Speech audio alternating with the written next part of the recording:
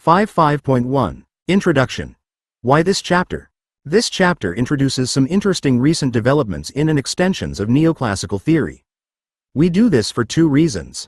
First, some economists claim that these changes effectively refute several basic criticisms of standard neoclassical theory, and many of these changes have been sufficiently integrated into that theory to be frequently included in introductory microeconomics textbooks. Second, a smaller number of economists also claim that certain recent extensions and developments represent a break from neoclassical economic theory that inaugurates a new and different kind of economic theory. If the second of these claims were persuasive, then we would need to add another, fourth economic theory to the three already considered. We think students should be aware of these theoretical changes and the claims surrounding them. They represent still another dimension to the continuing struggles within economics as a field of inquiry. Part of any examination of any field of study is to figure out if, when, and how its practitioners break from tradition and launch radically new ways to think about the objects in that field. This is as true in economics as it is in physics or art. Indeed, Keynesian economics represents such a break in the 1930s from what was then the hegemonic neoclassical tradition.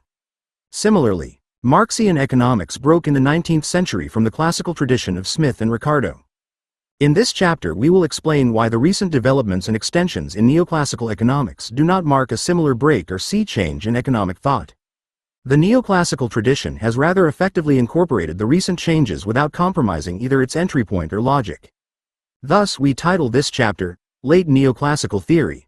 In our view, while neoclassical theory keeps evolving, it nonetheless continues its basic approach to the new issues it engages. As this chapter shows, neoclassical theory's evolution has produced interesting, new understandings of some important topics and issues. These include how and why markets fail and how society should respond, how to incorporate into its analysis interactive late neoclassical theory with Yahya M. Madra, strategic behavior of RMS and individuals, how to extend the opportunity cost concept to include costs of market transactions and information, even how to incorporate altruistic alongside self-interested behavior. Nonetheless, these recent developments and extensions remain well within, rather than marking breaks from, the basic neoclassical framework discussed in Chapter 2. However, this chapter's presence does raise another question. Why include and focus on recent developments and extensions of only neoclassical theory and not of the other two economic theories compared in this book?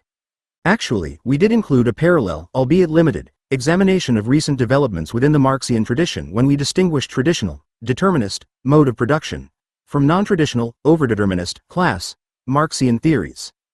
And we did consider some interesting changes and extensions in the Keynesian approach such as post-Keynesian economics in Chapter 3. Additionally, Section 5.3.3 below takes up again a key point of post-Keynesian economics, namely how the social environment shapes human behavior. Our reason for including this chapter is much influenced by two events.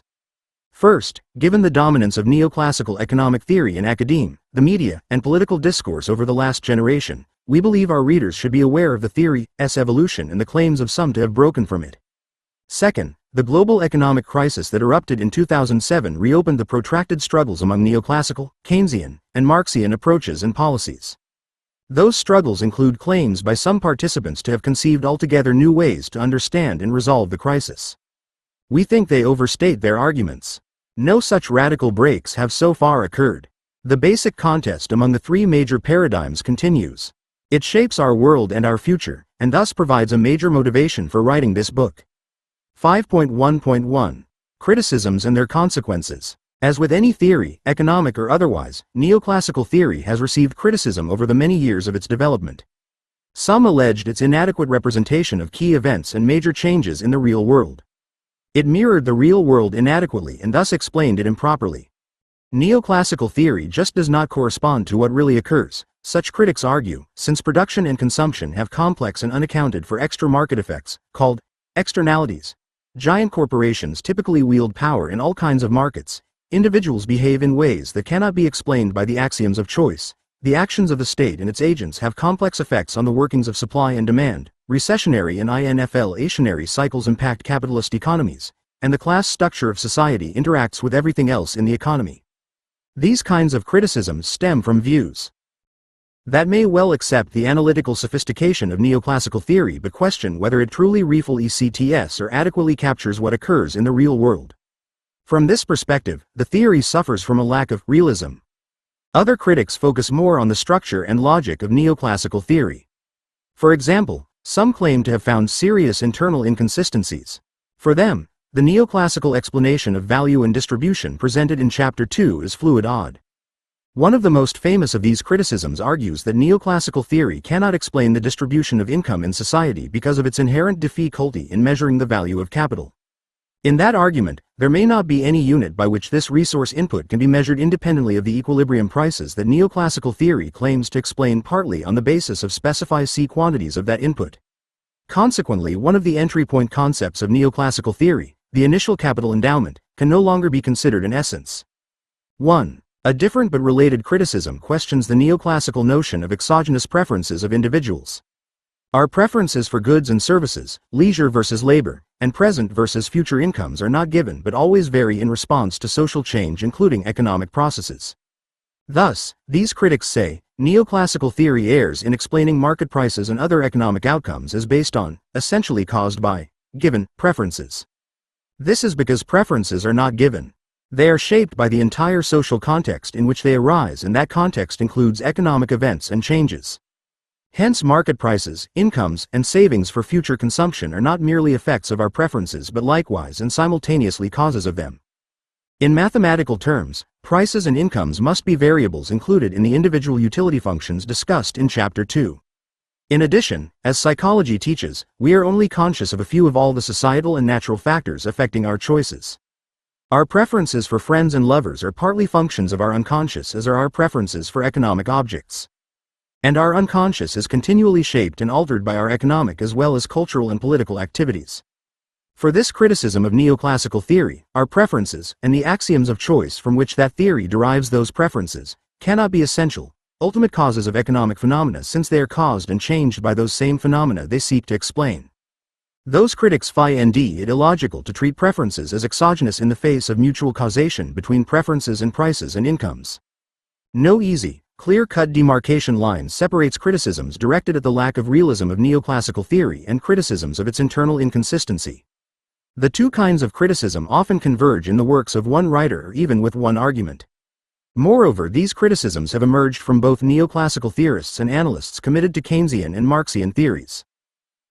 Keynes, for example, began his major contribution by criticizing the notions of marginal productivity of labor and marginal utility that underlay the neoclassical theory of labor markets.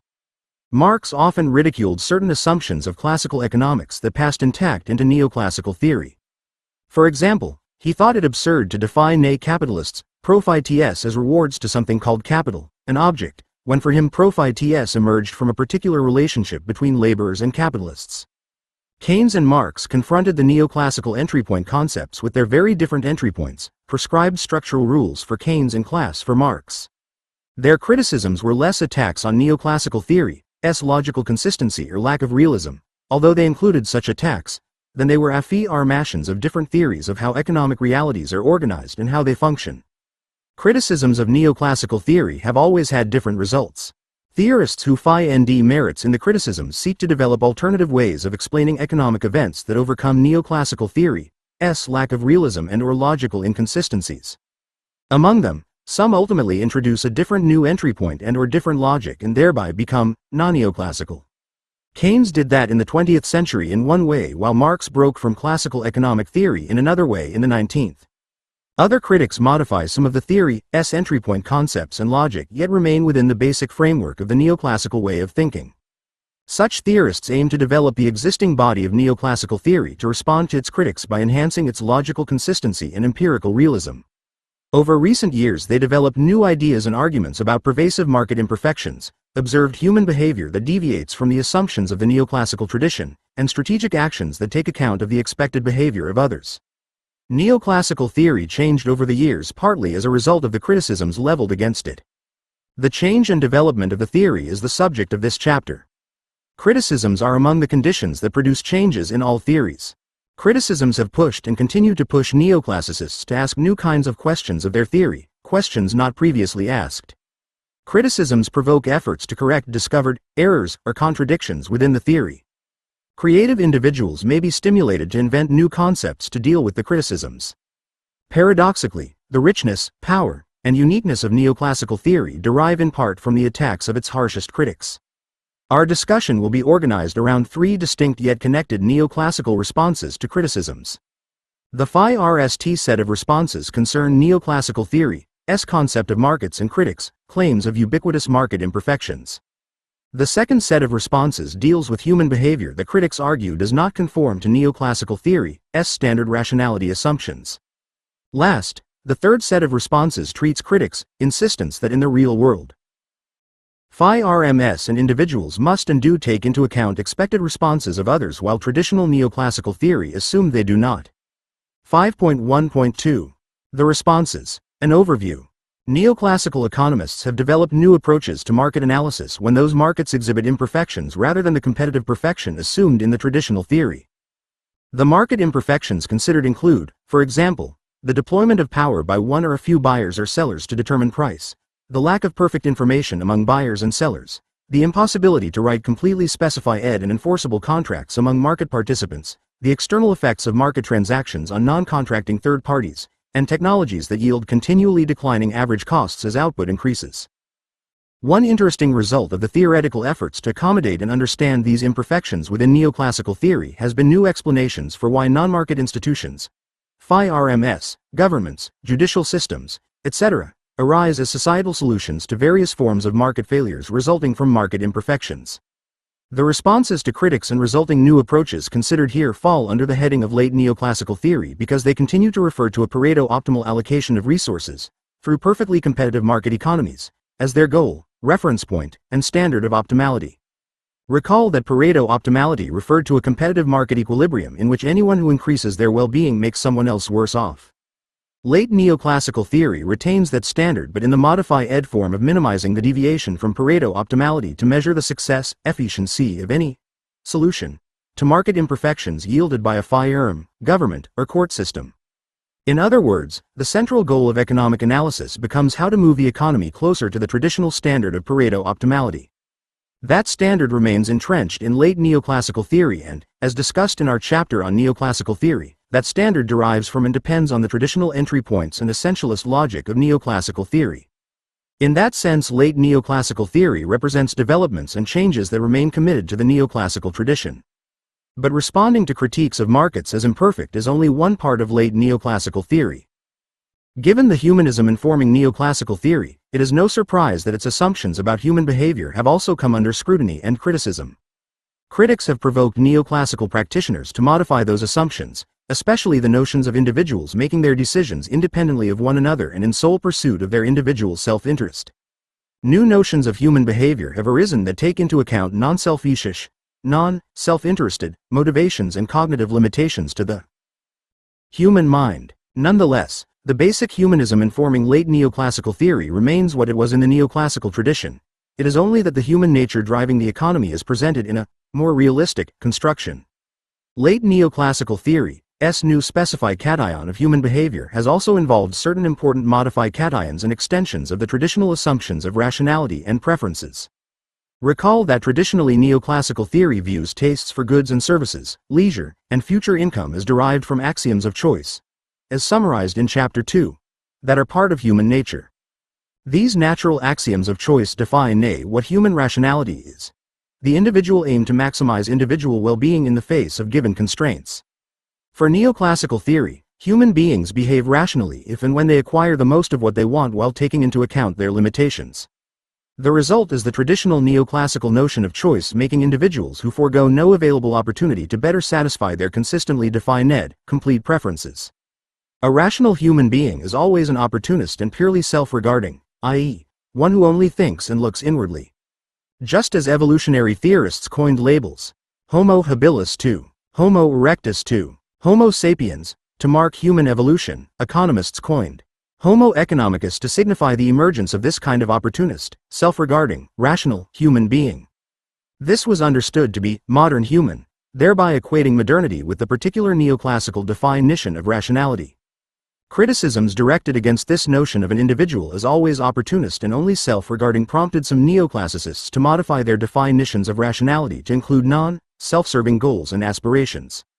A. Keynesian criticism, discussed in Chapter 3, of neoclassical theory attacked it for not adequately acknowledging the role of uncertainty in all human decisions. Thus, some neoclassicists also transform traditional ideas about human rationality by questioning individuals' cognitive capacity to process the vast amount of information about commodities needed to be able to make the rational decisions that best satisfy their preferences. While such criticisms of traditional neoclassical notions of rationality yielded some interesting developments, especially in the emerging field of behavioral economics, discussed below, the newer notions of how individuals behave still are defined in relation to the standard figure of Homo economicus. That traditional idea of the rational human being continues to serve as a normative, if not descriptive, standard. Newer notions of rationality maintain the tradition of seeing a redefined human rationality as determining the economy as a whole, humanism. Hence our decision to locate the recent responses to critiques of neoclassical rationality within late neoclassical theory. New theories of equilibrium were responses to critiques of traditional neoclassical theory's notions of market behavior among individuals and institutions. Recall that in the standard neoclassical theory of equilibrium, individuals are assumed to be price takers. In making decisions, they need consider only the information provided in the given prices of commodities they face along with their given endowments and available technology. Put differently, in the standard neoclassical economic model of a fully competitive society, rational individuals do not need to know what other individuals think in order to decide what to buy, sell, save, and invest.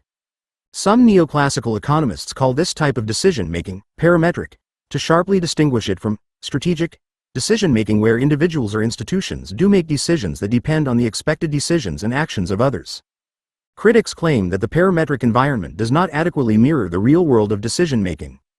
Real decision-making in imperfectly competitive markets must take into account all the possible actions and reactions by other market participants. Basically, decision-makers incorporate others' reasoning process into their own reasoning process. Their survival and success require the formulation of a strategy to deal with such interdependence. Consider a business environment with imperfect competition. Firms no longer are price takers but instead price makers. Each firm must then make its output and pricing decisions strategically, taking into account the expected actions of other firms. In analyzing this, and many other, strategic decision-making situations, neoclassical economics increasingly adopted a new notion of equilibrium named after the mathematician John Nash. The traditional neoclassical market equilibrium is one in which demand and supply intersect. A Nash equilibrium is different. It occurs if and when no interacting agent benefits from unilaterally changing his or her chosen strategy. In recent years, a still different notion of equilibrium has emerged. Some economists prefer to formulate the problem of equilibrium at the aggregate level of a population distribution of behavioral traits rather than at the micro level of interactions among rational individuals. These economists have come up with a notion of evolutionary stability. It specifies a stable distribution of patterns of behavior within a given population. They claim that such a notion is far more useful than the strictly individualistic premises of the Nash equilibrium idea.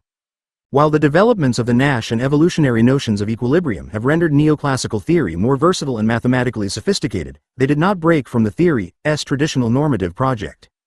They continued the long-standing neoclassical desire to articulate a logically consistent and universally applicable theory of societal reconciliation that harmonized divergent economic interests.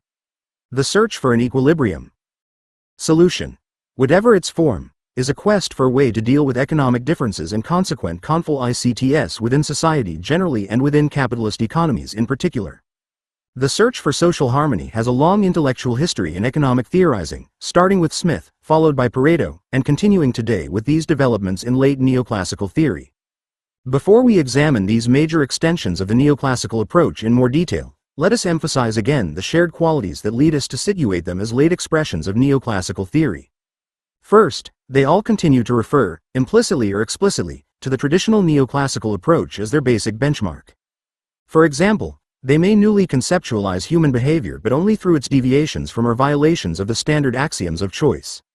Second, they construct their approaches to the economy with the aim of determining the conditions under which the diverse interests of individuals are or can be harmoniously reconciled. To the extent that some late neoclassical theorists move away from these two theoretical practices, they may yet begin a move beyond neoclassical theory. That remains a possibility for some who may even produce a new way of theorizing the economy much like Marxian and Keynesian theories did. 5.2. Theories of market imperfections. From its inception, neoclassical theory was criticized for adhering to an idealized model of perfectly competitive markets.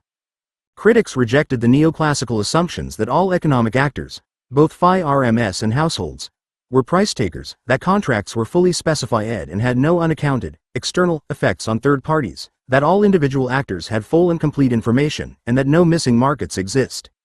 For such critics, traditional neoclassical economic theory was unrealistic in depicting a world composed of atom-like rational individuals who interacted with one another only in and through smoothly functioning competitive markets. And from its inception, neoclassical theorists tried to incorporate analyses of some possible deviations from the ideal world of perfect competition. Over the course of 20th century, the types of deviations studied and the ways of handling imperfections through economic policy have changed in response to ongoing and changing criticisms. A common charge in most of the criticisms is the failure of markets to work properly. The charge is serious, for market imperfections would preclude capitalism from achieving the efficiency of production or consumption that was always a major part of its self-justified cation. The sources of market imperfections specified by critics vary. They include the unaccounted for externalities or spillover effects stemming from production and consumption, market power wielded by giant corporations, state interference in the operation of markets, and the inability of human beings to foresee the future. They all interfere with the ability of human beings to make the rational market choices that result in a Pareto-type optimality of production and consumption. Market imperfections result in a societal mess. Citizens enjoy less wealth than they should, they suffer the deleterious effects of unemployed resources, and they face increasing political tensions among their citizens over distribution of less wealth than they could have. Very little is optimal about this kind of world. Broadly speaking, there have been two major kinds of criticism targeting the neoclassical notion of perfect competition in markets. They arose in different historical contexts. The Phi-RST wave of market imperfection theories focused on two sets of problems that critics saw in capitalist economies. 1. Unaccounted social effects on society arising from private economic activities, and 2. Social effects when Phi-RMS or other institutions, e.g., unions or governmental bodies, used concentrated power to control a commodity's price. More recent critics of market perfection arose after 1950 and attributed market failures to transaction costs and information failures. While the newer theories did not supplant the earlier ones, they did change one important aspect of the discussions. In the Phi-RST generation of theories, the state was usually seen to offer the only solution for market imperfections. In the more recent theories, a variety of other kinds of institutions are favored as dealing more effectively with market failures. 5.2.1. Externalities and ways of managing them. Recall that standard neoclassical theory assumes that individuals interact with one another only through and in markets. This means they only exchange what is stipulated in the contract that governs their private exchange. Hence they affect one another only via those markets. Suppose, however, that an observed market transaction causes an externality, namely an effect, external to the market transaction, that impacts third parties or nature. Traditional neoclassical theory does not recognize or account for this externality, even though it surely belongs in a listing of the market transaction's costs and benefits and hence its efficiency. For example, suppose that one individual's consumption of cigarettes produces an adverse effect on the utility of another with whom the smoker has no market relation. Consumption of this or, by extension, just about any commodity may yield such externalities, for one individual's consumption will often impact the welfare of others. Externalities may be positive as well. Individuals who choose and pay for vaccinations against disease thereby benefit others, third parties, who neither paid for nor obtained vaccinations. Consider a production example in which oil drilling for offshore wells releases toxins into the water that kill fish and thus adversely affect the fishing industry. Hence economic transactions in oil markets can harm third parties who do not participate in the oil markets. In these cases, private decisions of consumers or producers have impacts on others, but the social costs and benefits of those impacts remain unaccounted for by or in any market. Thus the deals reached in markets, efficient for the deal makers, may well be inefficient once we consider the real, socially consequential costs and benefits the deal makers and their markets ignore. Public goods provide another important example of externalities. Consider the government providing national defense or clean air and water. In these instances of state-provided collective consumption, there cannot be private markets of the sort theorized in traditional neoclassical theory. Each citizen in the society consumes, as it were, the same amount of the public good irrespective of whether that citizen wants it or not. No one can be excluded from the benefit of national defense, a more healthy physical environment, or public education. The inability to exclude others from receiving these benefits is what marks public goods. The example of public goods also underscores the usefulness of distinguishing between positive and negative externalities, although there will likely be disagreement in judging what is negative and what is positive. For instance, while many citizens may well consider national defense to be a benefit to society, others may fear the social risks of a military-industrial complex, and thus consider national defense to be a cost, meaning a negative externality. Around the 1920s, a British neoclassical economist, Arthur Cecil Pigou, 1877 to 1958, offered a new way to theorize negative externalities by distinguishing between private and social costs of a commodity. While the private costs of a commodity, the marginal cost of its production, are reflected in its price, its social costs, imposed on third parties in nature by its consumption, production, or both, are not. To return to our offshore oil production example, consider an oil drilling company in a competitive market that maximizes its profit by equating its marginal cost of drilling to the market-determined price of oil. In other words, P oil equals MC private, where the subscript, private, stands for the oil company's private marginal costs of production. If oil drilling also causes environmental damage of one kind or another, that represents a cost to society. That social cost is not usually taken into account by the firm's focus on its private costs alone.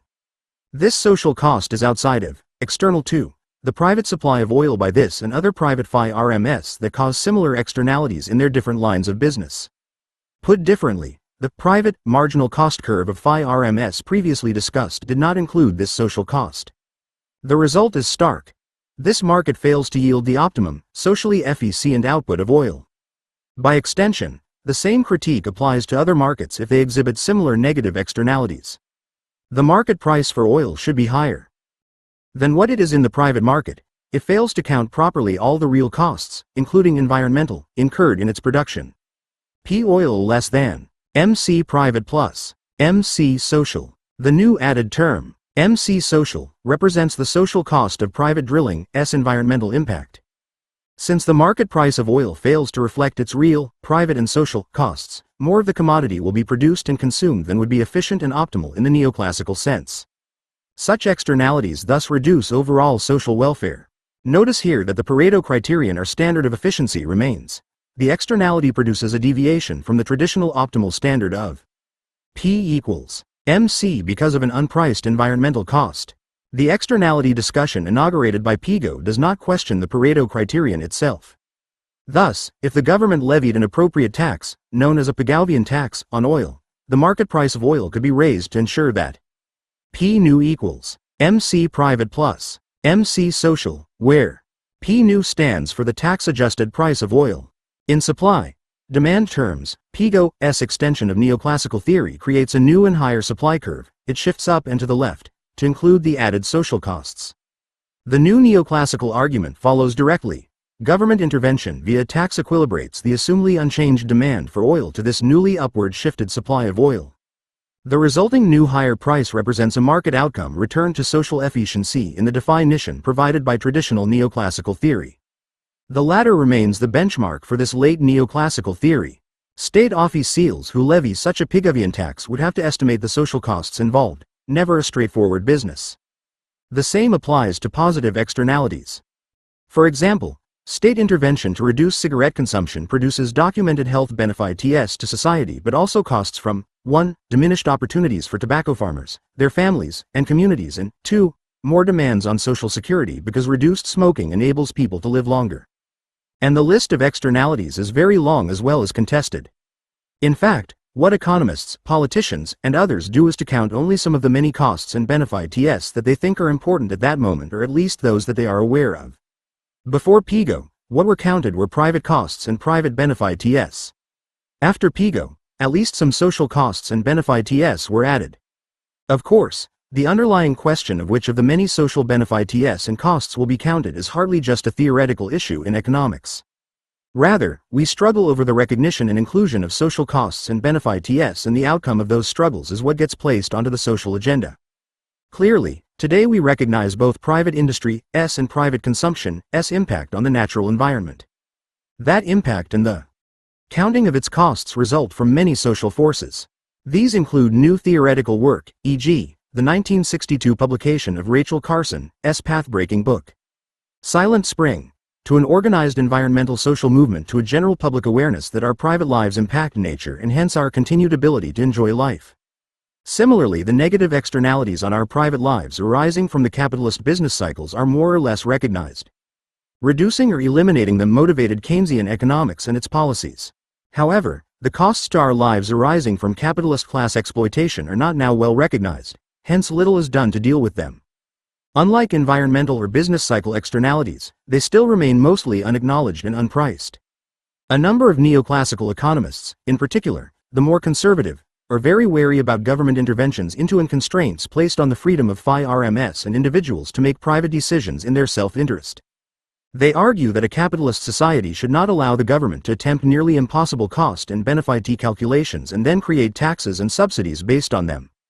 Such neoclassical theorists argue that the externality-driven taxes and subsidies have their own consequences on markets, including their externalities, that could move the economy away from a Pareto position.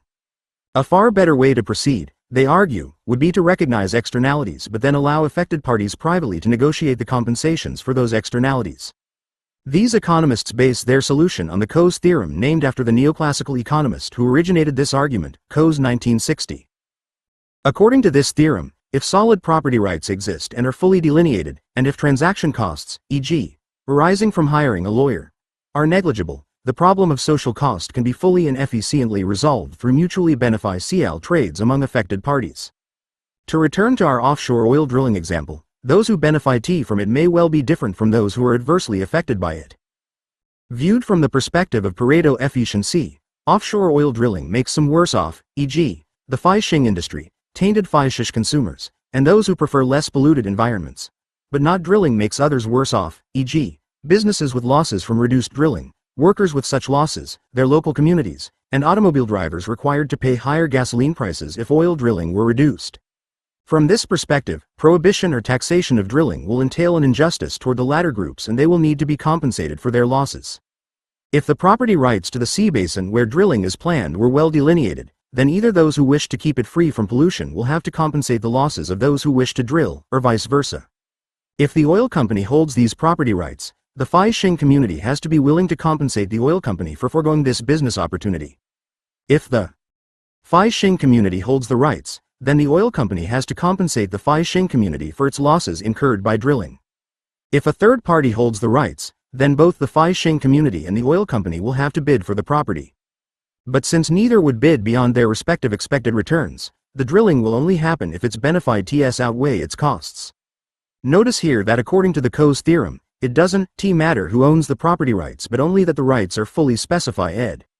The Coase theorem says that under these assumed conditions, property rights exist and are specified, transaction costs are low, and not too many parties are involved, then private market transactions are efficient.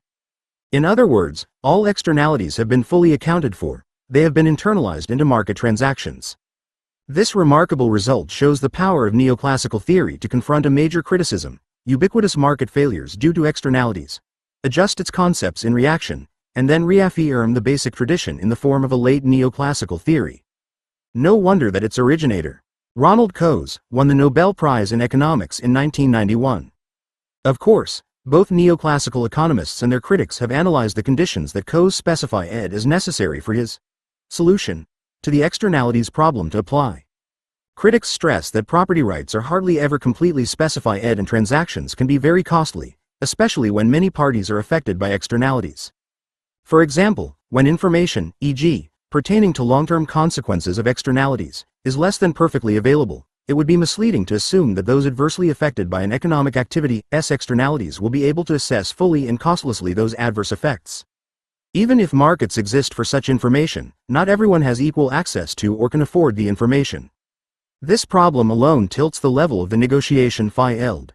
For example, in a world of income and wealth inequalities, to assume that a fishing community has monetary power equal to that of a multinational oil company will also be misleading. Consider this situation. Given incomplete information, discussed in more detail below, financial institutions cannot transparently assess the default risk of prospective borrowers. Borrowers who don't have enough collateral to cover the risk of default will be discriminated against and their credit rationed. This may disadvantage fishing communities who want to carry on costly negotiations with the oil company, negotiations needed to arrive at a co-solution to the externalities of offshore oil drilling. Unlike the oil company, the fishing community needs credit to carry forward these negotiations if they lack sufficient collateral. Without access to credit, the community cannot afford to carry on negotiations with the oil company. In short, in a world with positive transaction costs, underspecified property rights, information asymmetries, and in this example, wealth and income inequalities, critics might well argue that Contending market-based solutions do not manage externality problems better than Pigouvian government-based solutions. Such criticism typically provokes some neoclassical economists to find other ways to reaffirm the traditional canon. The more conservative among them might insist on a restructuring of the economic order through institutional and legal reforms. Their goals would be to broaden property rights, through privatization, copyright laws, patents to new forms of knowledge, etc., and reduce transaction costs, through market deregulation, digitalization, or fostering new forms of privatization and decentralization. Needless to say, this is an endless process. It is possible neither to establish fully delineated property rights nor to eliminate all transaction costs. In addition, new market imperfections may arise from broadening property rights. While patents do turn intellectual discoveries into private property, they can also enable the owners to wield monopoly powers in markets. However, more liberal neoclassical economists take a different approach.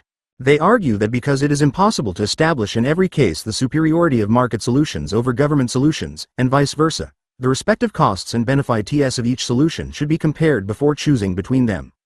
Rather than advocating only market-based solutions, these liberal economists argue for a mix of solutions involving markets and governments and still other institutions of civil society. In the liberal, mix-and-match approach, the question of gathering and distributing pertinent information does not automatically favor private markets alone. Hence, public questioning and debate can occur in regard to which externalities, costs and benefits will be included, or even how affected communities will undertake cost-benefit analyses. The mix-and-match approach allows for considering various scientific positions and even principled, ethical positions over economic growth and unrestrained use of energy sources. It even allows for directly questioning the market's ability to gather and disseminate information about social costs. The more conservative, pro-market approach criticizes and rejects such public questioning and debate of social costs and market capabilities. Instead, the size and scope of social costs are correctly found in the information that is transmitted through markets and the prices determined there. Of course, such a reliance on the efficiency of markets to convey appropriate information via prices is perfectly consistent with the traditional neoclassical approach to this and indeed most economic issues. Not surprisingly, criticisms arise in response. First, in the conservative approach, only those who have received or have access to economic resources, profits, wages, returns to owned capital, can signal their preferences as to social costs. The signaling individuals' effective preferences will also depend on the size of their income or wealth or lack thereof. Individuals without incomes of any sort will not have their preferences included in the marketplace. Some individuals' market votes will count more than others because they receive higher incomes than do others and hence are able to have relatively more influence over market outcomes pertaining to social costs. In this sense, a market-based system of displaying preferences compromises the one person, one vote criterion of modern democracies. The conservative approach thus provokes opposition from all who argue that decisions pertaining to social costs, especially those that affect life in the most general sense, should be determined democratically by each person's vote counting as much as does the next regardless of their individual incomes or wealth. Second, when considering global problems such as climate change, substantial international cooperation and a long-run horizon are required. International cooperation can be difficult, and reliance on market outcomes alone can be myopically short-sighted. For example, in order to calculate the present value of an estimated cost of an economic activity in the future, a society has to decide on a discount rate. We already encountered this discount rate of interest in Chapter 2, Note 9, when discussing what the present worth of future consumption is to an individual. Neoclassical theorists typically argue that the relevant discount rate equals the long-run interest rate in the economy and the latter, in turn, equals the long-run real growth rate of the economy. From this perspective, negotiation over the discount rate is simultaneously negotiation over the long-run growth rate for the economy. Some problems can emerge. Relatively poor countries may well have a very different discount rate than relatively wealthy countries. In the latter, because the long-run rate of economic growth and interest are lower, the present discounted value of social costs is that much higher than in faster-growing, higher interest rate, and relatively poorer countries. How will a market-based approach deal with this difference among countries? Additionally, markets provide societies with mostly short-run time horizons when sometimes long-run time horizons are more relevant to the decisions that must be made. Recognizing these limitations of markets enables alternative institutions to be considered. Economists who favor those alternatives to markets disagree and debate with those who view markets as always the best solution. Today, in most advanced capitalist economies, public policies on externalities incorporate, to different degrees, both Pigouvian taxation, e.g., excise tax on cigarettes, extra charges for water use aimed at reducing water pollution, and Coachon marketization, e.g., externalities handled through the court system. Cap and trade mechanisms are designed and instituted by governments as a hybrid that combines the two approaches. While limiting the maximum level of toxic emissions within an economy according to scientific criteria and political concerns, cap and trade mechanisms also leave the distribution of resulting costs of pollution, and of rewards to non-polluters, to market negotiations among enterprises that buy and sell pollution permits. The traditional neoclassical market mechanism and Pareto optimality have been reaffirmed as applicable to externalities. 5.2.2 Forms of imperfect competition. Across the 20th century and even before, many observers noticed that the capitalist economy was increasingly marked by FIRMS wielding enormous market power. In industry after industry, competition among FIRMS resulted in only a few successful survivors. For example, in the U.S. automobile industry, a few industrial giants emerged to dominate that industry until the advent of major foreign competition. Economists also noted that advertising had become more important for the few large FIRMS that survived competition. However, a few huge FIRMS with market power and massive advertising are a phenomenon not easily incorporated in the traditional neoclassical approach to markets and price determination. Recall two basic points of that tradition. All FIRMS are price takers and they can sell as much as they want at the market-determined price. The quantities that FIRMS produce and sell depend only on their marginal costs. No firm would spend on advertising because to do so would be irrational, as a competitive firm, by definition, one of many in a perfectly competitive market, can always sell all it can produce at the going price. In other words, the operating constraint on its profits is not sales but rather costs. Why then would a firm ever incur the expense of advertising? The answer is that competition is not as perfect as assumed in neoclassical theory. In a world of imperfect competition, advertising makes sense. Neoclassical theory had to, and did, adjust its ideas to this new world of jumbo corporations, advertising, and imperfect competition. Our discussion will focus on the case of monopoly and then on competition that is imperfect because of the existence and effects of monopolies. A monopolist firm supplies and controls all of the market. It is the sole seller of a commodity, the only firm in the industry producing that commodity. A monopoly firm's selling price is the market price for every buyer. Numerous reasons are offered for why monopolies can arise in different industries. We will explain only two, but they are important. One possible cause of monopoly is technology. Suppose that one particular firm in a competitive industry characterized by many firms institutes a new technology different from what every other firm uses. As this firm succeeds and expands its output, it enjoys what other firms do not. The average production cost per unit of output declines. That is what economies of scale means. At the given market price, such a firm makes ever more profit as its costs per unit of output keep falling further below that market price. So it can grow all the faster. Eventually, its expanding output grows so large that it accounts for the major portion of the industry's supply. At that point, its expanding output alone begins to impact the market price, driving that price down. Other firms producing this same commodity then face a major problem. Their average costs have not fallen since they do not have the technology that yields economies of scale. A falling price drives them out of business. The only survivor is the firm with economies of scale. A monopoly has been generated. The monopolist firm can earn more money by advertising if doing so yields enough additional demand to yield more additional revenue than the cost of the advertising. The monopolist, unlike the competitive firm, can only sell more output if either the price per unit of output falls or else advertising secures extra buyers even without a fall in price. The monopolist chooses between these strategies according to which generates more net revenue. Nothing like this is done in a competitive economy of the sort assumed by neoclassical theory. Notice in this discussion that one of neoclassical economic theory's entry point ideas has been altered. We have introduced the possibility of a technology that yields economies of scale as a firm expands. One response that rescues the neoclassical assumption of competition is the argument that in the real world all technologies eventually lose any economies of scale they might have enjoyed when some input is limited in its availability and thus costs rise ever more as production expands beyond that limit. In other words, all phi RMS eventually run up against a limited input and thus experience diseconomies of scale. By means of this argument, neoclassical economists have sought to rescue the legitimacy of assuming competitive economies where, at least in the long run, temporary monopolies do not survive. Another possible reason for the emergence of monopolies can be traced back to the very neoclassical assumption of opportunism. Human beings forever seek opportunities to better satisfy their desires, in the case of phi RMS, to gain more pro phi TS. Such human beings exist not only in phi RMS but also in government and elsewhere too.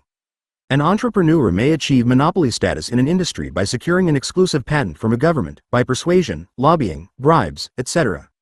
Self-interested bureaucrats can solicit bribes in exchange for providing privileged market positions, monopoly positions, to phi RMS. A monopoly can arise as a result of payoffs given to and received by opportunists who operate both in the private and public spheres. Not only technology but human nature too can cause monopoly. Let us turn to an examination of how neoclassical theory treats monopoly and so responds to its critics' arguments that monopolies undermine their theory's relevance and applicability. Neoclassical economists introduced the idea of marginal revenue and have developed it into a sustained argument about imperfect competition. To explain their argument, consider a pro phi t equation for a phi firm having monopoly power. Pi equals times minus PQCQ, where pi stands for the firm's profits, P for the price of the commodity being produced and sold, Q for the quantity of the commodity produced and sold, and C, Q, for its total cost of production, specified as an increasing function of the quantity it produces. Note two changes in what we discussed previously in Chapter 2. There we use the variable PBAR, as in P, to stand for the market-determined price and C for total costs, the sum of wage, WHLI, and capital, RKI, costs. Here P no longer is barred, as in P, because the firm is a price maker, not a price taker.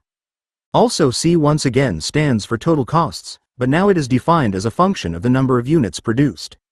We made these changes in the profit equation to better understand what happens when the monopolist, unlike the price-taking perfectly competitive firm, can manipulate both P and Q variables.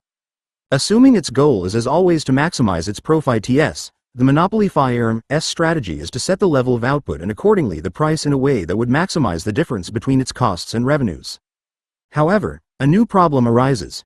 Gaining power over price means that the firm also shapes the quantity it can sell. For example, raising its price to gain more pro phi TS will also reduce the demand for its product, reducing the quantity it can sell and perhaps eroding its pro phi TS. What should it do? Here is where the concept of marginal revenue comes into play. It refers to the extra revenues gained by a firm per unit of extra output produced and sold. Mr. TRQ equals delta delta, where delta indicates, as before, a change in the appropriate variable. A perfectly competitive firm's marginal revenue equals the market-determined price, for its decision to change its quantity has no impact on that price, since it is one of a huge number of competitive firms supplying the market. Hence the competitive firm's total revenue changes according to the quantity it produces and sells at that unchanged market price. Matters are very different for a firm having monopoly power.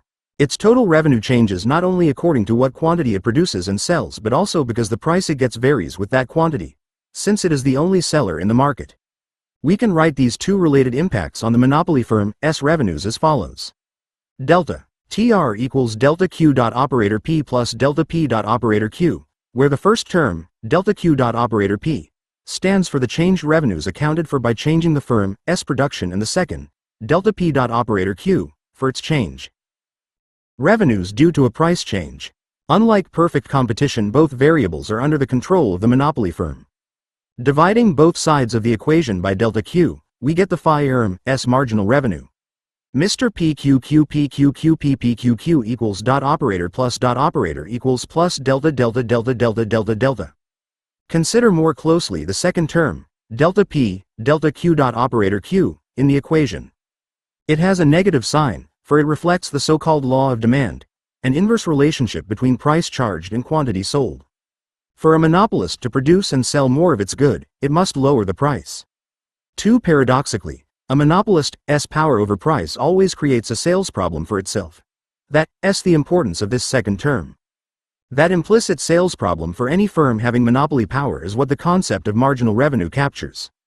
To maximize its profit, the monopolist must find the optimum combination of price to charge and quantity to produce given the market demand conditions and the cost of production for what it sells. Returning to our profit equation, we can ask how a monopolist's profit will change when it varies its output. Delta pi equals delta TR delta C. Divide both sides of this equation by delta Q. Use the above concept of marginal revenue, Mr. for delta TR, delta Q and our previously discussed marginal cost, MC, in Chapter 2 for delta C, delta Q. dP delta delta delta delta delta Q PP Q Q C Q equals plus minus, where the first bracketed term on the right-hand side of the equation represents the marginal revenue and the second unbracketed term represents the marginal cost. If delta pi, delta Q is positive, then clearly an increase in the output level will add to profits. Put differently, for delta pi, delta Q to be positive, Mr. greater than MC, and an incentive exists to the firm to expand its profits by producing more. If delta pi, delta Q is negative, then producing more will reduce its profits, for Mr. less than MC. In this case, the firm's incentive is to reduce production. The profit maximizing condition is when the monopolist sets its marginal revenue equal to its marginal cost. At that point, profits are at a maximum. At that point, the monopolist no longer has an incentive to raise its price and sell less, or lower its price and sell more. Neither action will gain any more profits. The relationship between the demand line and the marginal revenue line is depicted in Figure 5.1.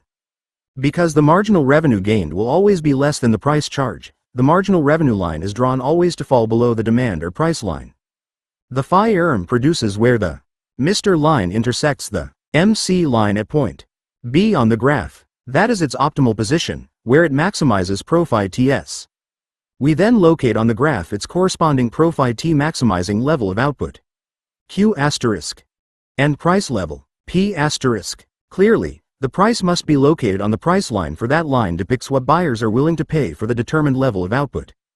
Because, and unlike perfect competition, price is above marginal cost, the monopolist phi erm will earn positive profit and economic rent. The rectangular area between points ABCD is the total economic rent going to the monopolist. Unlike perfect competition, in imperfect competition it is not competed away. Let us compare the situation of the monopolist with the perfectly competitive market outcome. To facilitate the comparison, we will interpret the marginal cost curve in Figure 5.1 to stand for both the supply of the monopolist and the aggregate market supply under conditions of perfect competition. Similarly, the demand line in the same figure will be assumed to depict the demand facing the monopolist and the aggregate market demand in competition, i.e., not the same as the demand facing each competitive phi erm, which is still perfectly elastic. Once these assumptions are made, it is possible to identify point E in Figure 5.1 where the MC line, now representing the market supply curve, crosses the market demand line as the market equilibrium for the perfectly competitive case. Compare points E and A. In monopoly, P greater than MC, whereas in competition, P equals MC. This is a straightforward way of comparing the two different market situations. The equilibrium price in competition is lower than the monopolist price and the competitive equilibrium level of output is higher than that in monopoly. Consumers are worse off in markets. Marginal cost, demand, quantity, marginal revenue, price, E, A, B, D, P, C, Q0. Figure 5.1. Profit maximizing point for a monopolist. Dominated by monopolies, they pay a higher price for a lower level of output. More broadly speaking, under monopoly, society will be using its scarce resources less efficiently. There will be unemployment, as the output levels are below what they could be under perfect competition, and there will be underutilization of capital. The monopolist could produce more but is prevented from doing so by the impact of more output sold on prices. In thus comparing competition and monopoly, note the use again of Pareto efficiency. P equals MC, as the standard for measuring the costs to society of monopoly power. By adding the concept of marginal revenue, neoclassical theory has revised its entry point to include the issue of market power. The theory still deploys its other entry point concepts and essentialist logic, and it still searches for and phi NDS an adjusted equilibrium position, now where MC equals MR. Moreover, because that new equilibrium is usually analyzed in relation to the optimal Pareto equilibrium, The latter retains its position as the standard benchmark of economic well-being in this late neoclassical theory. Monopoly is thus understood in neoclassical theory as a deviation from Pareto optimality. Neoclassical economists help design and endorse legislation aimed at eliminating or constraining monopolies to return the economy closer to perfect competition. The latter remains, as always, the neoclassical goal. The discussion of monopoly power in neoclassical economics has also influenced Keynesian economics. Some Keynesian approaches use monopoly power to write a new price equation for the macroeconomy. P equals 1 plus M, MC, where P stands for the aggregate price level, M for what is called the markup coefficient, and MC for marginal cost. In competition, M equals 0 and P equals MC. Some Keynesian approaches introduce a new structural rule, that of the markup, M, and apply it to many macro topics, wage bargaining, inflation, unemployment, etc., and much else too. A continuum of possible forms of imperfect competition lies between the extremes of monopoly and perfect competition. Most actual cases of imperfect competition fall within that continuum. For example, consumers may switch their purchases of soap, toothpaste, or sneakers, etc., from a monopoly firm to a different firm that offers a good substitute product. The market power of a monopoly is thus inversely related to the availability of substitutes. That is why monopolies try to earn their customers' loyalty, to convince them that no true substitutes to their products are available. They seek to differentiate their product from all others so that their monopoly prices do not drive their customers away. They do this by means of advertisements, marketing, labeling, packaging, product development, and customer loyalty programs tied with financing. The more successful a firm's product differentiation, the more market power it will wield. Of course, unless some technology or legal restriction blocks others from entering into an industry, the presence of monopoly and its profits will attract new firms to enter and compete. This suggests that at any given moment industries will likely vary across an economy, ranging from more to less competitive. Over time, any industry can move from competitive to monopolistic and then quite possibly back again. Neoclassical economists became interested in other forms of imperfect competition as well. Oligopolistic competition refers to a market situation in which a small number of firms operate such that each is large enough to have a non-negligible impact on price. Using our previously defined terms, they compete with each other strategically, as opposed to parametrically. In other words, the key and new assumption is one of interdependent decisions in regard to what each firm decides to be its output decision. Each takes into account in its private decision what it expects other firms to do. These deciding and competing firms may not all be of the same size. For example, in the Stackelberg model, named after the German economist Heinrich Freiherr von Stackelberg, 1905 to 1946, a bigger-sized leader competes with a smaller-sized follower. Because only two firms compete in such an industry, its market structure is called duopoly. The leader begins first by considering how the follower will respond to its output decision. Based on the predicted best response of the follower, the leader makes its profit maximizing output decision. In response to the leader, the follower firm makes the predicted output decision. This economic behavior is very different from how neoclassical theory describes economic decisions made by perfectly competitive firms. The latter take others' decisions as given, whereas in leader-follower models, the leader needs to take into account predictions of responsive behavior by the follower, in the form of a functional relation, in reaching its own profit-making decision. For those interested in the formal mathematics of this approach, we briefly outline profit equations for the follower and the leader. PFLFFFFPQQQCQ equals plus times minus. PLLFLLLLPQQQCQ equals plus, times minus. Where the subscripts F and L refer to the follower and the leader, respectively. Notice that price is here specified as a function of the aggregate quantity decisions of the two firms. P equals P, QL plus QF. 3. This means that the first two terms in the two equations are price functions. Now the strategic dimension of the model is reflected by the leader treating the quantity that the follower, QF, supplies as a function of what the leader decides to do, QL. That strategic reasoning works as follows. The follower is assumed to calculate first a function for the profit maximizing level of QF for any given QL.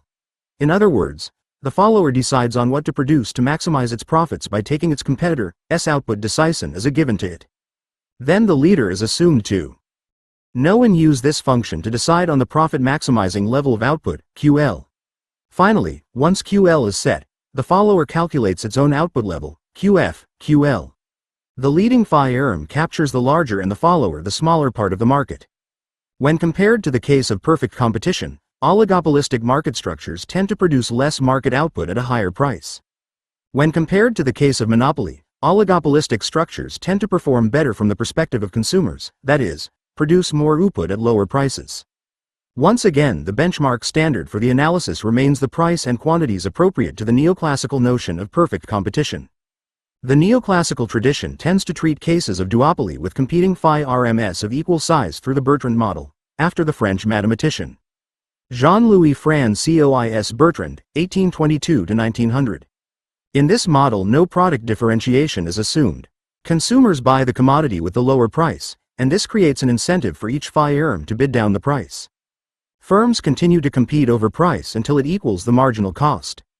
As a result, even though there are only two phi RMS in the market, the output and the price levels end up being equal to what would have happened under perfect competition. This conclusion of the Bertrand model holds only under the assumption that the competing phi RMS do not engage in collusive behavior. We will return to this problem of collusion below when we discuss the basic contours of late neoclassical developments in game theory under theories of equilibrium. Neoclassical theory engendered a range of government policies against imperfect competition. On the one hand, a traditional anti-monopoly position argues that the government should pass and enforce laws against business wielding monopoly power. Antitrust laws arose at the end of the 19th century with the deepening worry in the United States about the emergence of monopolies and colluding or merged phi RMS, trusts, that act to constrain production and trade and thereby phi x higher prices. The Sherman Antitrust Act, 1890, the Clayton Act, 1914, and the Robinson-Patman Act, 1936, were three major pieces of legislation aimed to restore competition in the United States. In several major court cases, monopolies such as Standard Oil Company and American Tobacco Company were targeted for disaggregation into smaller independently owned, competing phi RMS. A related policy had the government moving against collusive, e.g., price fishing, behavior as in the case of oligopolistic competition. Still another policy was government regulation of a monopoly firm's economic behavior when it was allowed to continue to operate as a monopoly. The best example of that policy was the regulation of American Telephone and Telegraph Company's monopoly for years prior to its being broken up into independent companies. Many neoclassical economists also tend to argue that another way to deal with a national monopoly is to deregulate its market by eliminating trade protection, tariffs and quotas that favor the national producer. They advocate opening markets and keeping them open to international competition. Consumer electronics and automobiles are two U.S. industries whose market structures were dramatically changed by the impact of international competition. However, a number of neoclassicists tend to be more cautious and skeptical about government intervention or even regulation. Some argue that if a company achieves a monopoly status, that should be conceived as its prize for winning the competitive struggle. The firm whose managers deploy a new technology enabling it to become the low-cost producer and beat its rivals, deserves the rewards provided thereby by its achieving a monopolistic position in its market. Such economists have insisted on the social benefits of the gains in productive efficiency that phi RMS used to move from competitive to monopolistic. They have likewise stressed the greater expenditures on research and development, for new technologies and new products, made by monopolistic as opposed to competitive phi RMS. Late neoclassical theory contains a range of arguments and debates about imperfect competition, unlike the traditional neoclassical focus on perfect competition. However, that range remains tied to the basic entry points, essentialist logic, and Pareto optimal success criterion characteristic of the tradition. 5.2.3. Transaction costs and economic organization. In 1937, Ronald Coase posed another important, basic question to traditional neoclassical economic theory. Why do phi RMS exist? That theory offers little in the way of an answer. It simply assumes that phi RMS automatically transform inputs into outputs in a manner that maximizes profit t, given technology and all prices. Critics of this neoclassical approach to the firm came to dismiss it as equating the firm to a mysterious black box. What they meant was that in the neoclassical view, phi RMS simply solve a minor technical arithmetic problem: how much to produce given technology and prices. The solution to that problem, for neoclassical economics, is to produce where marginal cost equals price. That is a trivial matter, leaving the phi-erm-s complex structure, functions and purposes unexplained and untheorized. Neoclassical theory, critics have argued, seems to pay no attention to the organization of power and the myriad other cultural and economic processes that shape what phi-rms are and do. It would seem that the nature of a phi-erm, like any other important social institution, is a far more complex entity than what is assumed in traditional neoclassical theory. The models of imperfect competition discussed above certainly suggest a more sophisticated and institutionally detailed analysis of phi-erm behavior. Finally, another and perhaps more basic problem confronts the traditional neoclassical approach to phi-rms. Nomically superior to the sorts of dependent relationships within hierarchically commanded institutions. After all, Adam Smith had claimed that private, independent market transactions would yield, as if led by an unseen hand, an unintended but nonetheless social optimum. The singular route to achieve that utopia was found in private property and markets. It was not found in the power wielded by a despot or a hierarchical bureaucracy of corporations or government planners. How then should neoclassical theory explain the continued existence and growth of phi-rms and corporations as islands of conscious power in this ocean of unconscious cooperation? Coe's 1937. The central thrust of Coe's answer was to recognize that the exchange process itself is not without costs. It is costly to write and enforce market contracts. It is costly to maintain the market as an institution, like all other institutions.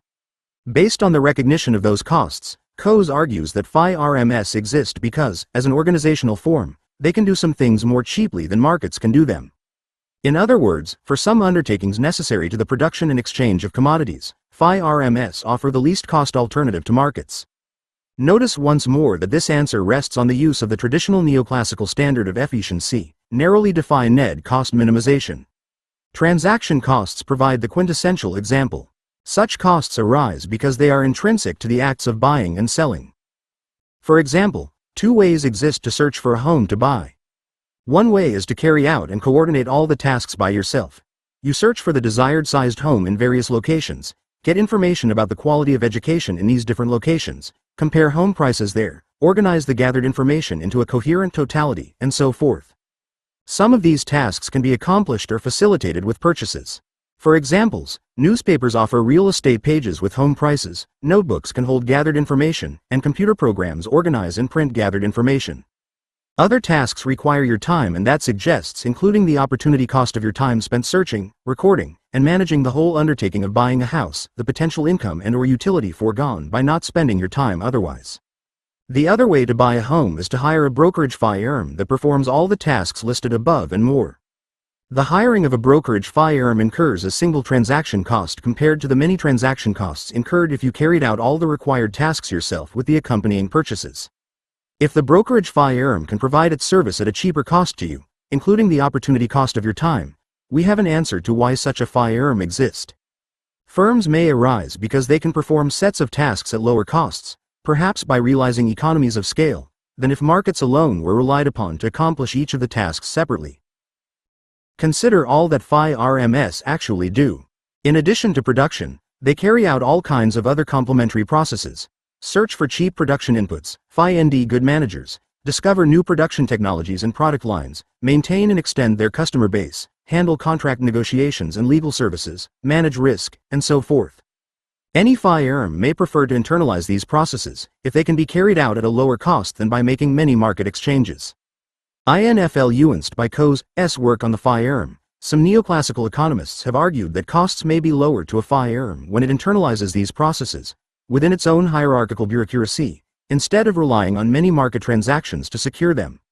It not only spreads its total costs over many different products, it may thereby realize economies of scale. Connected to the latter is what economists call team production, when employed individuals specialize in various tasks including production, searching for cheap inputs, marketing, lawyering, and so forth. Managers plan, organize, and direct the many diverse but related tasks with the aim of raising the team's productivity and lowering its average costs, winning the game. When they succeed, the firm realizes economies of scale. Firms will normally internalize some and rely on markets for other of their activities, depending on which option better serves profitability. Coe's transaction cost idea, followed by other neoclassical economists, similar work, developed a more general theory of non-market institutions. That theory is consistent with traditional neoclassical ideas pertaining to individuals, rational self-interested behavior and the implied optimality of competitive market outcomes. For such late neoclassical theories, non-market institutions such as FI-RMS arise when they can secure processes more cheaply than market transactions. Such institutions may also undertake processes because of market failures. Markets may fail because rational agents tend to behave opportunistically, by not delivering on contracts if they have the opportunity to do so, by minimizing their work effort once hired, by free riding if and when opportunities arise to do so, etc. Consequently, costs involved in performance measurement and contract enforcement arise. A FI-IRM often deals with such problems of markets failing by incurring internal costs of supervision and enforcement. In striking contrast to the traditional neoclassical, black box, theory of the FI-IRM, e.g., in which the marginal productivity of labor is costlessly monitored, measured, and remunerated, late neoclassical theories of the FI-IRM problematize the productivity of labor. For them, labor productivity is not given. It rather presents employers with a crucial and possibly costly problem after employees are hired. Simply put, such employees may seek and find ways to avoid effective work. The FI-IRM is an organizational structure aimed at addressing this productivity problem. In fact, some neoclassical economists have extended this framework to explain the evolution of institutions throughout human history. North 2005. According to them, institutions arise not only to economize on transaction costs but also to solve incentive problems stemming from ubiquitous opportunism. 5.2.4. Information failures and missing markets. The attention of some neoclassical economists was drawn to critics' challenges against the traditional neoclassical assumption that everyone in a market has the same complete information about all available commodities. The critics had claimed that relevant market information was asymmetrically, i.e., unevenly, unequally, distributed and strategically used in many markets. Neoclassical economists responded by exploring what happens when contracting agents have asymmetric information pertaining to the quality of the commodity, good or service, being exchanged. The new approach distinguished between two kinds of information problems: those that emanate from hidden information, the problem of adverse selection, and those that fluid out from hidden action, the problem of moral hazard. Arrow 1974. We consider each in turn. The problem of adverse selection results from the asymmetries of information among market contracting agents prior to the moment of exchange. For example, when insurance companies cannot discriminate between high and low risk groups, relevant information is hidden from them. They are forced to raise insurance rates across the board. This has the undesirable effect of driving low-risk groups out of the market. They cannot afford the too high premiums, leaving the insurance companies with only high-risk groups, for some of whom the premiums may even be too low. This is why the problem facing the FI-IRM is called one of adverse selection. The problem of moral hazard results from the difficulty of monitoring the behavior of an already contracted agent. For instance, when one party, principal, hires another, agent, to act on its behalf, the interests and motivations of the latter do not necessarily line up with the interests and motivations of the former. An agent may have incentives to take actions that are undesirable from the perspective of the principal. For example, an assumedly opportunistic and rational individual who buys an insurance policy from an insurance FI-IRM will have an incentive to take more risky actions, precisely because the possibly negative consequences of doing so will be borne not by him, but rather by the insurance FI-IRM. One important application for such theories is found in analyses of input markets. Consider, for example, the labor market. Suppose that FI-RMS cannot distinguish adequately between high and low quality workers. They are confronted with an adverse selection problem. In addition, the asymmetries of information on the part of the FI-IRM's managers and its workers mean that workers, once hired, will have opportunities and incentives to take actions that do not necessarily line up with the interests of the managers. The FI-IRM also faces a moral hazard problem. To solve these two problems, FI-RMS pay a wage rate above the market clearing, full employment wage rate. This new higher wage rate, also known as the efficiency wage, and the accompanying unemployment in the labor market are thought to solve both cost problems in a single stroke. An efficiency wage higher than the market clearing equilibrium wage provides the appropriate signal to attract adequately qualified workers and ameliorates the FI-IRM's adverse selection problem. The persistence of unemployment, caused by the prevalence of the efficiency wage rate, provides increased incentives to those already employed to properly perform the job that managers hired them to do. If they don't, they could lose their current job. In that eventuality, they lose not only the difference between the efficiency wage rate and the market clearing wage rate but also incur significant costs of a job loss, periods of unemployment between jobs, lower probability of re-employment, etc. This information approach produces an explanation for a persistent non-clearing labor market. For that reason alone, it is claimed to be more realistic than the traditional neoclassical model of full employment equilibrium. The information approach belongs to the set of late neoclassical theories because it extends the tradition yet also continues to use and adhere to traditional neoclassical assumptions of opportunistic, self-interested behavior on the part of all economic agents. Here too, Homo economicus inhabits the theoretical terrain. And here too individuals' private choices are shown to yield a social optimum, efficiency. The information approach has also been extended to credit markets. There the lender's problem is one of risk. The borrower may not repay the loan. If the lender charges the same interest rate to all borrowers, the lender faces an adverse selection problem. Too few borrowers who present a low risk of default and too many whose risk of non-repayment is high. At a singular rate charged to all debtors, more risky debtors borrow more than they would if they faced a higher rate reflecting their higher risk, and less risky debtors borrow less than they would if they faced a lower rate reflecting their lower risk of default. The information approach shows then why an equilibrium interest rate in a market that combines these different borrowers is inefficient because of adverse selection. Lenders can deal with this problem by charging different interest rates to borrowers of differing risk, higher for more risky and lower for less risky debtors. Differentiating debtors according to risk moves the credit market from a relatively inefficient to a more efficient allocation of credit. Of course, lenders would have to assess differential risk on the part of their customers. Lenders typically ask potential borrowers about their financial status. Interested behavior by all individuals, an incentive exists for more risky borrowers to withhold or distort relevant information gathered by lenders, thereby possibly securing loans at lower interest rates. To deal with this information problem, lenders require collateral to help guarantee repayment in case of default. Such extensions, comprising late neoclassical theory, enabled neoclassical economists to make sense of a range of economic phenomena that did not fit the traditional perfectly competitive model of credit markets while retaining the drive to find optimal equilibria in markets. 5.3. New theories of human behavior.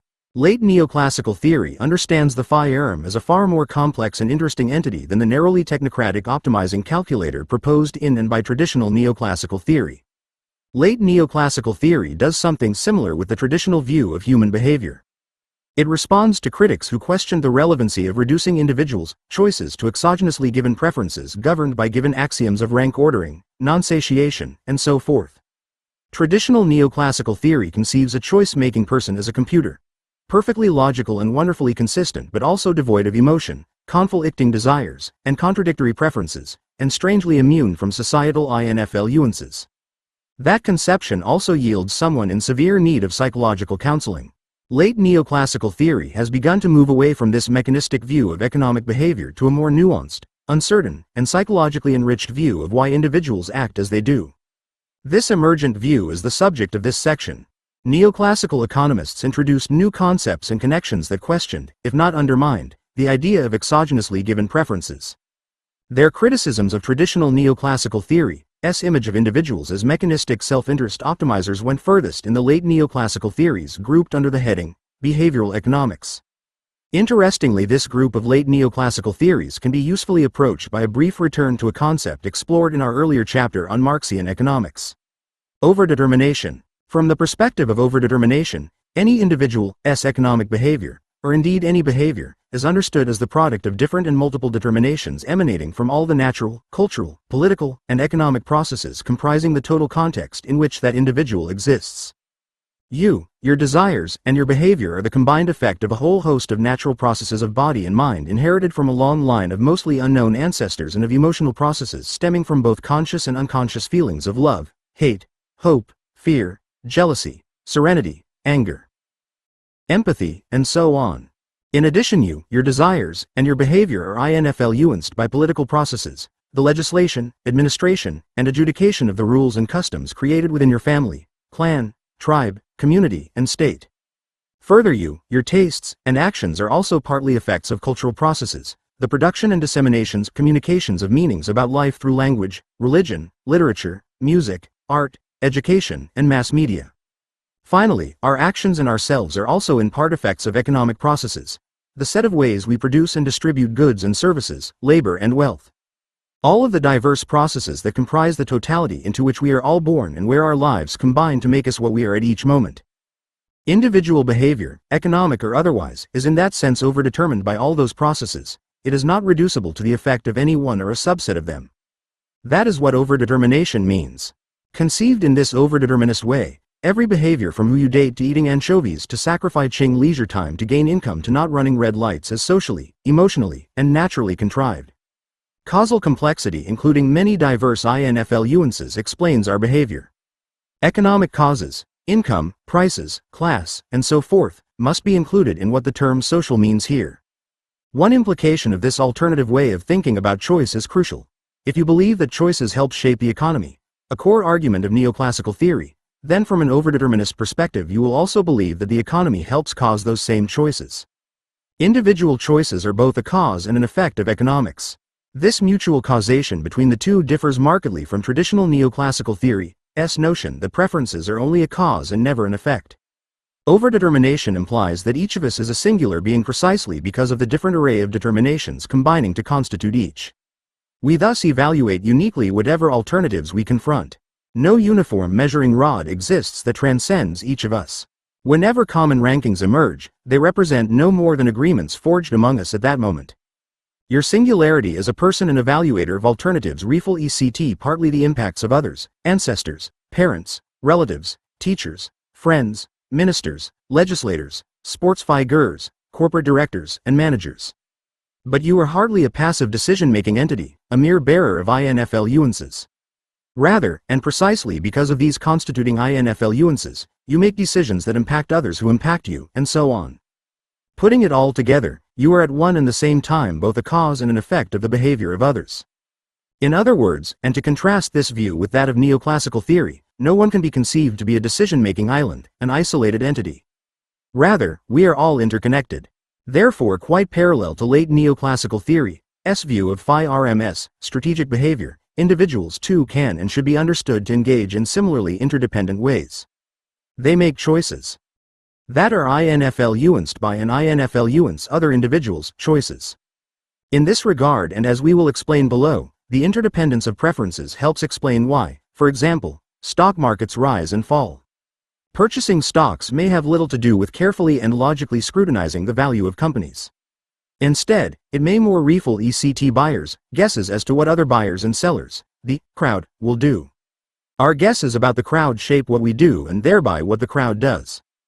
Similarly, our consumption decisions are affected by others' consumption decisions. Indeed, the utility we derive from consuming a commodity and the intensity of our preferences reflect the utilities and preferences of others. If not for such interdependence, we wonder what the term fashion could mean. Current styles of dress, cars, homes, and electronics help determine which products figure in our utility functions, how we rank those products, and what we count as life's necessities. Finally, interesting recent contributions of social theory underscore the conflicting desires within individuals and why individuals' preferences are hardly the stable, consistent decision-making machines implied by neoclassical theory. In the disciplines of political theory, sociology, feminist theory, cultural studies, psychology, and psychoanalysis, individuals are theorized to be composed of multiple, ceaselessly shifting, and potentially conflictual subjectivities. Our different subjectivities yield the conflicts and compromises that we observe in our and others' individual behaviors. Late neoclassical theory's exploration of human behavior engages some comparable ideas. Individuals participate in multiple processes during any day and across a lifetime. A person may participate in a market exchange process selling the capacity to work for a wage. That person then occupies, creates, a wage-laboring position, subjectivity. This same person takes on a different position and added subjectivity when he or she participates in a religious process. Similarly, other subjectivities arise when he or she participates in still additional economic, cultural, and political ones too. An individual becomes a consuming being when participating in the process of consumption, a political being when participating in the process of voting, and so on. These and other participations create the varying subjectivities of a person. We all are a complex bundle of potentially conflicting and conflicted subjectivities interacting and vying with one another and overdetermining our social behavior. Such an approach helps explain conflicts in voting. A wage worker might not be inclined to vote for a political candidate who advocates a cut in workers' health insurance or reduced taxes on the rich. From the perspective of the worker as an economic being, those actions may not appear to serve his or her economic interests. Suppose, however, that the same political candidate favors restricting rights to abortion and reducing big government. Those positions might well conform to the worker's religious and political beings. Hence the worker is conflicted. At one and the same time he or she feels a preference for and against the candidate. If the conflicted worker eventually votes for that candidate, that does not necessarily imply irrationality, stupidity, or gullibility on the worker's part. Ascriptions sometimes made because the worker's vote appears to be against his or her economic interests. Rather, the worker, just like the rest of us, likely struggles with and tries to reconcile multiple and differing subjectivities and their corresponding interest calculations.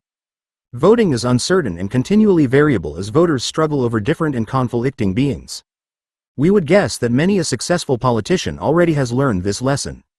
Recent theorizations of multiple and contesting subjectivities clash with the traditional neoclassical idea of a well-ordered and always stable choice-making person. For a final example, consider a married woman and mother who occupies two positions. In one, she is pushed by a whole host of social processes, associated with marriage, religion, and traditional gendering notions, to stay home and provide household goods and services for her spouse and children. At the same time, other social processes, arising from women's liberation movements, severe economic times, new gendering notions, push her out of the home to take a wage-laboring position. She is conflicted. At one and the same time she prefers to stay and not to stay at home. Once again, this does not illustrate irrationality on her part. It illustrates instead a part of the modern dilemma faced by many women. Indeed, for many, the conflicted preference for opposites cannot be resolved, so they do both. The resulting double shift of women working hard outside and inside households only produces new conflicts and struggles. The latter even can lead to the disappearance of one of the competing positions. Divorce eliminates the obligation to work for the husband. If our preferences are interdependent, determined and determining, and conflictual and inconsistent, that yields a notion of human nature very different from the Homo economicus figure offered by traditional neoclassical economics. We are comparing two very different underlying psychological theories of human behavior. The neoclassical view arose and is still rooted in 19th century utilitarian psychology. The more current view owes much to late 20th century psychological and psychoanalytical thought. In the following section we will survey some recent departures from the traditional neoclassical approach to human behavior generally and to economic rationality in particular. We begin by distinguishing between two distinct aspects of the neoclassical concept of rationality. 1. The preferences that inform the decision-making and 2. The decision-making act itself. On both aspects there is theoretical movement away from the neoclassical tradition. Regarding preferences, the new literature affirms motivational heterogeneity. For example, individuals' preferences do not express only self-interest but rather also our interest in others. Our motives are diverse and conflicting, egotistic but also altruistic. Society and its multiple, diverse institutions shape both sets of motives inside each of us in endlessly varying combinations, balances, and tensions. Regarding decision-making, new literature stresses the cognitive limitations of the human mind and their consequences for decision-making. We make decisions based on a very limited, vaguely understood, and biased understanding of the available alternatives. We are not the mechanistic, utility-maximizing calculators of traditional neoclassical theory. After surveying these two movements, we will turn attention to the emerging field of behavioral economics. It weaves together various insights culled from debates on rationality and behavior in a pragmatic, problem-solving way. At that point we will examine whether it breaks completely from the neoclassical tradition's view of Homo economicus. 5.3.1. Theories of motivational diversity. Traditional neoclassical economic theory assumes that individuals behave calculatively, i.e., their behavior conforms to the axioms of choice. Thus, they seek to take advantage of all available opportunities to advance their self-interest. In the last quarter of the 20th century, some neoclassical economists began to relax this assumption of opportunism. There was an increasing interest in motivational diversity, altruism and reciprocity, beyond straightforward opportunism. As a result, research and debates on motivational diversity have concentrated on two specific questions. Does motivational diversity exist? And, if so, why? The first question continues to be relevant because a significant number of neoclassical economists still insist that Homo economicus accurately represents human nature, even when motivational diversity appears to exist. Such neoclassical economists claim that behavioral traits that appear to be other-regarding are actually self-regarding. These qualities either refill an enlightened, long-term but nonetheless still selfish perspective, or else they arise because of externally imposed constraints, norms, rules of behavior, or moral laws, on our otherwise selfish behavior. Late neoclassical theory's introduction of externally imposed constraints exposes yet again the tendency for neoclassical theory's primary humanism to occasionally lean on a structuralism for support. In this case, a late neoclassical theory imports an unacknowledged form of structuralism into its otherwise humanist approach. The behavior of Homo economicus now conforms not only to some innate human nature but also to moral laws and rules of behavior imposed by the social structure into which Homo economicus is born and matures. One interesting application of motivational diversity appears in a variant of the efficiency wage model discussed earlier. Akerlof, 1982, theorized the labor contract between employers and employees as a partial gift exchange. Employers pay wages greater than the market clearing wage in return for workers' extra effort. Again, the idea is that a market clearing wage leaves employers and employees making strategic decisions with asymmetric information that end up with inefficient outcomes. By giving workers the gift of a wage higher than what a simple market mechanism would produce, they obtain in return employees who do not shirk or otherwise maneuver around employers at the latter's expense. In a sense, workers' opportunistic behavior is modified and redirected by means of a partial gift of higher wages. Even though both employers and workers modify their behavior in this mutually beneficial gift exchange, they remain opportunistic agents, for otherwise no need for a partial gift exchange would arise.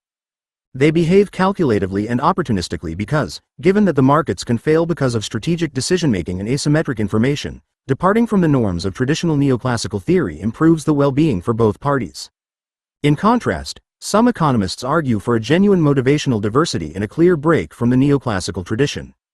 Drawing upon evidence from the emerging field of experimental economics, they note that individuals behave in non-selfish ways. Systematically, they do so even in the absence of social constraints, norms, morals, etc. One typical example from this field is the game of ultimatum. Two subjects are observed. The RST divides up the proverbial pie as he or she wishes and offers a slice to the second subject. The second subject either declines or accepts the offer. The rule covering this game is this: if the second declines the offer, neither party gets any pie. Traditional neoclassical theory predicts that the second subject, being self-interested and independent of anyone else and their preferences, should always prefer the thinnest of slices to no slice at all and would thus accept whatever size piece the RST subject offers.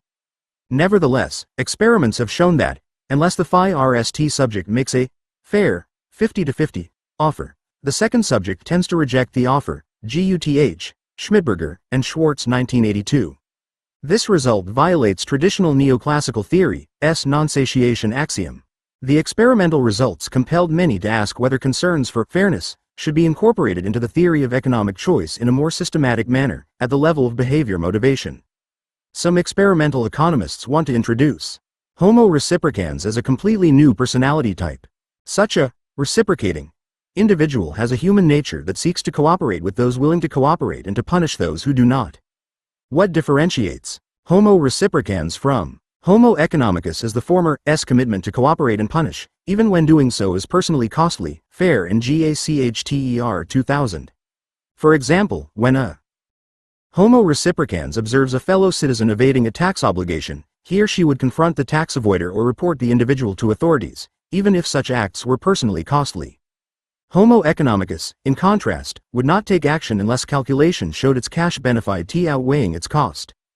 Proponents of Homo reciprocans argue that merely the presence of a critical number of Homo reciprocans in a population of mixed personality types can explain why societies implement and sustain egalitarian mechanisms of economic redistribution and democratic institutions of political participation. Bowles and Gintis 1998. Critics, however, argue that Homo reciprocans is not a new personality type. Instead, Homo economicus selfie shly maximizes preferences that include punishing rule breakers or non-cooperators. In such arguments, human action, including action harmful to the self, is always presumed to be motivated by self-interest, and the researcher always searches for, and invariably finds, some interest that the acting individual is served by his or her action. The individual who lost money by reporting a fellow citizen was still acting to maximize self-interest, gaining more utility from the pleasure of reporting misdeeds than the utility foregone because of the lost money. For those who do claim that individuals display systematic deviations from opportunism, the central question concerns what determines how one becomes an opportunist, an altruist, or a reciprocant, or any particular combination of them. Is it evolutionary dynamics or reasoned choice? While the evolutionary perspective formulates the question of motivational diversity as a matter of the population distribution of preference types, self-regarding, other-regarding, reciprocity, etc., the reasoned choice perspective formulates the question as a matter of the autonomy of a person to entertain different preference rankings. Some late neoclassical economists have imported methodologies from evolutionary biology to explain the persistence and survival of non-selfish behavioral traits, altruism and reciprocity, within populations. Smith, 1982. Individuals were found by economists to display both self and other regarding preferences in various combinations. Becker, 1981. Using biological, group selection models, those economists argued that, while non-selfish individuals could be abused by selfish individuals, if the non-selfish formed communities and minimized interactions with the selfish, they could thereby increase their fitness and survive in a mixed population. Other late neoclassical economists explored the conditions under which different behavioral traits are replicated, learned, and mimicked by individuals. What these approaches share are explanations of diverse behavioral traits not as matters of reasoned choice but rather as outcomes of selection, processes where the comparative fitness of particular traits determines their survival. Note that this selection process implies an underlying natural, social structure that determines the diversity of behavioral traits, a structuralism rather than a humanism. Another Nobel Prize-winning economist, Amartya Sen, treats individual preference diversity differently. Sen initially defines rationality quite broadly as reasoned scrutiny on the part of individuals.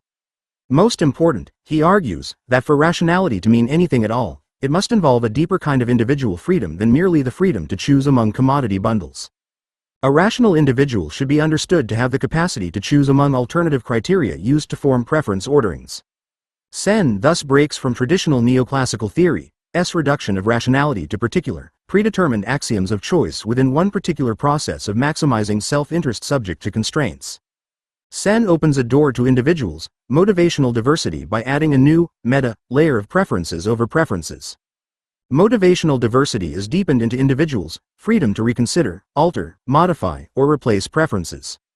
In this formulation, individuals are conceived to be capable of self-reflexively switching among different preference patterns. While indeed a novel idea for neoclassical economics, much in Sen's argument depends on how this meta-choice over how to choose is made. One possibility might pursue another optimization model. Each individual optimizes something in choosing which set of preferences to use. A very different possibility might affirm that different individuals' preference sets are socially overdetermined. Moving toward an overdeterminist position carries the cost, not of analytical rigor, but rather of losing mathematical tractability. McCloskey, 2006. Choosing between the evolutionary and the reasoned choice perspectives sketched above is indeed a critical choice for neoclassical economists. If they select evolutionary selection as the cause of motivational diversity, a structural mechanism, they violate the methodological individualist commitments of traditional neoclassical theory. If neoclassical economists instead choose rational deliberation, a process of individuals optimizing choice among alternative choice criteria, they retain the methodological individualist commitments of the neoclassical tradition. Whatever further evolution awaits these debates among traditional and late neoclassical theorists, what remains common to them all, even those drawn by the structuralism of natural selection idea or the overdetermination lurking in Sen's formulations, is a basic humanism. Human beings, with their natures either given by some intrinsic rationality or else more or less shaped by nature and history, remain the entry point. What such human beings believe and do is what causes or determines the pattern and fluid of economic events. Late, as well as traditional, neoclassical economics would thus still differ from and clash with Marxian economics whose entry point is class. However, some among the neoclassicals, those more or less interested in theorizing human rationality as naturally and socially overdetermined, would have worked their way to positions closer to the overdetermination logic increasingly favored among Marxists. 5.3.2.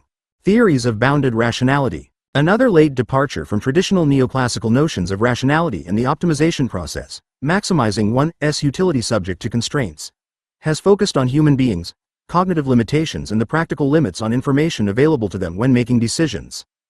These limitations led the economist Herbert Simon to develop a notion of bounded rationality, 1978. Consider a comparison between how a human and a computer play the game of chess. The example is a typical one used to help explain Simon's notion of bounded rationality. A computer can easily map all possible paths involved in a chess game. A human chess player can envision only a limited number of rounds of the game. The human chess player may well be rational, but in contrast to a computer, he or she faces cognitive limitations. The decision-making of the individual is bounded. This human limitation is particularly important because the standard neoclassical economists' notion of rationality assumes a considerable, if not impossible, amount of cognitive competence on the part of the human subject.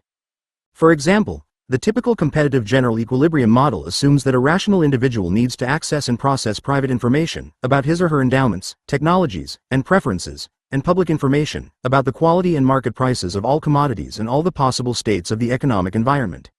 How does one expect individuals to make optimal decisions if it is impossible for them to process cognitively or gain access to all of this required information? The neoclassical assumption of optimality is based on a cognitive impossibility. The models of imperfect competition discussed earlier in this chapter only add to the information and processing demands faced by the individual. In leader-follower models, individuals and phi RMS are assumed able to process, in addition to all the information listed above, the private information for all the other individuals and phi RMS in the economy. Moreover, they are assumed able to instantaneously reason through interdependent decision-making. Interdependent decision-making refers to strategic decision contexts where the decision of any one individual or phi is contingent upon the decision of another individual or phi. No human being could possibly possess the cognitive ability to gather and process all this required information. Simon offered a different way to think about how individuals make their decisions. They do not deploy a strategy of optimization as per traditional neoclassical theory. Rather, they use a satisfied Ching process. Unlike an optimizing individual, a boundedly rational, satisfied Ching individual makes the best decision that he or she can based always on limited information. Individuals are not computers. People always need to bring the reasoning process to an arbitrary end, based on cognitive limitations, so as to make a decision.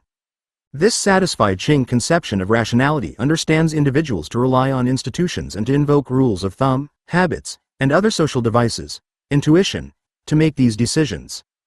One late neoclassical reaction to Simon's theory of bounded rationality and satisfied Ching behavior is to reintegrate it back into the optimization paradigm. Optimization is then theorized as something that entails a cost. Given human cognitive limits, to optimize costs money. A transaction cost entailed to overcome those cognitive limits. By incorporating a cost of optimization into the optimization problem itself, some late neoclassical economists could formally model bounded rationality within the optimization framework of traditional neoclassical economics. While such treatments of bounded rationality are mathematically elegant, we think they miss Simon's valuable insights into the process of limits on individual and phi decision-making. Simon's work fundamentally challenges the apparatus and basis of neoclassical theory's aim to specify how and why capitalist market economies can reach socially optimal equilibrium points. 5.3.3 Behavioral Economics. The theories of motivational diversity and bounded rationality examined so far proved unable to dislodge the key position of Homo economicus in neoclassical economics. Its essentialized entry point, the individual with his or her preferences and human nature, remains in place. However, as discussed above, those alternative approaches raised basic and critical questions about the status of that essentialized entry point. They challenged key parts of the neoclassical tradition. Nonetheless, those theories and their challenges remain more or less on the margins of mainstream neoclassical economics, even though they increasingly appear as added chapters in microeconomics texts, rather as they do in this book. While important enough to be recognized and taught, those challenges have hardly reached the status of inaugurating a new entry point to economic theorizing, a genuine break from and beyond neoclassical economics. Yet, partly in response to those theoretical challenges, still newer developments have arisen that may well go beyond posing critical questions in regard to Homo economicus. They may evolve into a completely new vision of how to specify the economic behavior of individuals. Were such an evolution to occur, then the heading of late neoclassical theory might no longer fit. A new, non-neoclassical and post-neoclassical theoretical break might then be achieved. We will briefly examine this new development, for much may be at stake for neoclassical theory. A number of economists have delved into the fields of evolutionary biology, cognitive psychology, sociology, and related disciplines focusing on the complexity of human behavior. One result is the emergence of a new and highly variegated research field called behavioral economics. While difficult to define, this new field displays some distinctive characteristics. Beyond already discussed motivational issues and cognitive limitations of human subjects that pertain to behavioral economics, we will concentrate here only on the psychological insights of behavioral economics.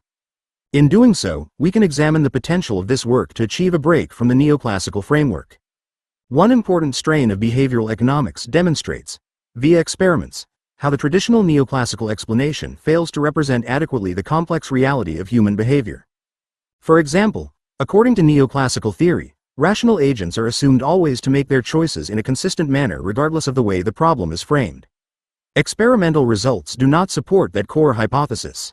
Rather, experiments show that human beings are affected by the way choice problems are presented, Tversky and Kahneman 1990. Different ways of framing choice problems yield different conclusions, choices. Hence, social context affects the choice. To the degree that choices are in fact socially contrived, dependent neoclassical economists can no longer postulate a predetermined set of axioms leading to choices that are independent of social context. Consider the following experiment illustrating how social context matters. Suppose that society faces a fluid U epidemic resulting in the expected death of 900 people. The government devises and presents two scientific plans of action to combat the fluid U. Plan A. This action results in 300 people saved. Plan B. This action allows everyone to be saved with a 1/3 probability and no one to be saved with a 2/3 probability. Now consider the following alternative scientific presentation, framing, by the government. Plan C. This action results in 600 people who die. Plan D. This action allows no one to die with 1/3 probability and everyone to die with 2/3 probability. A moment's notice shows that Plan A and Plan C are identical, as are Plan B and Plan D. They differ from one another only in the way the government presents them to society. In standard neoclassical theory, a rational economic agent should not be affected at all by the manner in which the problem is presented. The agent makes the same choice in both presentations. Yet, repeated experiments conducted with randomly selected individuals with similar distributions of characteristics show that when presented a choice between A and B, the majority chooses A, and when presented between C and D, the majority chooses D. Experiments such as these demonstrate that contextuality and textuality, literally how something is worded, do matter in human decision-making. This and other like experiments suggest that human behavior is socially manipulable. Experiments such as these go beyond merely questioning a sovereign and rational consumer, who knows what he or she wants, whose actions reflect his true interests alone, and who always acts opportunistically. These experiments indicate the need for a radically new way to theorize individuals' economic behavior, very differently from the neoclassical tradition. Given this critical stance toward neoclassical theory, some behavioral economists look to its critics for support. In doing so, they encounter the two major critical and alternative theories contrasted in this book, Keynesian and Marxian economics. For most, Keynesian economics has been the attraction because, unlike Marxian economics, it is not anti-capitalist in its vision. Behavioral economists responded to Keynes' use of animal spirits, herd behavior, and money illusion to explain inconsistencies in the behavior of investors, consumers, and laborers that arise from the way social context frames and influences their decisions. According to Keynes, when humans are deciding to do something, for example, a corporate board of directors deciding whether to invest in new plant and equipment, they cannot weigh all the expected costs and benefits of their proposed action. The word expected denotes the future, and that is unknown. Keynes' famous line is, "We simply do not know." Hence, as we already explained in Chapter 3, uncertainty is an integral part of the human condition. That is why we gain entertainment from fortune tellers and fortune cookies alike. Some handle this knowledge problem by assigning, objectively or subjectively determined, probabilities to different possible outcomes. However, as we explained earlier in this book, to assume that individuals can assign probabilities to different outcomes is to assume a prior condition. They already know the future, albeit probabilistically. In other words, in this kind of assignment, they become certain about uncertainty. But gaining that, or indeed any certain knowledge, is precisely the problem. Given the fundamental uncertainty haunting human behavior, it is impossible for economic actors to predict the outcomes of their actions, let alone make cost benefit analyses of all the diverse consequences of various possible strategies. Instead, Keynes argues that economic agents, i.e., our hypothetical corporate board of directors, act according to their animal spirits, following a spontaneous urge to action rather than inaction. Whose urge to action enables actors to navigate through the fog of uncertainty. At other times, it does not. For example, when the mood is sour, animal spirits can work to motivate the corporate board to recoil and prefer inaction over action, non-investing over investing, even when inaction may not be warranted by economic events of the day.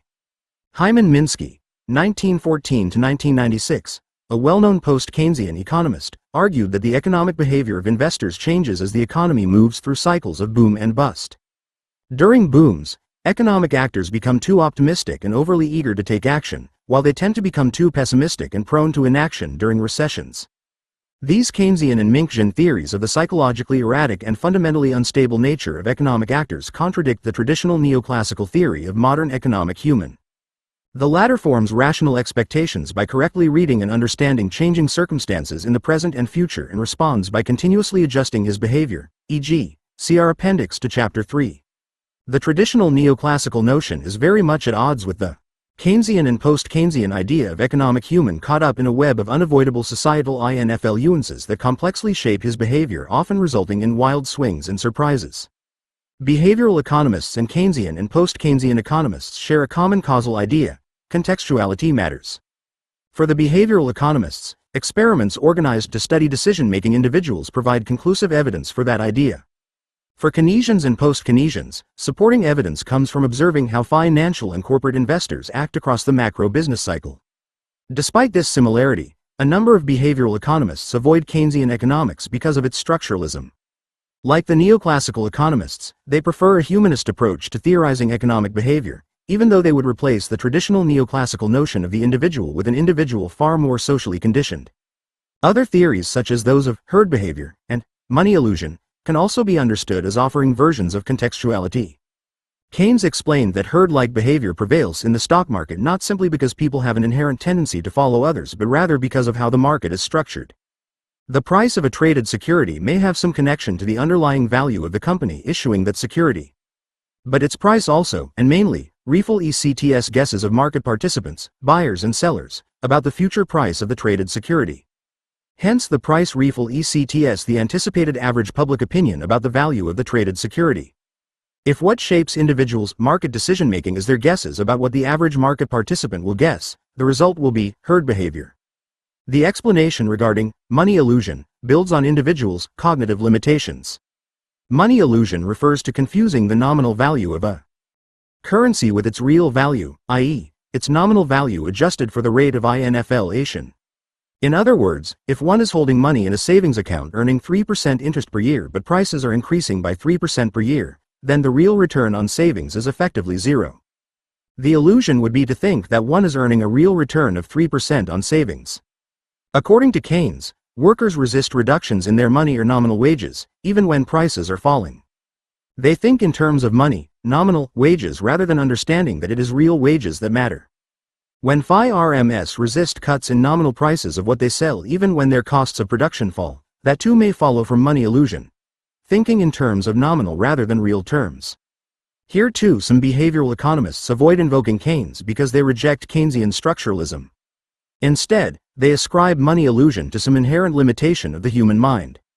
Behavioral economics has begun to develop a rich and nuanced anthropology of the economic behavior of human beings in modern societies. Based on experiments, behavioral economists have catalogued the multitude of ways in which human behavior diverges from the presumptions and predictions of the neoclassical tradition. Based on its psychological explorations, behavioral economics confronts a choice. Will it remain a research field that merely catalogues various shortcomings of the traditional neoclassical model and account of human behavior, or will it break from neoclassical theory to formulate a new theory of human behavior? 5.4. New theories of equilibrium. The notion of equilibrium, like the notion of rationality, is central to the neoclassical tradition. Achieving equilibrium in the economy is understood as achieving a reconciliation of, a kind of harmony among, the potentially conflicting interests of different economic agents, buyers and sellers, employers and employees, lenders and borrowers, and so forth. When combined with the assumption that each individual is economically rational, i.e., makes decisions that best satisfy his or her preferences, equilibrium signify that every individual was able to completely satisfy his or her wants, choosing among commodities to consume, whether to consume now or later, and how to choose between leisure time and real income, given the individual's initial distribution of endowments and technology. In this sense, neoclassical economists' notions of rationality and equilibrium construct and represent a kind of utopian dream, realizable on Earth via establishing the market and property institutions of capitalism. Its utopian dimension has helped neoclassical economics become an important and powerful image in multiple other disciplines and in politics as well as within the discipline of economics. It is also true that throughout its history, neoclassical economics has conceptualized the notion of equilibrium in multiple, and not always complementary, ways. One primary aim of its practitioners has always been to prove that equilibrium can be defined and achieved in a capitalist economy. This has meant demonstrating mathematically the existence of an equilibrium point that can and will emerge out of market interactions among buyers and sellers given the traditional neoclassical assumptions regarding human behavior, technology, and a given initial distribution of endowments. On the basis of proving that an equilibrium point exists, neoclassical economists undertook to prove further that such an equilibrium is also unique.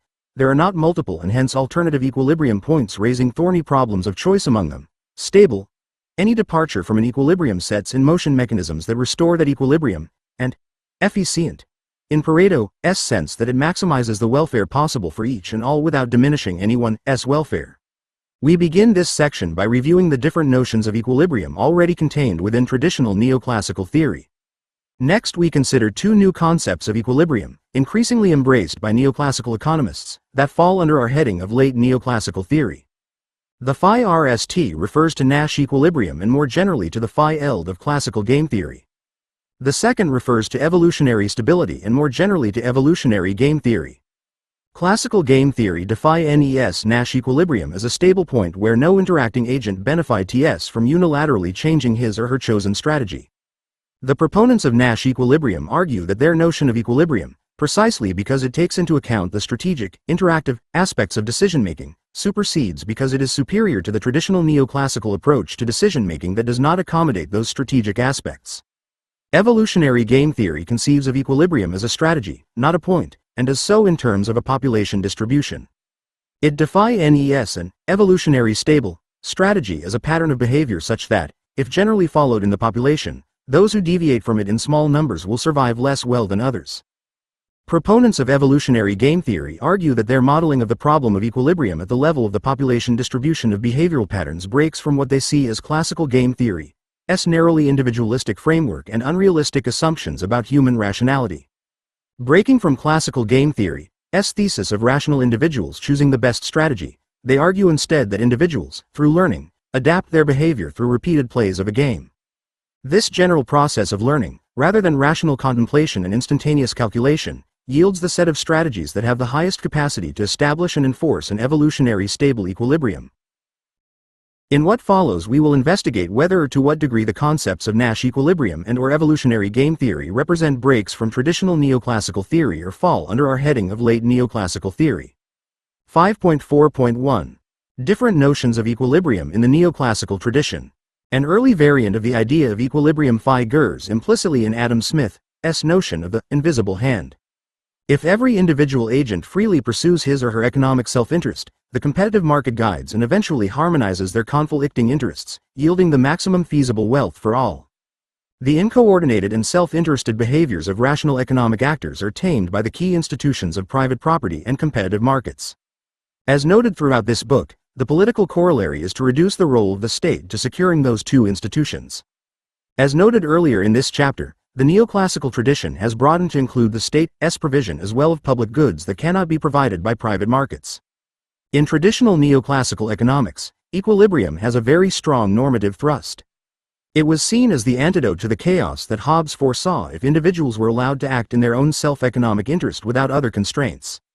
Where Hobbes predicted a powerful state apparatus necessitated by such chaos, traditional neoclassical economics represented the counter-argument that no such state apparatus would be necessary.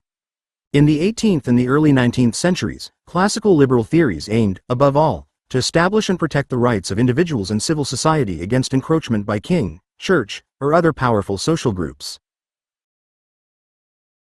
They sought to counter Hobbes' arguments by establishing that self-interested individuals' behaviors in the institutional context of private property and markets, could avoid chaos and reach a harmonious equilibrium point without needing any state intervention.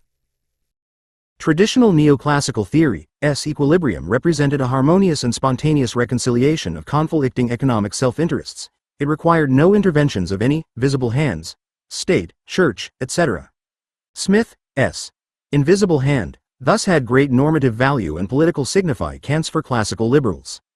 Its normative and political importance explains why the concept of equilibrium occupied the attention of so many economists in the over 200 years since Adam Smith. The earliest neoclassical conceptualizations of equilibrium were those of four great 19th-century economists: William Stanley Jevons, 1835–1882, and later Francis Isidro Edgeworth, S. 1845–1926, conceptualized equilibrium in terms of reaching a mutually beneficial exchange between two self-interested, economically rational traders. Significantly different was the vision of equilibrium articulated by Leon Walras, 1834–1910, who went well beyond an equilibrium limited to two trading agents. Walras envisioned a state of generalized equilibrium across a system of markets where each market, populated with multiple buyers and sellers, simultaneously reaches equilibrium. Unlike Jevons' and Edgeworth's representation of markets as processes of negotiation and bargaining between two economic agents, Walras' general equilibrium was envisioned as a singular auction in which equilibrium prices are reached through iterative adjustments by buyers and sellers to prices announced by an imaginary auctioneer. The prices successively announced by such an auctioneer will continue until a general equilibrium is obtained that equates all supplies and demands across all markets. Walras' work allowed neoclassical theorists to claim that equilibrium is possible for any complex modern economy with many interrelated markets. Paradoxically, this important neoclassical notion of general equilibrium, premised on that theory's profoundly individualist humanism, required and rested on a structuralist assumption. Reaching equilibrium required specification of the structural rules governing the imaginary auctioneer's functions. Neoclassical theory thereby imposed a structure to which the human subjects have to conform if equilibrium were to be found and achieved. Humanism can and, in the case of general equilibrium theory, did need to rely on a structuralist moment to reach its goals. Something parallel happens when a Keynesian structuralist economics needs to introduce a humanist moment, an individual investor with animal spirits determining investments. A third notion of equilibrium emerges in the writings of Alfred Marshall, 1842–1924, famous for producing the Phi-RST textbook version of neoclassical economics in his canonical work. Principles of Economics, 1920. Marshallian equilibrium analysis examines a change in a single market while assuming everything else is being held constant. Thereafter economists became famous, in some eyes infamous, for using the Latin phrase ceteris paribus when analyzing markets. The models used were called partial equilibrium models because they focused only on changes in a particular industry and market. They ignored changes in all other industries and markets that were occurring or would occur because of induced changes in the observed industry and market. No interactive effects were allowed to occur between the investigated industry and the rest of the economy. In contrast, general equilibrium models allow economists to trace how a change in, say, a price can impact not only a particular market but in fact all markets. For example, a price change that occurs in a single market ripples throughout the economy. It may lead households to make adjustments not only in the demand for the good whose price has changed but also in demands for all the other commodities that they desire. Those changes will impact Phi-RMS in different industries producing those respective goods, and those effects will lead to still other changes, and so forth. Not surprisingly, those neoclassical economists who work with Walrasian general equilibrium analyses tend to find Marshallian models of partial equilibrium limited and wanting. In contrast, those who work with partial equilibrium models find general equilibrium models to be too abstract and unmanageably complex with correspondingly limited practical use when analyzing a particular industry. Traditional neoclassical theory contains three different notions and uses of equilibrium: exchange, general, and partial equilibrium. While they occasion arguments and debates among neoclassical theorists, all three concepts of equilibrium share at least two very important attributes. First, they all affirm traditional neoclassical assumptions regarding economic rationality.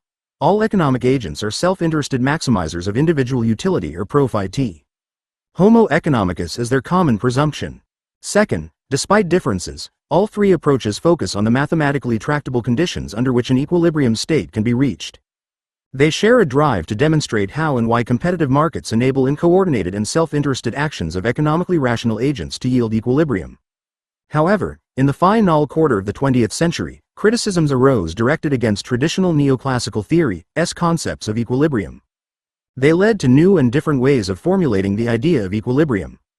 Both the exchange and partial equilibrium concepts were understood to be too limited in their empirical applicability. Too often the ceteris paribus way of reasoning invited ridicule. Too much had to be held constant in order to say something that then had too little real significance.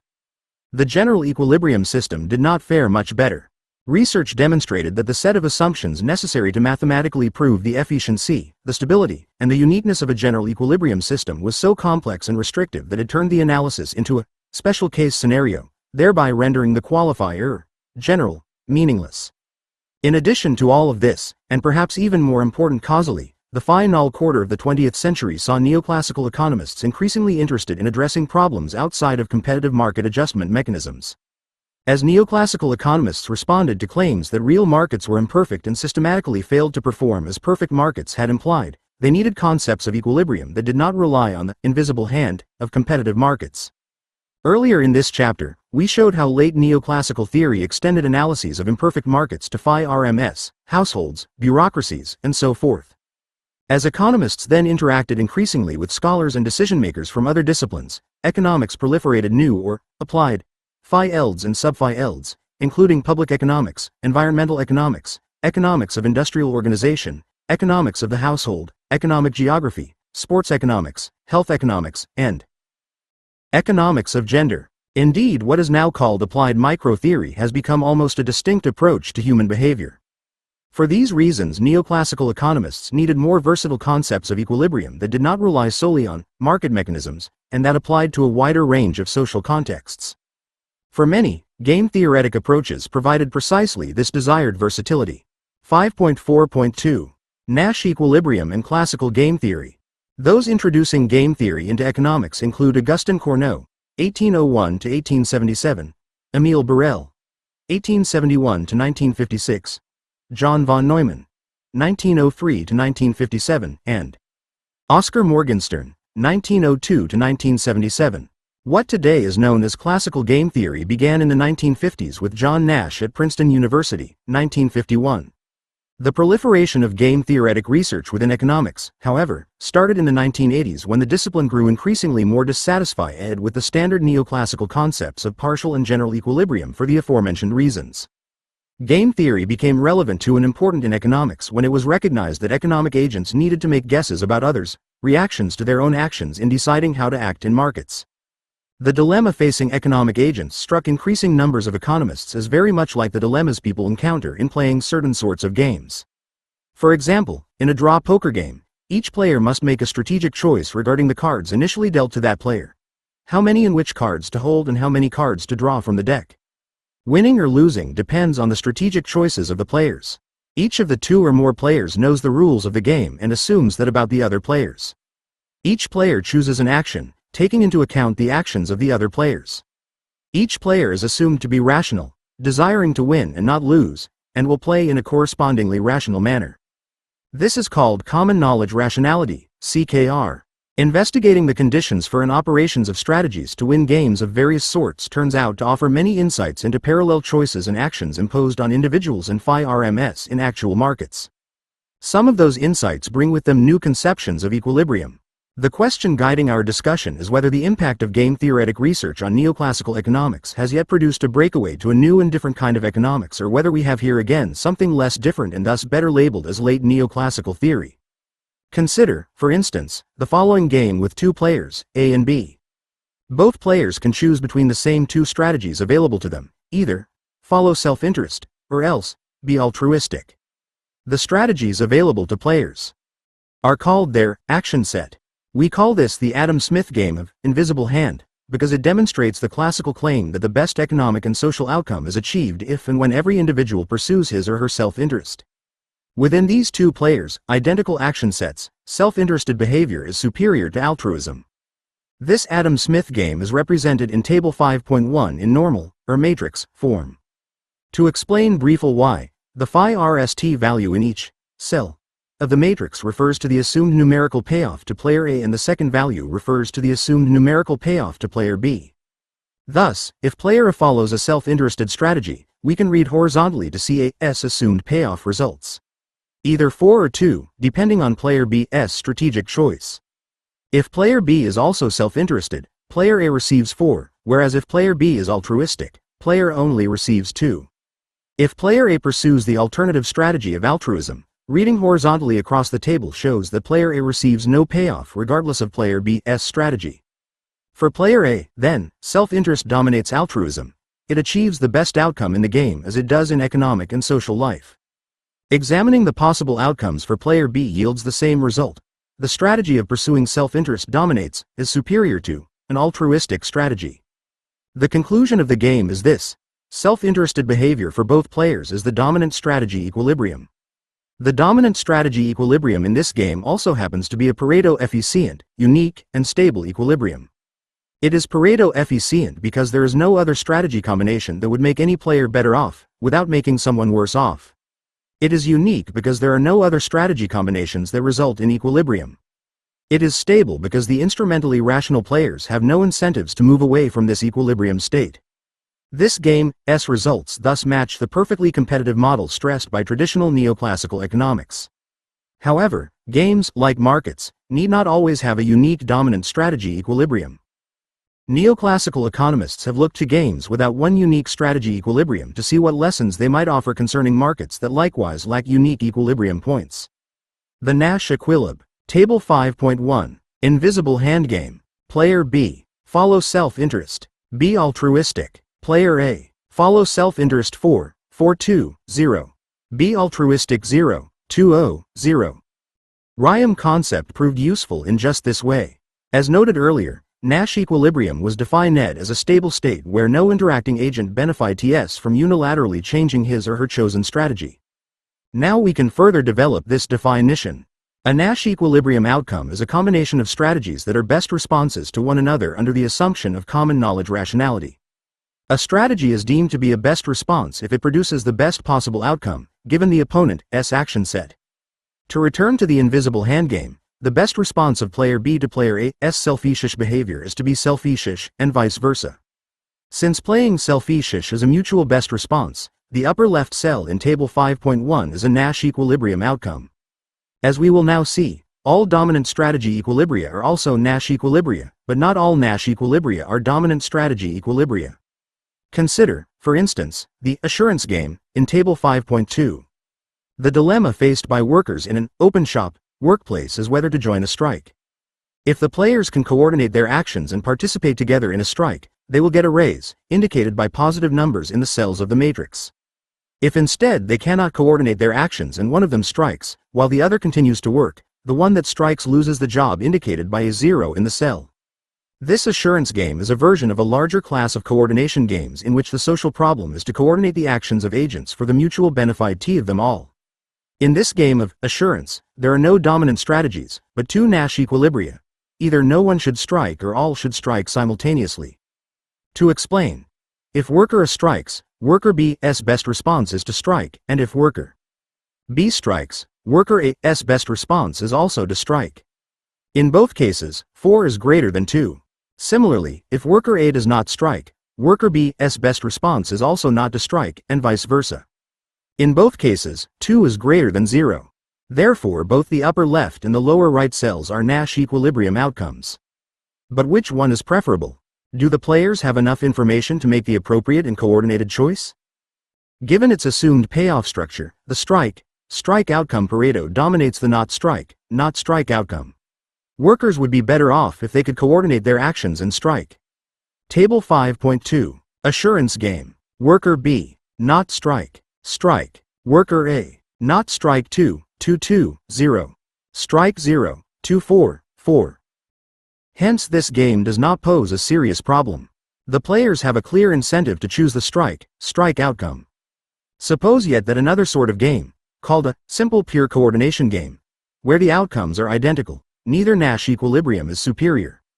In such a situation the problem arises of coordinating the choices of the players or agents. Consider, for example, the driving game in Table 5.3 is a pure coordination game.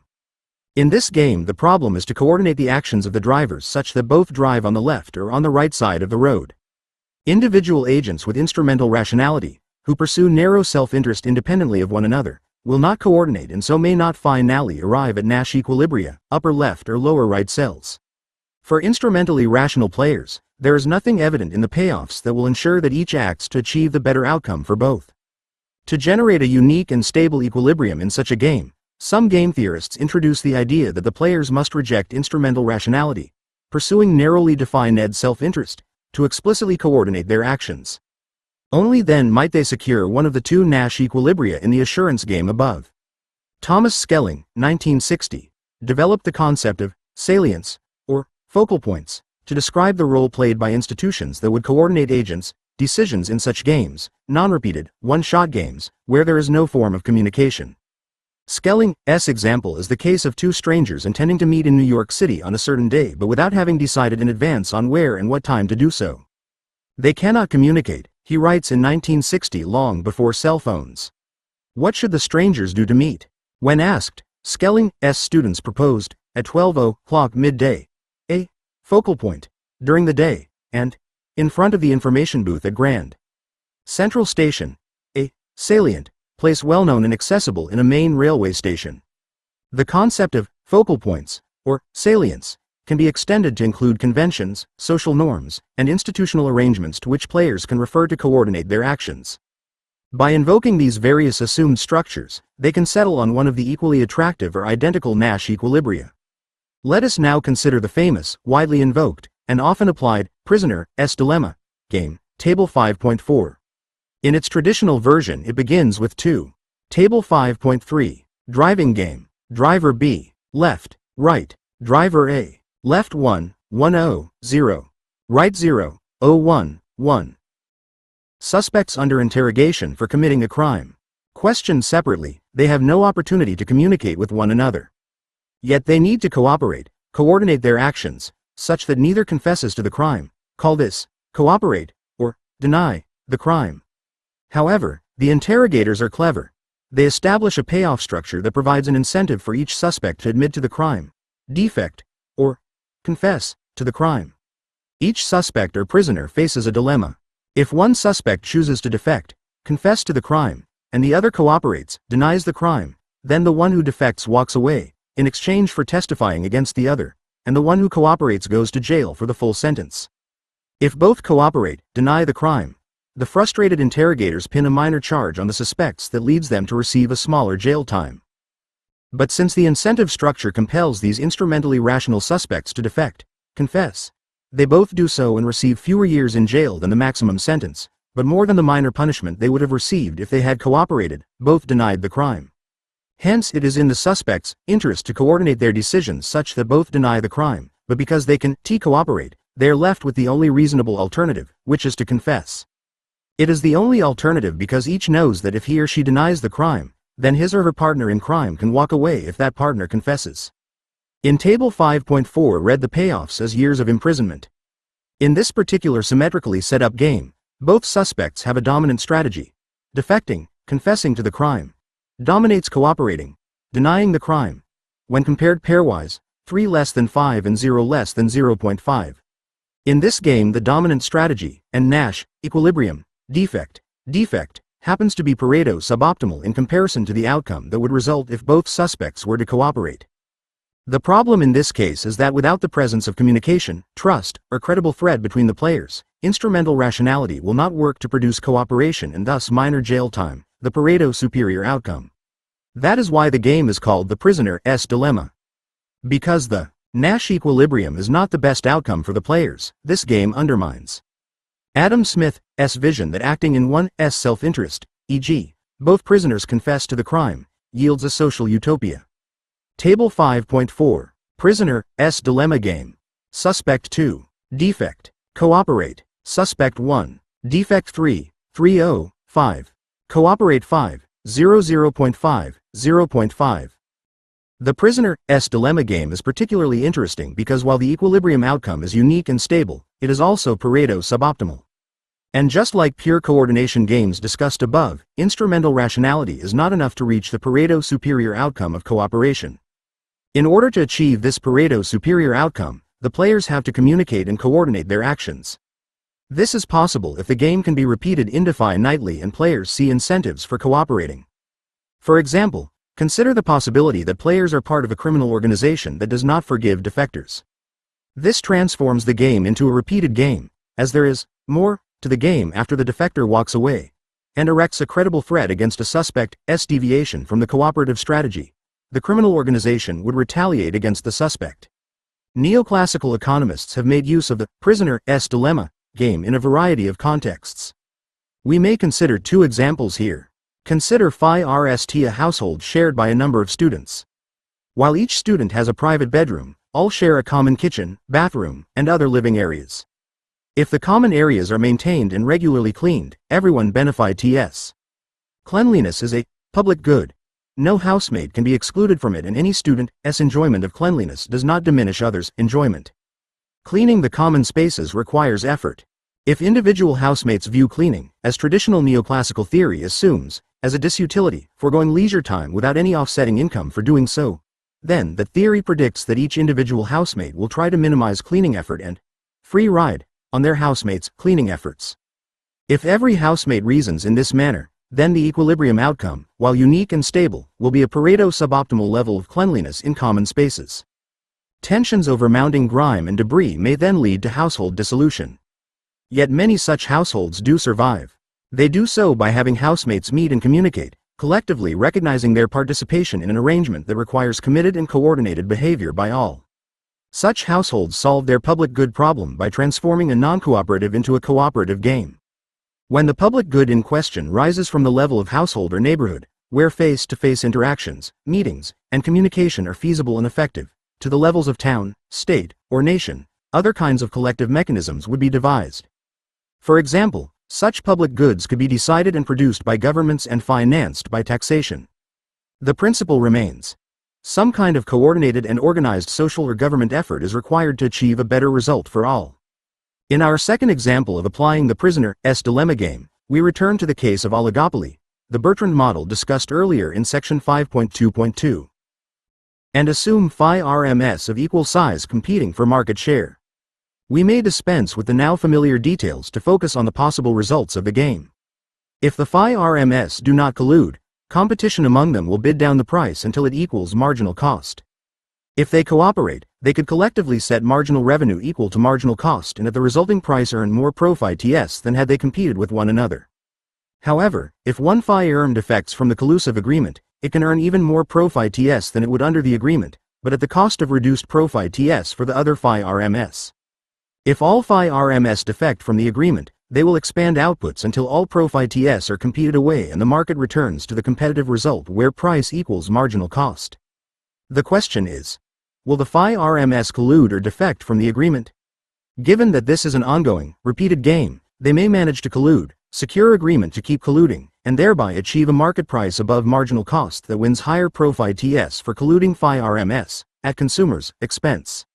In the 3 decades following World War II, 7 major international oil companies, known as the Seven Sisters, may well have cooperated to keep oil production under control so that competition among them would not depress prices or threaten the company's exceptionally high profits. Note that in this case, unlike our previous example of public goods, the cooperative outcome that improved corporate profits also damaged consumers' interests. Most neoclassical textbooks now devote at least a chapter to game theory and its applications. In recent years, applications in economics of coordination and prisoner's dilemma types of games have proliferated. Both types of games demonstrate the limits of traditional neoclassical economic theory in its exclusive reliance on instrumental rationality without considering institutional context and contingency.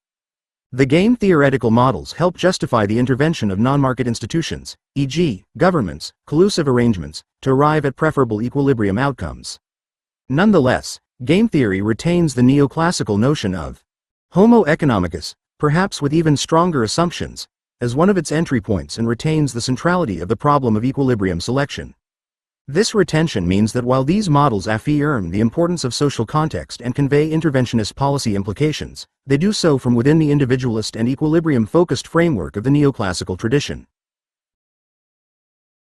For some proponents, this is precisely their strength. Game theory provides theoretical justify-cation for a visible hand to aid the invisible hand, while retaining the methodological framework of the neoclassical tradition. For others, this is its limitation. Classical game theoretic research may well extend and modify the neoclassical tradition, but it does so while remaining phi RMLY within its theoretical boundaries. 5.4.3. Evolutionary stability and evolutionary game theory. Unlike classical game theory where agents behave according to instrumental rationality without ever changing that behavior, even as they engage in strategic interactions, evolutionary game theory proceeds differently. Its approach allows games to be construed as dynamic processes in which agents learn and adapt their behavior over the course of repeated plays. Practitioners of this approach import ideas from evolutionary biology into economics.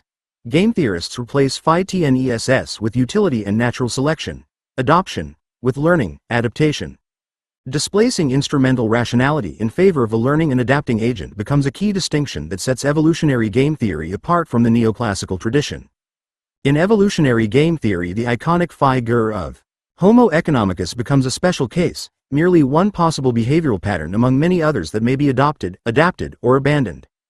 Despite this important difference, the evolutionary approach is similar to classical game theory in focusing on the problem of equilibrium. However, its concern with dynamic processes of adaptation requires a notion of equilibrium different from that central to both traditional neoclassical economics and classical game theory. Its equilibrium concept is referred to as evolutionary stability. The latter describes a self-enforcing, stable, equilibrium facilitated by social conventions. The latter enable agents to coordinate their strategies in a stable manner over the course of multiple plays of a game. An evolutionary stable strategy is a pattern of behavior such that, if adopted by a sufficient number of agents within a population, those who deviate from it in small numbers will do less well than the rest. To illustrate evolutionary game theory, we present the payoff matrix of the hawk and dove game, a game that is a famous example for evolutionary game theory, Table 5.5. In this game, agents must make a strategic choice between playing the hawk or the dove. If both choose to be hawks, they spoil the proverbial pie, zeros for both in the upper left cell. If both choose to be doves, they share the pie. Each receives 2 in the lower right cell.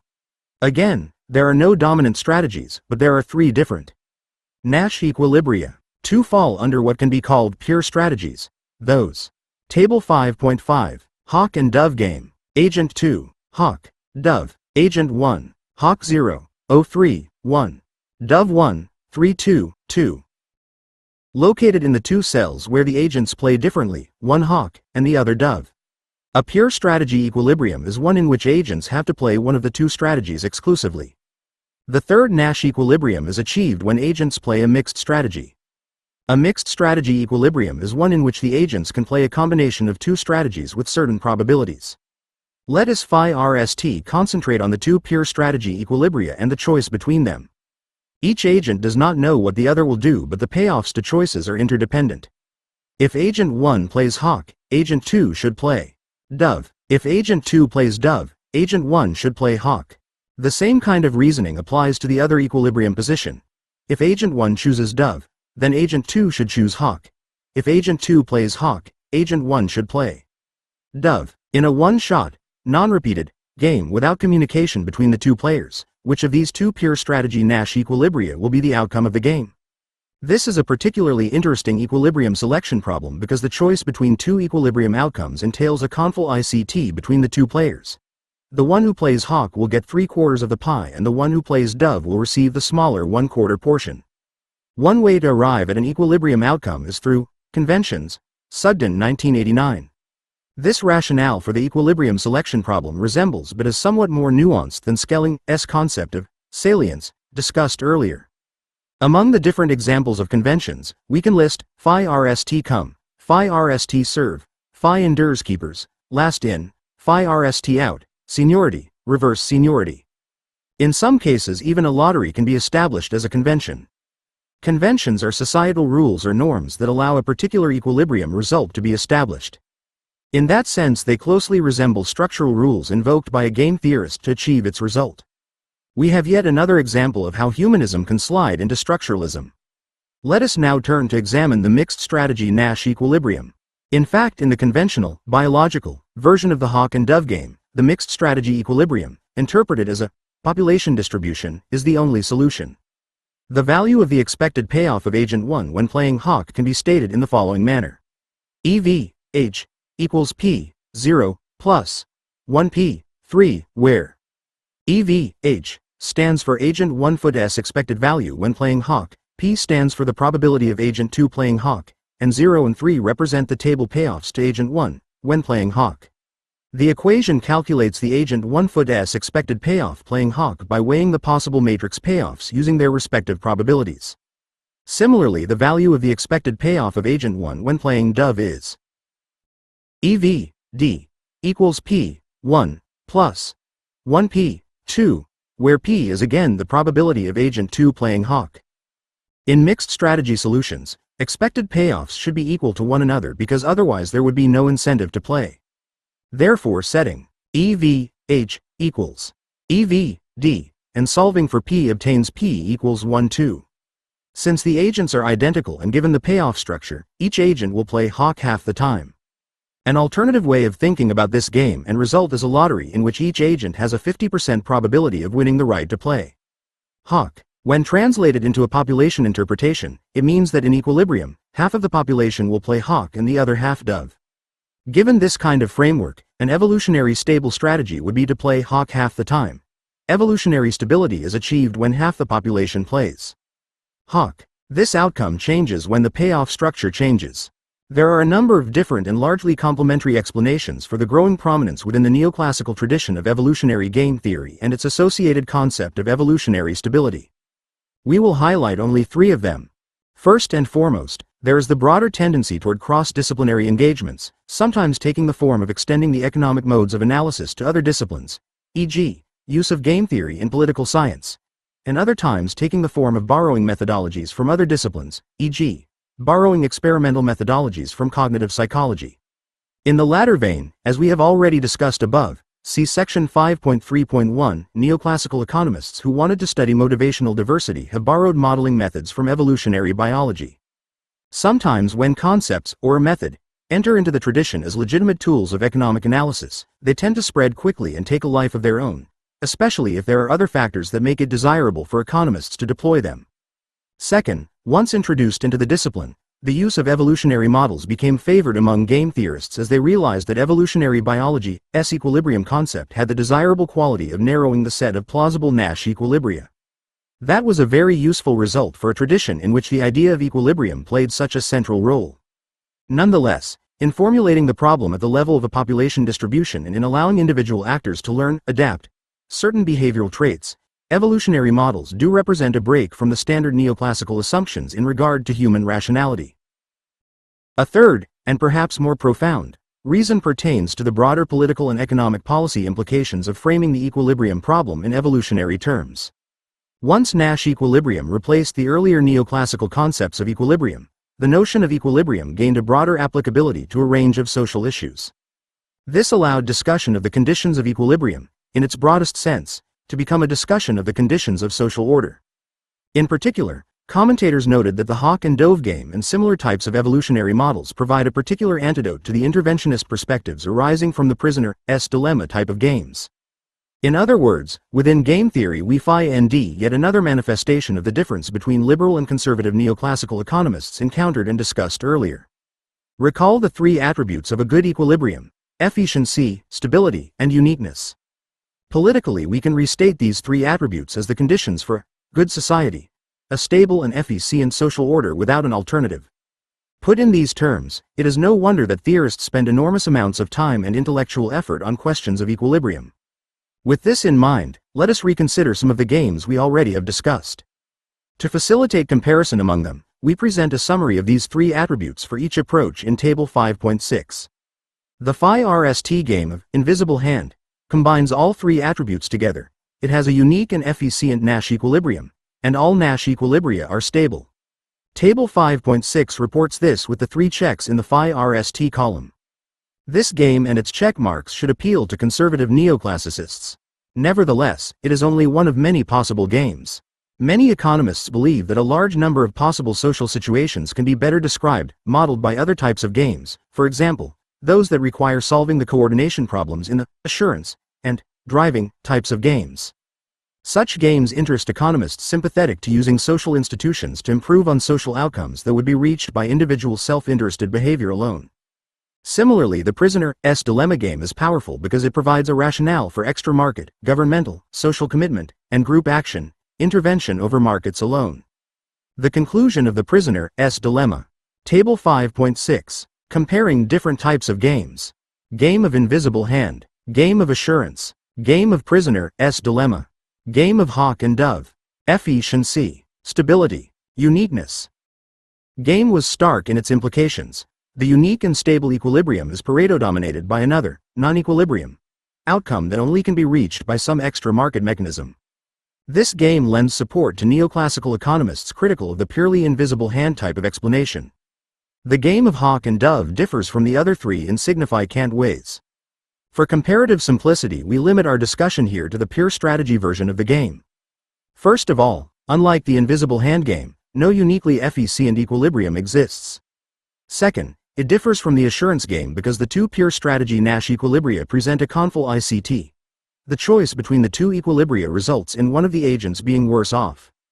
Third, it is different from the prisoner's dilemma game in the sense that there is no unique Pareto superior outcome.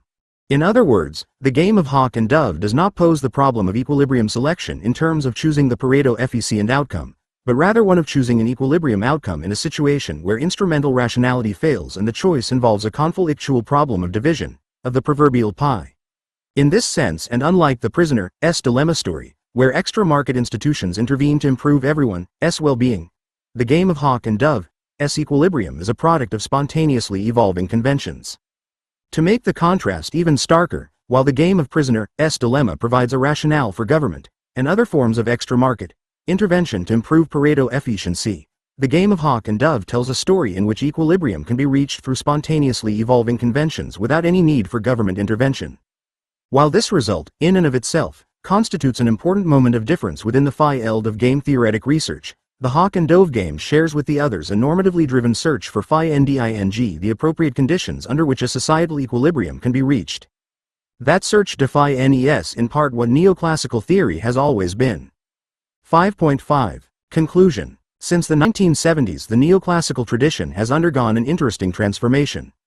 Responding to its internal and external critics and ongoing cross-disciplinary interpenetration, it has extended its analytical reach to entirely new areas. One result has been what some call specialization and others fragmentation. This chapter has concentrated on three key developments of neoclassical theory's recent extensions, those involving market imperfections, human behavior, and equilibrium. These developments exhibit the influence of research programs imported from other disciplines that have enriched the methodological foundations of the theory as well as the range and depth of its specializations. It is thus understandable that for some commentators, neoclassical economics seems to be fragmenting, its core propositions modify beyond recognition or solidity. Yet our investigations and surveys suggest otherwise. We find that the deeper and common tendency among late neoclassical economic research programs has been to retain neoclassical theory's traditional humanist entry point and its overriding societal aim. What is assumed to drive and determine the economy are preference-maximizing rational actors, and their goal, like that of economic science, is to achieve social reconciliation expressed in the form of equilibrium. The theory's new specializations deployed its entry point to new areas of study well beyond the tradition's earlier domains of economic research. New neoclassical interpretations of all kinds of societal institutions were produced using the concepts of transaction costs, bounded rationality, information asymmetries, Nash equilibrium, evolutionary stability, and so forth. Late neoclassical economics began to concern itself with and offer analyses of the entirety of society, what some saw as economics colonizing other disciplines. We have taken note when some of these developments, such as those in behavioral economics and evolutionary game theory, have undermined if not openly challenged the traditional neoclassical entry point. We would not be very surprised if eventually a real break within neoclassical theory occurs and a new, different entry point is adopted by a significant subset of the then no longer neoclassical economists. After all, such breaks do occur in any theory and across all disciplines. This book's subject matter is the contested set of differences within economics among neoclassical, Keynesian, and Marxian theories constructed on and by means of their alternative entry points. Those differences arose out of breaks in the history of economics as a discipline. However, this chapter's examination of various leading neoclassical developments over recent decades suggests to us only a slightly modified neoclassical entry point. That theory, its initial organizing ideas and logic, remains true to its tradition. That is why we use the term late neoclassical theory to title this chapter. In embracing all sorts of interesting contingencies, from market imperfections to different human behaviors to game-theoretic concepts of equilibrium, neoclassical economists have made the traditional neoclassical project more versatile as well as responding to changing social and intellectual conditions. In this sense, neoclassical economics is hardly dead as some Marxists, Keynesians, and even some game theorists and other like-minded critics have suggested. Indeed, criticisms have helped neoclassical economics survive and prosper. 6.1. Capitalism has always been changing. Capitalism has always varied from economies with more to those with less competitive markets, from economies with relatively more private than state-operated enterprises to those with the reverse balance, and from economies with more democratic to those with more autocratic politics. Mixtures of these different characteristics have defined different kinds or forms of capitalism throughout its history. Because of these variations, we might more accurately use the plural term, capitalisms, when referring to this kind of changeable economy. Of course, that is not how many, if not most, economists and others understand capitalism. In their view, capitalism is a society with mostly or only private property and private enterprises and competitive markets. Some would add the presence of political democracy to those two. For these thinkers, the more the society moves away from the private property, market, democratic definition of capitalism, the closer it moves to undemocratic socialism and communism. We will argue something different in this chapter. We will show how and why capitalism has oscillated from one kind of capitalism to another depending on variations in structures of markets, ownership, and power, while its basic organization of the surplus remained the same. We also will pay special attention to the particular similarities and differences between two polar variations whose conflicts shaped so much of the 20th century. Private capitalism versus state capitalism.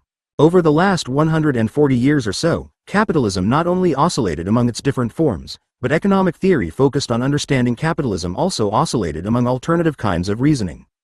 Moreover, these two different kinds of oscillations are interconnected.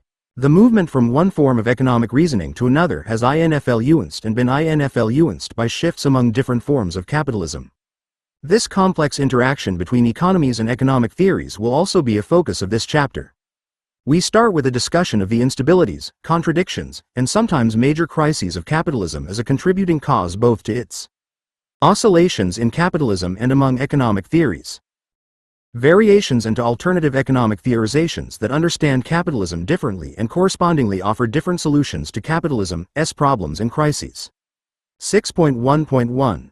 Instabilities in capitalism. Capitalism has been an unstable economic system since its emergence in 18th century Europe as the successor to a millennium of feudalism there.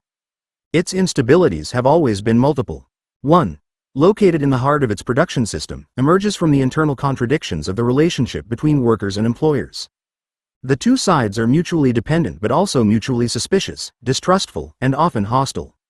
The employer-employee relationship periodically explodes, disruptive job actions, strikes, lockouts, protests, unionization drives, etc., in ways that destabilize and change capitalism. Sometimes these changes yield a kind of capitalism in which labor is relatively powerful compared to capital, and sometimes they yield a different kind of capitalism in which capitalists have the upper hand. Another instability emerges from competition among capitalist employers. This often drives them to press workers to produce more output per hour, accept lower hourly wages, or give up benefits, medical insurance, holidays, etc. Such pressures heighten the contradictions already simmering in production. Sometimes employers cooperate or merge to evade the risks or costs of competition. Sometimes competition ruthlessly eliminates all but one or a very few competitors. In these ways, competition undermines itself and yields cartels, oligopolies, or monopolies. When the latter use their market power to raise prices, they draw the opposition of those who have to pay such prices. Those opponents can and often do fight back by getting governments to break up the monopolies, bust the trusts, into smaller and once again competitive enterprises. The high profile of cartels and monopolies can attract new entrants who reintroduce competition. The pendulum thus oscillates between competition and monopoly within most industries and hence between more and less competitive capitalisms. Struggles between advocates of competition and defenders of cartels, oligopolies, and monopoly have repeatedly agitated and shaped politics in ways that destabilize capitalism as well as shape its variations. Competition likewise drives workers to undercut one another in dealings with employers. Cooperation among workers, as among employers, sometimes enables them to avoid the risks and costs of competition by confronting employers collectively, often via labor unions. When successful, the workers' collective bargaining can obtain better wages, shorter work weeks, and improved working conditions from employers than with individual bargaining. In response, employers may cooperate to undermine unions to re-establish competition among laborers and thus lower wages. Both employers and employees pressure the state for legislation favoring each and working against the interests of the other. Labor markets, like product markets, have oscillated between more and less competitive organizations there and hence between more and less regulated capitalism. Such oscillations have sometimes raised resentments and hostilities to produce conflicts, strikes, lockouts, violence, that shook capitalist societies and helped move them from one variant form to another. Another source of instability has emerged from capitalism's contradictory tendencies both to reduce and to enlarge social differences. For example, in some ways capitalism's technical dynamism, global growth, and market sensitivities have provided opportunities for individuals of modest backgrounds to gain high incomes and political power. Capitalism developed public education systems that likewise provide far broader avenues for advancement than existed earlier. Capitalism's expansive tendency to produce a world market has provoked and enabled mass migrations that brought together an at least partly integrated people of diverse backgrounds. However, these mechanisms for reducing social differences coexisted with others inside capitalism that pushed in the opposite direction. Those who accumulate wealth in capitalist economies may use it to block others from doing so, as when monopolized industries create barriers to entry, e.g., costly brand names and licensing laws that prevent new enterprises from being able to compete. Capitalist development often creates two sectors of industry, big monopoly business versus small competitive business, that foster long-standing animosities between them. Employers pursuing higher profits may deepen divisions within capitalist societies by recruiting low-wage immigrants to replace higher-paid native-born, women or children to replace higher-paid men, ethnic minorities to replace higher-paid majorities, and so forth. Unions may seek to protect their members by discriminations of their own. As with the conflicts among employers and between them and employees, economic inequalities among workers can also sometimes accumulate to provoke social conflicts. Those too can and often do destabilize and radically alter capitalist societies. Any of these inequalities and resulting conflicts may bring about more government interventions into the economy, including regulations of markets, tax impositions, and welfare programs that may coalesce into a state-managed form of capitalism. In reaction to that, social pressures may build to reduce if not eliminate many of these state interventions to produce a much more privately run kind of capitalism. The struggles between employers and employees, between competitive and monopolistic enterprises, and among unequal and divided social groups have all played important roles in capitalism's changeability and movement among its different forms. Another oscillation, between different views of the state's role in society, also shapes movement among capitalism's alternative forms. In one view, the state is understood and expected to provide a social safety net to all citizens. In another view, the state's role is viewed as much more limited as a protector of private property and competitive markets. When the former role prevails, it may accumulate frustration over big government and state intrusion into private lives, and opposition to taxes, welfare and entitlement spending and regulations. When the far more limited role for the state prevails, concerns may arise over the conditions of the poor, abusive behaviors of business, and anger at corporations and the rich who benefit from lower tax rates and fewer regulations. Oscillations in the social prevalence of these alternative views of the government's proper role in society add to capitalism's instability just as the latter in turn provokes oscillations among those views. 6.1.2 Capitalism and Economic Theories. The struggles within and the instability and changeability of capitalism also provoked and influenced economic theories. Many major contributors to economics across capitalism's history have been drawn to explain the economic causes and consequences of those struggles and that instability. Neoclassical economics, for example, aimed to celebrate competition and denounce monopoly. It always championed the independence and freedom of individual choice to determine income, wealth, unemployment, and much else. It worried incessantly that a too concentrated industry and a too powerful state would undermine individual competitive capitalism and the optimum economic well-being it promised. In contrast, Keynesian economics looked more to the state and what actions it might take to avoid the costly consequences of capitalist business cycles and to regulate the economy in the interests of a good and fair society for all citizens. Against the neoclassical economists, the Keynesians argued that a strong state was needed to support the survival of capitalism and its promised optimum results. And in contrast to both, Marxian economics focused on the worker-employer conflict inside capitalism and its costly social impacts. For it alone, a revolutionary change in that relationship, a transition beyond all forms of capitalism, was required to overcome capitalism's fluid laws and costs, to realize the potential of modern technology, and thereby to enable generalized economic well-being. However, there was yet another capitalist instability that, perhaps more than all others, shaped key differences among the three great schools of economic theory. This instability has many names in the history of capitalism: crisis, glut, boom, bust, underconsumption, overproduction, panic, bubble, business cycle, upturn, downturn, recession, and depression are among them. They all refer to a recurring pattern that afflicted capitalism every few years wherever it took root. It usually begins with a fairly sudden drop in trade, production, and employment accompanied by rising business bankruptcies, withdrawals of bank deposits, creditors demanding repayment and restricting new loans, and so on. Business and personal incomes fall quickly and poverty spreads. As these economic conditions persist, workers accept lower wages than before. Failed businesses sell their machines, equipment, and raw materials at low prices. Rents for factory, store, and office spaces drop. Eventually, these declining costs of doing business induce some employers to resume or begin production. The downturn ends when sufficient employers decide to hire and produce, thereby creating the demand for other employers to do likewise. The bust thereby turns into an economic recovery that perhaps even booms until the next bust resumes the cycle. These recurring downturns can sometimes cut deeply, hurt many, and last a long time, depending on the broader economic and social conditions in which they occur. Then the consequent poverty, deprivation, and pessimism about the future may produce angers and resentments, especially among the jobless and those facing job and income insecurities. They may direct their animosities toward 1. The employers whose decisions directly caused their job-related problems, 2. Fellow workers who still have jobs, 3. Those whose wealth was little disturbed by the downturn, 4.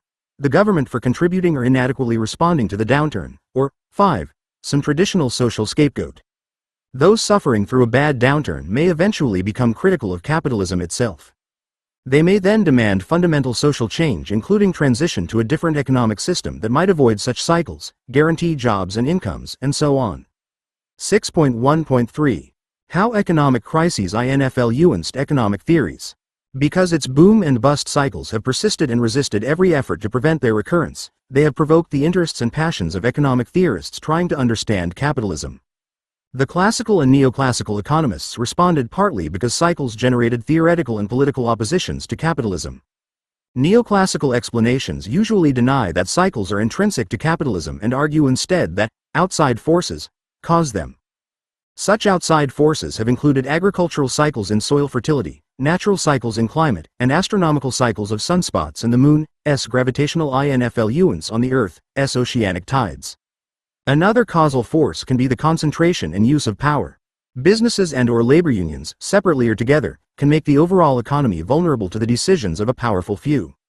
For example, a monopoly-caused wage-price spiral can create the conditions for inflation, eventually collapsing into recession. A cartel-caused rise in energy prices can push an expanding economy into contraction. The power of business to determine market prices can dampen output and employment and stifle innovation and hence growth. However, the most frequently theorized external cause of capitalism's cycles, for neoclassical economists, has been the intrusion of government into the workings of mostly private enterprises and free markets, i.e., what neoclassicists strictly define as capitalism. Blaming government policies for capitalism's crises followed logically from the laissez-faire orientation born with modern capitalism in Europe during the 17th and 18th centuries. An emerging capitalism had to struggle against a feudal system defended then by absolute monarchies. The English, French, and American revolutions violently overthrew both a feudal economic system and absolute, non-representative, undemocratic political power. The result was transition from absolute central power to decentralized systems of parliamentary checks and balances intertwined with a simultaneous transition from feudalism to capitalism. The latter therefore became deeply associated with anti-strong government sentiments. This tended to happen more in theory and political rhetoric than in the concrete realities of capitalist economies where governments always played centrally important roles. Neoclassical notions of government as the cause of cycles responded also to the role government often played in capitalist downturns. Mass pressures often won government distributions of food to unemployed and destitute people, government jobs programs, taxes on capitalists, to pay for countercyclical government projects, and regulations of capitalists, to try to prevent future cycles. Such state interventions worried capitalism's laissez-faire partisans. They feared that such government intrusions might become permanent and expansive, eroding their freedoms, privileges, profits, wealth, and social positions. From the neoclassical theoretical perspective, governmental economic interventions threatened to hobble capitalism's growth and even lead to its demise. One position became prevalent over time among most neoclassical economists. Cycles occur chiefly because of unwarranted government intrusions into a system of private property and markets, private enterprise, or private capitalism. That system works best without such intrusions. If and when cycles occur in a private capitalist economy, they are best corrected by its own mechanisms. State intrusion only makes matters worse. A rise in government spending more often than not will crowd out private investment and hence hurt productivity and dampen economic growth. Government deficit give rise to inflationary conditions and/or inevitably higher taxes that both distort and undermine private incentives. Sisists promise. The conclusion. The capitalist economic system, private property and free markets, is a self-healing mechanism best left to its own devices. Modern neoclassical economics recycles these traditional arguments in its central propositions about capitalism's inherent tendencies toward an equilibrium in which resources are fully employed to yield the optimal wealth for all. Those propositions refill a long history of crafting a neoclassical response to the challenge of capitalism's boom and bust cycles, to demands for a way to deal with them, and to pressures for transition to a less unstable, post-capitalist economic system. In this sense, neoclassical theory becomes a theory of private capitalism, and why it alone offers the best solution to business instabilities. Other economists shared many of the neoclassical economists' preferences for this private form of capitalism but disagreed with parts of their analysis and especially with their laissez-faire attitudes to government. Those other economists assessed the self-healing processes of capitalism as doing too little too late to reduce mass suffering and/or to speed economic recovery.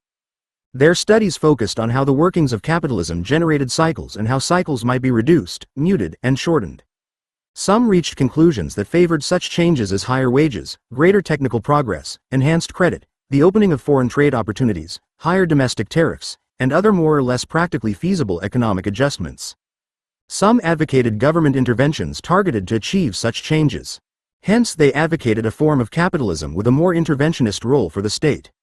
However, until the Great Depression of the 1930s, the worst economic downturn to date in capitalism's history, no general theory of how and why its crises occurred had emerged. Likewise, no comprehensive set of government policies had been developed to prevent, reverse, or at least minimize capitalist crises and their social costs. The Great Depression entailed vast suffering, huge wastes of resources, and a greatly reduced output of wealth. As a result, criticism and protests from fast-growing labor unions and socialist and communist parties as well as from politicians and journalists became major social forces in all capitalist countries. Meanwhile, the world's only socialist economy at the time, the USSR, had avoided the global capitalist downturn. Those circumstances provoked breakthroughs to a new general theory of capitalist crises. Keynes' The General Theory of Employment, Interest and Money quickly became the best-known breakthrough after its 1936 London publication. From those beginnings, Keynesian economics evolved into a major kind of economic theory contesting with neoclassical and Marxian economics for the hearts and minds of politicians, employers, unions, academics, journalists, and the general public. Keynesian economic theory directly challenges neoclassical theory's argument that capitalist economies either avoid cycles or else adequately self-heal. From them, in the Keynesian view, capitalist economies repeatedly settle into equilibria in which workers are involuntarily unemployed, productive resources sit idle, and outputs that society needs go unproduced. Business investment in an uncertain world is very risky. It requires committing resources now to produce outputs for sale in an unknowable future. Businesses, and indeed all market participants, therefore make decisions based on risk minimization, social conventions, rules of thumb, and emotions that together can yield poor economic results. No invisible hand guarantees efficient and optimal results in economies where private enterprises, workers, savers, and other consumers interact in free markets.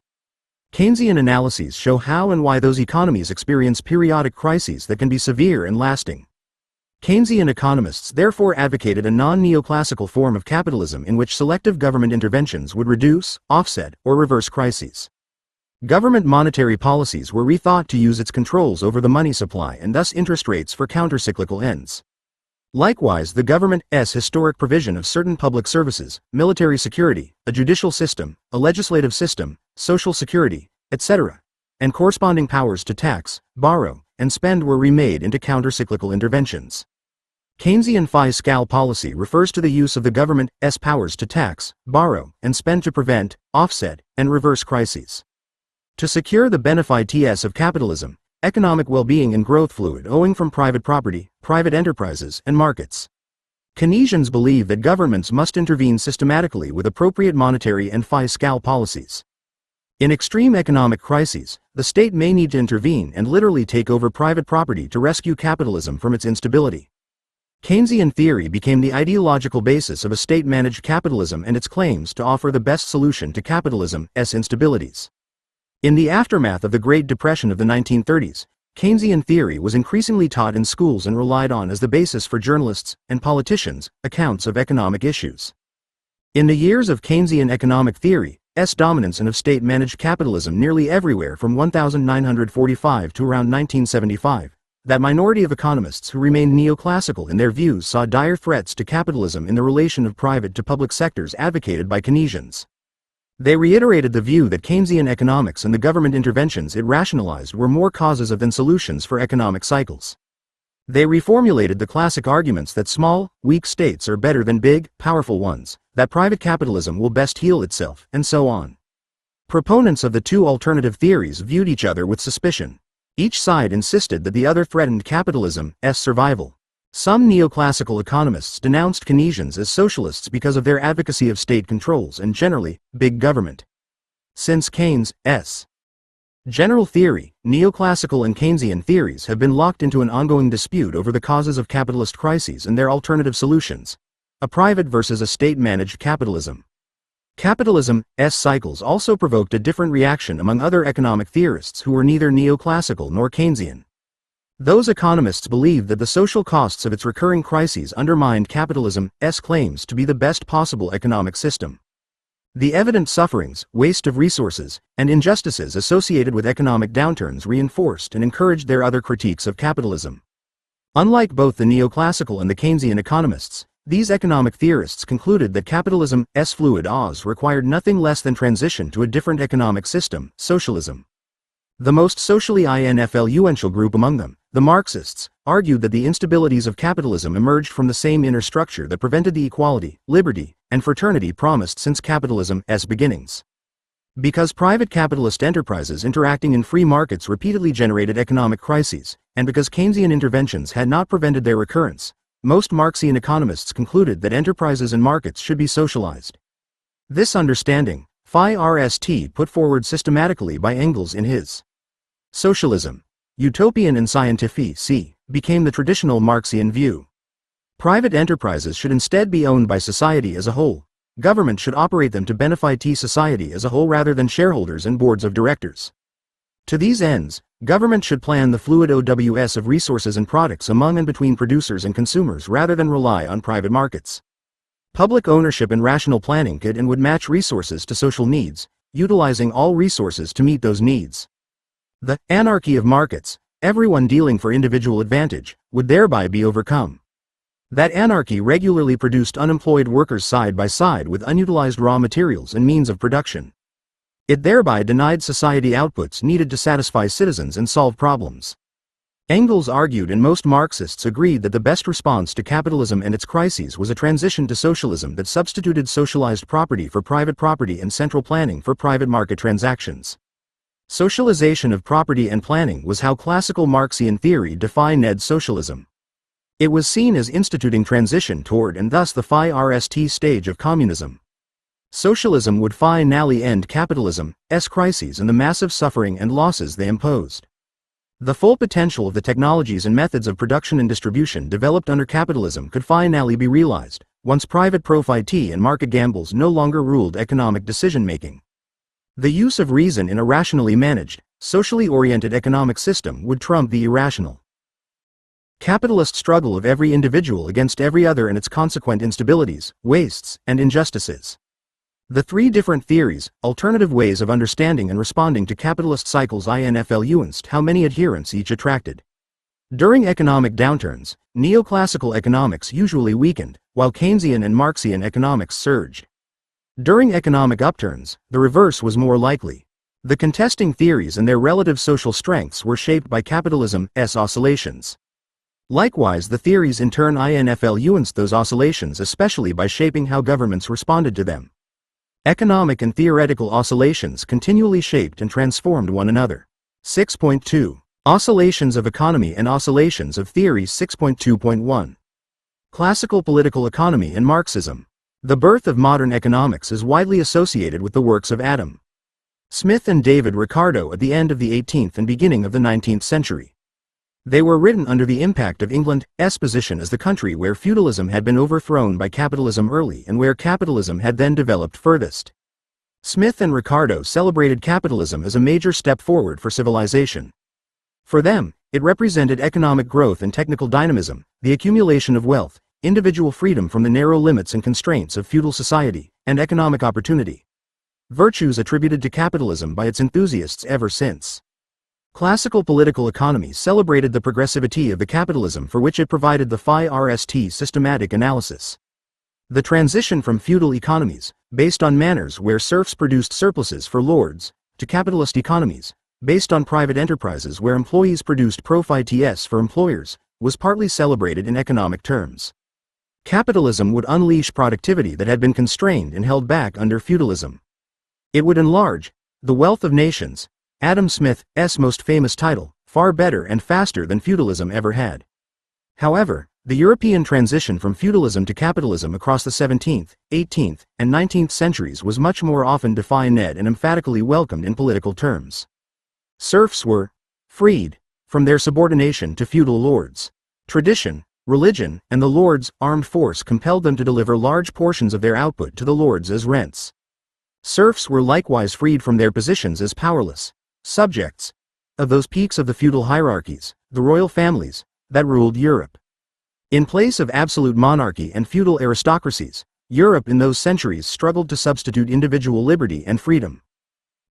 Government would henceforth be dependent on the will of the people expressed by voting, representative democracy, and universal suffrage institutionalized in regularly elected parliaments.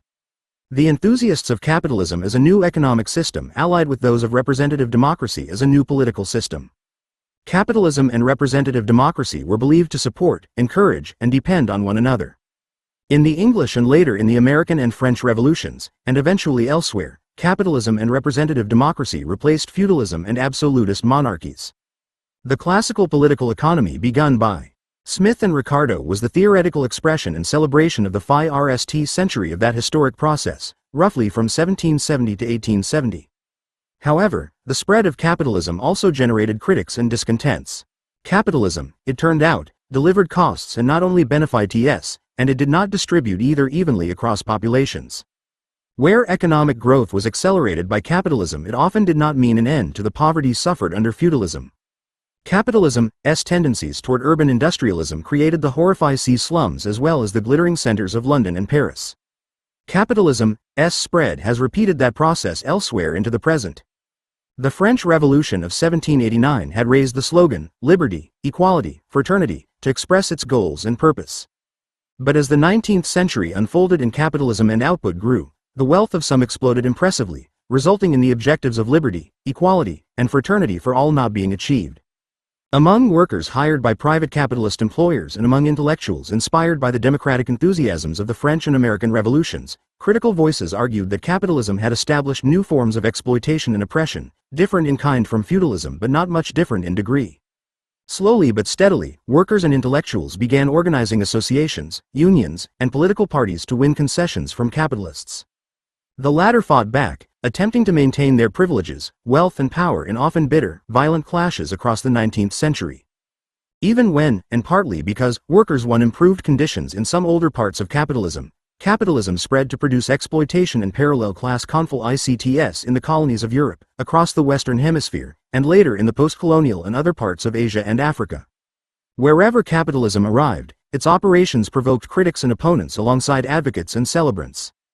Among intellectuals, critical reactions to capitalism took many different paths. One led to Karl Marx's basic critique of the political economy of Smith and Ricardo and his articulation of an alternative systematic economics. Marx's work inspired a tradition that became the mostly widely influential source of critical theory aimed at capitalism. Marx performed for critics of capitalism what Smith and Ricardo had done for its celebrants. As we have discussed, Marx began from and focused on the class process as his entry point into theorizing how capitalism works. Smith's and Ricardo's very different entry points were markets and prices, economic growth, and the division of incomes among capitalists, landlords, and workers. In Marx's view, Smith and Ricardo had developed theories that were only secondarily interested in labor and production. So Marx took their labor theory of value, especially Smith's notion that commodities' values equal the toil and trouble of producing them, reinterpreted and applied it to capitalism's system of production, and thereby reached radically different conclusions. Chapter 4 explored his conclusion that capitalists hire workers to produce commodities only if they can exploit those workers, appropriate the surpluses they produce. In Marx's evocative language, capitalism reproduces itself on the basis of appropriating those surpluses and distributing them to sustain that exploitation. Consciously or unconsciously, workers variously try to escape, change, or end their exploitation. Consciously or unconsciously, capitalists try to justify their social positions and their economic returns by theorizing them in non-Marxian ways. Chapter 2 showed how capitalists' profits can be theorized and justified as rewards for capitalists' savings, not consuming all their income, and for the risks they take by investing those savings. Capitalists' profits have also been explained as a kind of wage they pay to themselves for their managerial activities or their entrepreneurship, conceiving and undertaking business. Classical political economy fluid-addered capitalists by conceptualizing the capitalist worker organization of the economy as more efficient and able to generate more growth of output than any other economic organization in the past, feudal lord-serf, master-slave, etc., or any imaginable in the future. Marx's theory argued against classical economics, and later neoclassical economics, point by point. It also suggested an alternative, socialist organization of production as the basis for an alternative, better society. Against the classical economists' claims that earnings were necessary rewards to capitalists' risk-taking, Marx asked ironically about workers' risks from employers who could fire them when they wished. Against claims that capitalists performed management work, Marx noted the rise, already in his time, of corporate forms of capitalism in which profits owed to a board of directors who did no management but rather hired and paid others to do that. As to capitalists getting surpluses for entrepreneurship, Marx responded that the success of any business depended on the energy and creativity of the workers, who got no surplus, as much as the capitalists, who took it all. Most important, Marx argued that the payments that rewarded managers, entrepreneurs, and others who did not directly participate in producing goods and services, clerks, secretaries, etc., were only possible because the productive laborers produced the surplus from which those payments came. That initial capitalist appropriation of a surplus produced by productive workers always anchored, was the entry point into Marx's theory and criticism of capitalism. He also criticized many claims about capitalism's efficiency and its performance as an engine of growth. Marx stressed capitalism's instability, its recurring cycles of unemployment and bankruptcy that produced the following. 1. Workers willing but unable to work alongside. 2. Idled raw materials, tools and equipment gathering dust and rust with the result that 3. Society had far less wealth than it was capable of generating.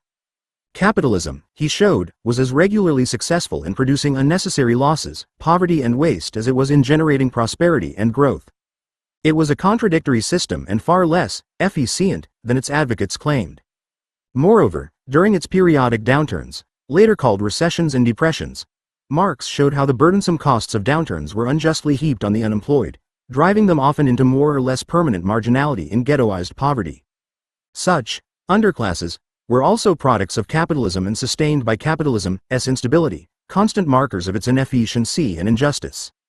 For Marxists, capitalism's exploitation and instability necessitated a better system that replaced capitalist with workers, appropriation of surpluses, displaced private property in favor of socialized property, and supplanted markets with social planning. Workers appropriating their own surpluses would end class exploitation and its unwanted consequences. Alienation from work and even civic life, consequently impaired worker productivity, strife between employer and employee, and displaced frustration, resentment, and anger onto oneself, family members and government. Socially owned land, machines, tools, and the like, would be used for the benefit of society as a whole rather than for the minority of capitalist owners. Government planning rather than markets as mechanisms to distribute resources and products would end business cycles and their costly consequences. Marx called this system associated workers, where, following his class as surplus approach, the new and innovative idea stressed was that the workers who produce the surpluses would also collectively appropriate and distribute them. Workers would then have become their own board of directors inside each enterprise. This was Marx's idea about a transition beyond capitalism at the microeconomic level of the individual enterprise. At the macroeconomic level, Marx envisioned a transition beyond capitalism that entailed 1. Substituting socialized for private property in means of production, land, factories, offices, capital, etc., and 2. Substituting democratic planning for the market as the main means for distributing resources and products throughout the society. Property ownership and planning could be accomplished centrally by the state, or it could be decentralized to regional and/or local levels, or combinations of central and decentralized ownership and planning could become the preferred choice of citizens. Marx never spelled out his images of socialism and communism in any detail. His comments were sketches, not blueprints for the future, which he derided as idle speculation. He thought that real social change, when capitalism's contradictions and failures generated powerful movements of protest and criticism, would determine the concrete forms of socialism and communism. His analyses of capitalism aimed chiefly to show those movements that to overcome capitalism's injustices, inefficiencies, and wastes required more than the mere reform of this or that institution. Genuine social progress required a revolutionary transition beyond capitalism to a new social system based on the three distinct features we have outlined. These included 1. Transformed organizations of production in which workers collectively produced, appropriated, and distributed surpluses. 2. A socialized rather than a private ownership of the means of production. And 3. The replacement of private market exchange by democratically planned distributions of resources and products. Traditional or orthodox Marxism after Marx tended either to ignore transforming the organization of production inside enterprises or assume it would follow automatically from achieving the other two. We will explain below why transformation of production never happened and how that eventually undermined the economies of actually existing socialist countries, such as the USSR and in Eastern Europe. Traditional or orthodox Marxism quickly became the chief theoretical alternative to the classical political economy begun by Smith and Ricardo. It also quickly became the theoretical inspiration and framework for major portions of the socialist movements that grew and spread during the second half of the 19th century and the first half of the 20th. They in turn brought awareness of Marxian theory into ever more diverse historical, cultural, and national settings. The results were multiple, different interpretations of Marx's thinking. These diverse contributions to Marxian theory accumulated a rich, complex tradition of thought. Different interpretations of Marx's writings also sometimes hardened into competing kinds of socialists, especially when they disagreed about major historic events. In World War I, for example, some socialist leaders, like V.I. Lenin in Russia and E.V. Debs in the United States, urged workers not to fight other workers in that imperialist war, aimed at gains for capitalists. Other socialist leaders supported their respective governments in the war and urged their countrymen to fight The first nationally successful anti-capitalist revolution achieved by socialists in Russia in 1917 provoked a further split among socialists around the world. Those who rallied around the revolutionary government in Russia as deserving the prioritized support of socialists everywhere took the name communists, and established new communist parties, to distinguish themselves from those socialists and socialist parties who remained uncomfortable with the new government in the newly named USSR. The latter retained the old name socialists. Despite such differences, most socialists and communists shared a commitment to Marxism broadly defined. Later in the 20th century, many socialists rejected Marxism. It then became more identified with communism and communists. Over the last half-century, those parts of the socialist movements that moved away from Marxism also offered much more limited criticisms of capitalism. For example, Many socialist parties in Western Europe basically endorse private capitalist enterprises, markets, and other basic attributes of capitalism but insist that government programs offset certain consequences of capitalism. They advocate the welfare state, a system in which government taxation and state services are used to moderate and offset business cycles and to redistribute some income and wealth from the richer to the middle and poorer segments of the population. Socialists focus more on supporting and collaborating with trade unions to secure better wages, job benefits, and working conditions. Countries like Sweden, Germany, France, and Italy, all frequently governed by elected socialist or sometimes labor parties, couple high taxes with national health care, free public education through university, and heavily subsidized housing and mass transportation. Their laws mandate several weeks of paid vacation for all workers, and so on. As we observed in Chapter 2, market socialism can describe their general approach.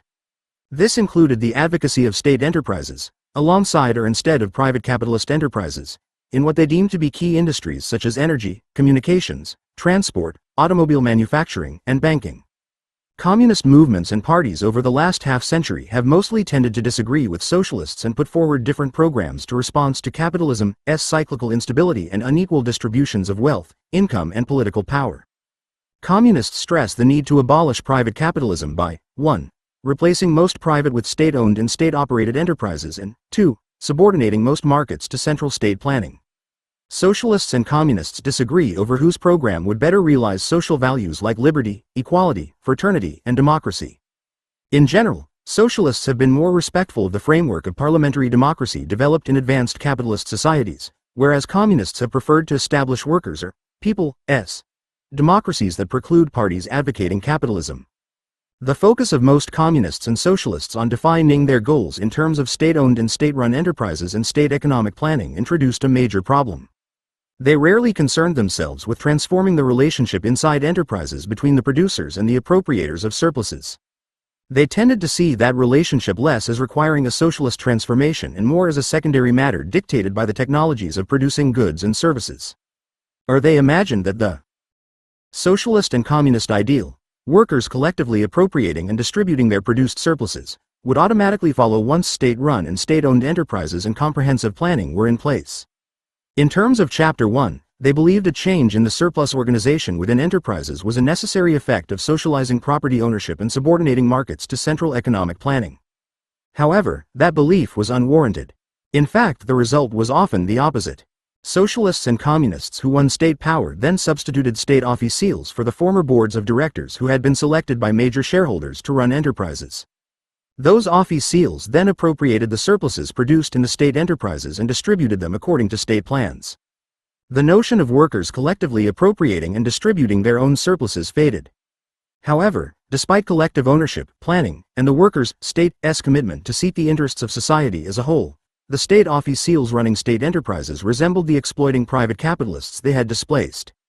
No doubt, socialists and communists accomplished radical changes in ownership of the means of production, from private to socialized, and distribution of produced wealth, from market to planning. But they had not radically altered the class structure, in surplus terms, inside the enterprises of their societies. In fact, when examining the organization of the surplus in the actually existing socialist and communist societies, it was still basically capitalist in its core division between producers and appropriators of the surplus. But it was now state capitalist versus private capitalist.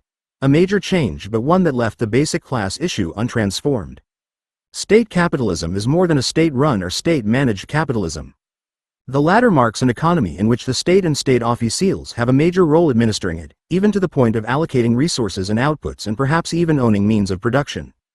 However, even though the state intervenes in these ways, private capitalists still appropriate surpluses produced by workers. For example, the United States has had periods, the Depression of 1930s, the war years in the early 1940s, and then in and after the 2008-2009 crisis, when government took on major roles in managing the business cycle, as allocator of many inputs and outputs, and even owner of certain inputs. However, save for a very few cases, e.g., the Tennessee Valley Authority, state officials only rarely and temporarily appropriated surpluses produced by workers. Instead, private capitalists did that within a more or less state-controlled market and even state-regulated property environment. In contrast, in a state capitalism, surplus appropriators have a necessary connection to the state. They are state officials, whatever the property and market arrangements are. Marx's revolutionary idea that going beyond capitalism meant that the workers who produce the surplus would also collectively appropriate and distribute it, rarely obtained sustained attention or programmatic priority from either socialists or communists. Neither seriously proposed transforming enterprises to make the workers themselves their own collective board of directors. That notion of Marx's was discarded by many socialists as they distanced themselves from all of Marxism. Likewise, most communists adopted interpretations of Marxism that had little use for notions of going beyond capitalism that required transforming the organization of the surplus inside enterprises. Those few who did worry about going beyond capitalism inside enterprises hoped that somehow state-run enterprises and planning would eventually get there. When they never did, the whole issue tended to fade from view, neglected or ignored by the very Marxists who otherwise embraced his theory. Ironically, their struggles for socialism and communism over much of the 20th century in the USSR, East European countries, China, and elsewhere became instead unintended and unacknowledged struggles for state capitalism. Resnick and Wolff 2002. 6.2.2. Neoclassical economics. After the 1850s, Marxian economics increasingly challenged the dominant position of the classical political economy associated with Smith and Ricardo. A growing capitalism experienced many bitter struggles between capitalists and workers interwoven with serious economic downturns. Critical attitudes toward capitalism spread and found their way increasingly to the ideas of Marx and Marxism. Marxism's political challenges to capitalism and its theoretical challenge to classical economics forced their defenders to respond. Those defenders went to work, in politics, economics, and culture, to try to blunt, moderate, defeat, and reverse anti-capitalism and socialism. In economics, they attacked Marxian theory and built a new theoretical defense and celebration of capitalism. As Marxian economics represented an oscillation of theory away from classical political economy, so the reaction to Marxism's rise was another oscillation back toward a new version of classical political economy that came to be known as neoclassical economics. During the 1870s, the theoretical economics of William Stanley Jevons, 1835 to 1882, Leon Walras, 1834 to 1910, and Karl Menger, 1840 to 1921, in their English, French, and German-speaking domains, respectively, attempted to revive, update, and renew classical political economy in ways different from and alternative to how socialists and especially Marx had developed it.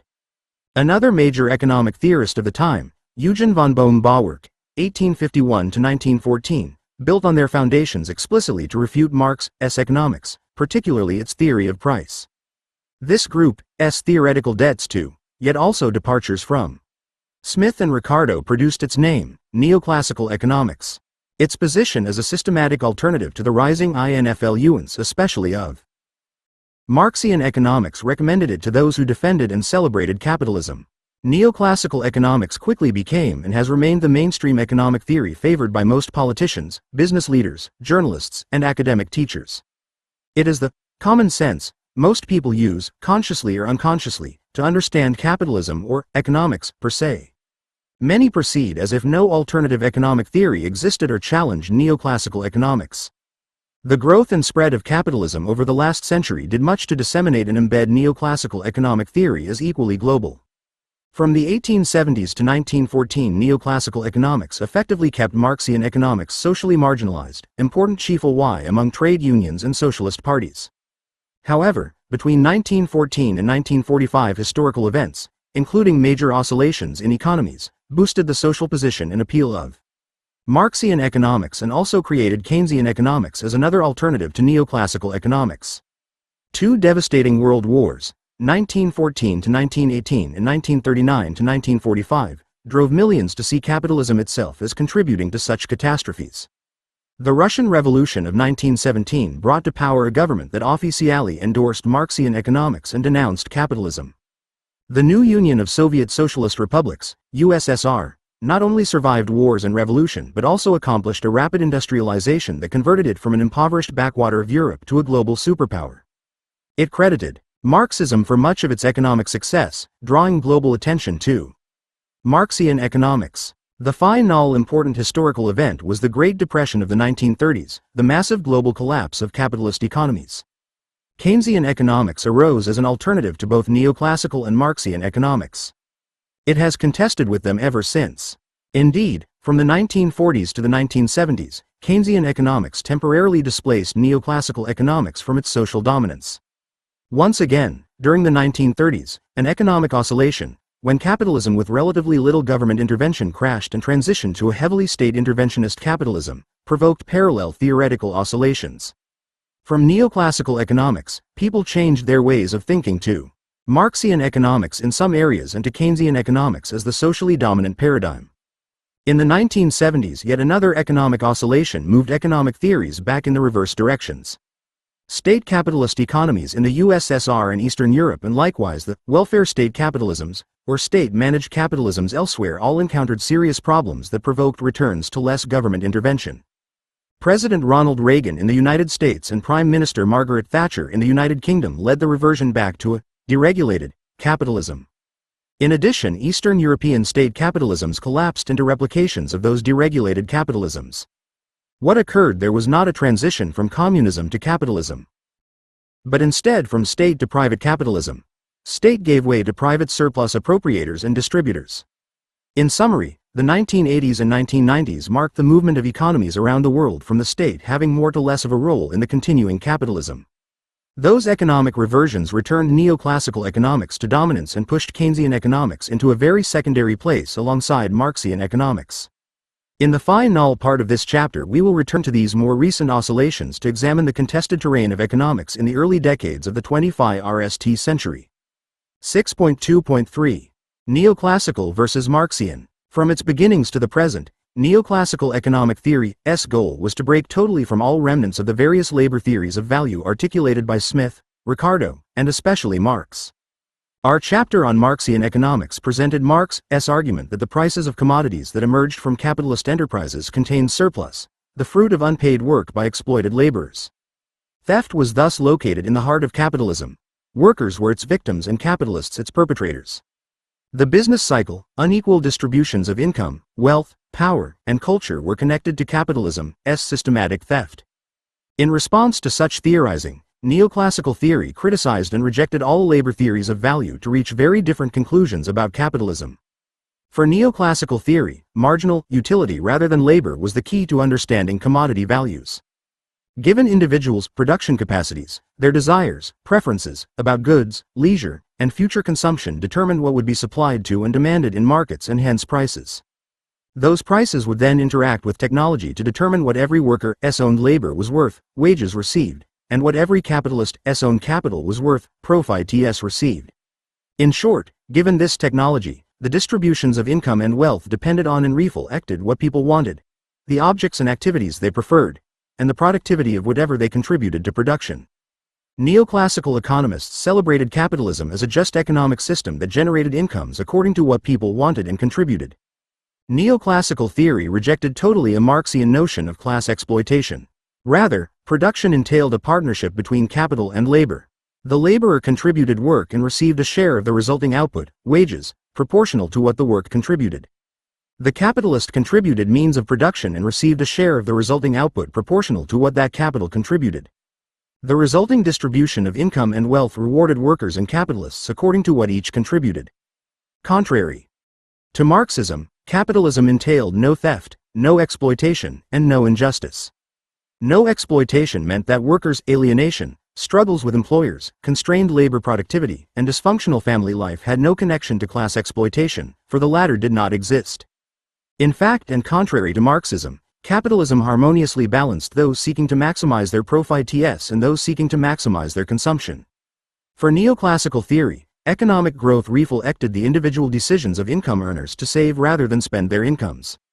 Savers chose not to consume their income and instead to save and invested to gain more in the future. Each individual's investment decision provided the funds capitalists could use to produce more. The growth that occurred reflected and rewarded individual choices. Economic growth resulted as Adam Smith's invisible hand produced that social optimum out of the self-interested decisions of each individual. Neoclassical economic theory regrounding of economics on individual utility rather than social labor aimed not only to displace Marxian economics from contemporary thinking. It also sought to revive classical political economy's celebration of capitalism as the best possible framework for prosperity, social justice, growth, and progress. Its proponents insisted that neoclassical economics was the genuine heir of classical political economy. Marxian economics was, in contrast, an ill-intentioned and politically motivated misreading of Smith and Ricardo. From that perspective, neoclassical economists had little interest in Marxian economics and no use for Marxian economists. Not surprisingly, the latter found few academic positions. A few were at best tolerated, while many never obtained the academic positions that provided neoclassical economists with the time, salaries, and research support to build their theoretical tradition and enlarge the literature of their paradigm. In comparison, Marxists produced fewer students, articles, books, and so forth, with which to persuade the public.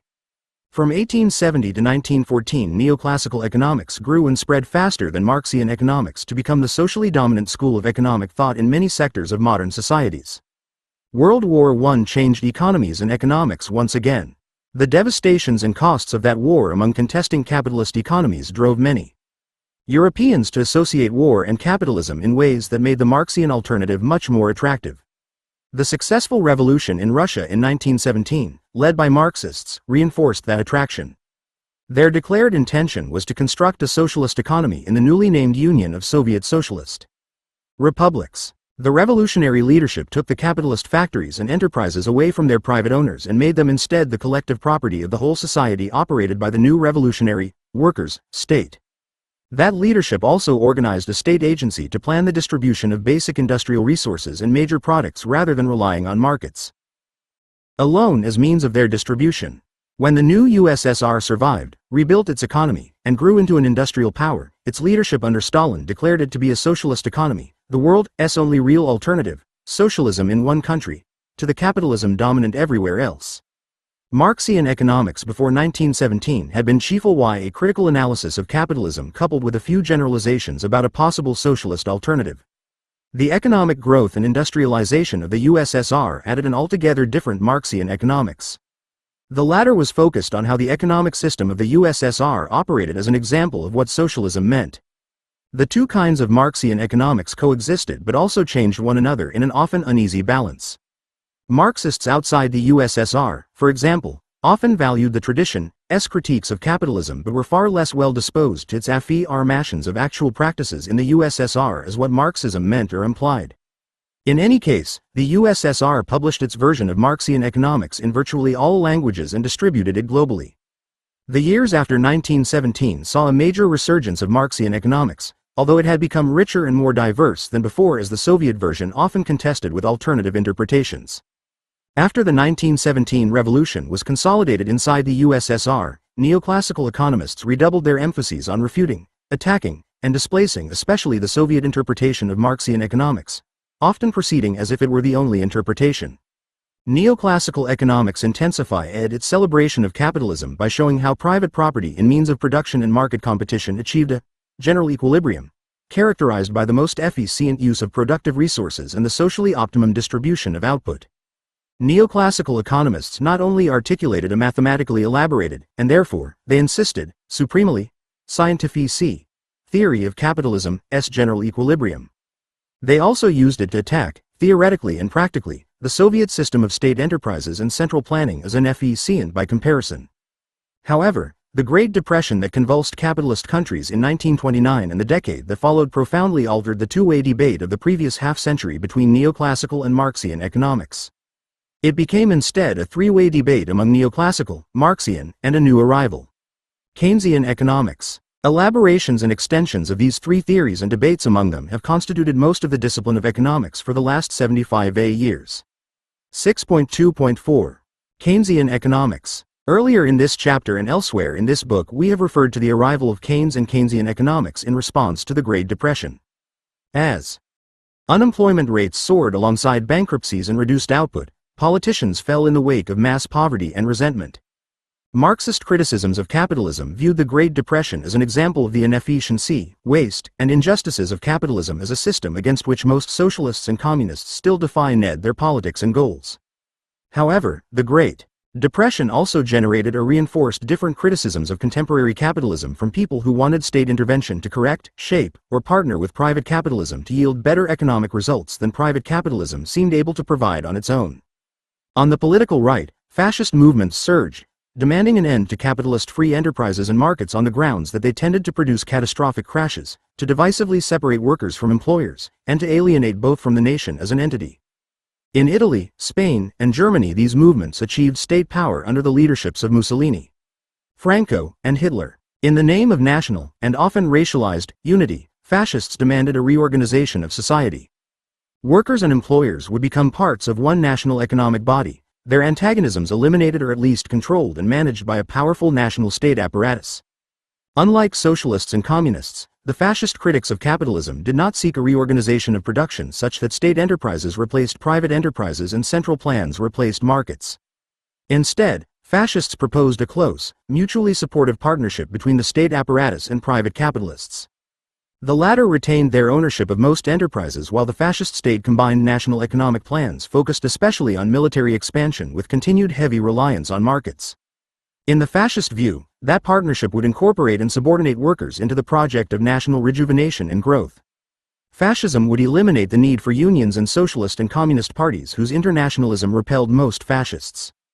Indeed, most fascist governments did not tolerate their existence, often killing or exiling many of them.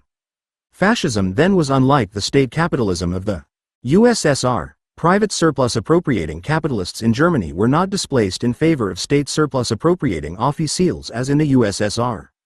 The German state under Hitler, more or less like its fascist counterparts in other countries, played a major role in enforcing a tightly controlled partnership between private capitalists and the state.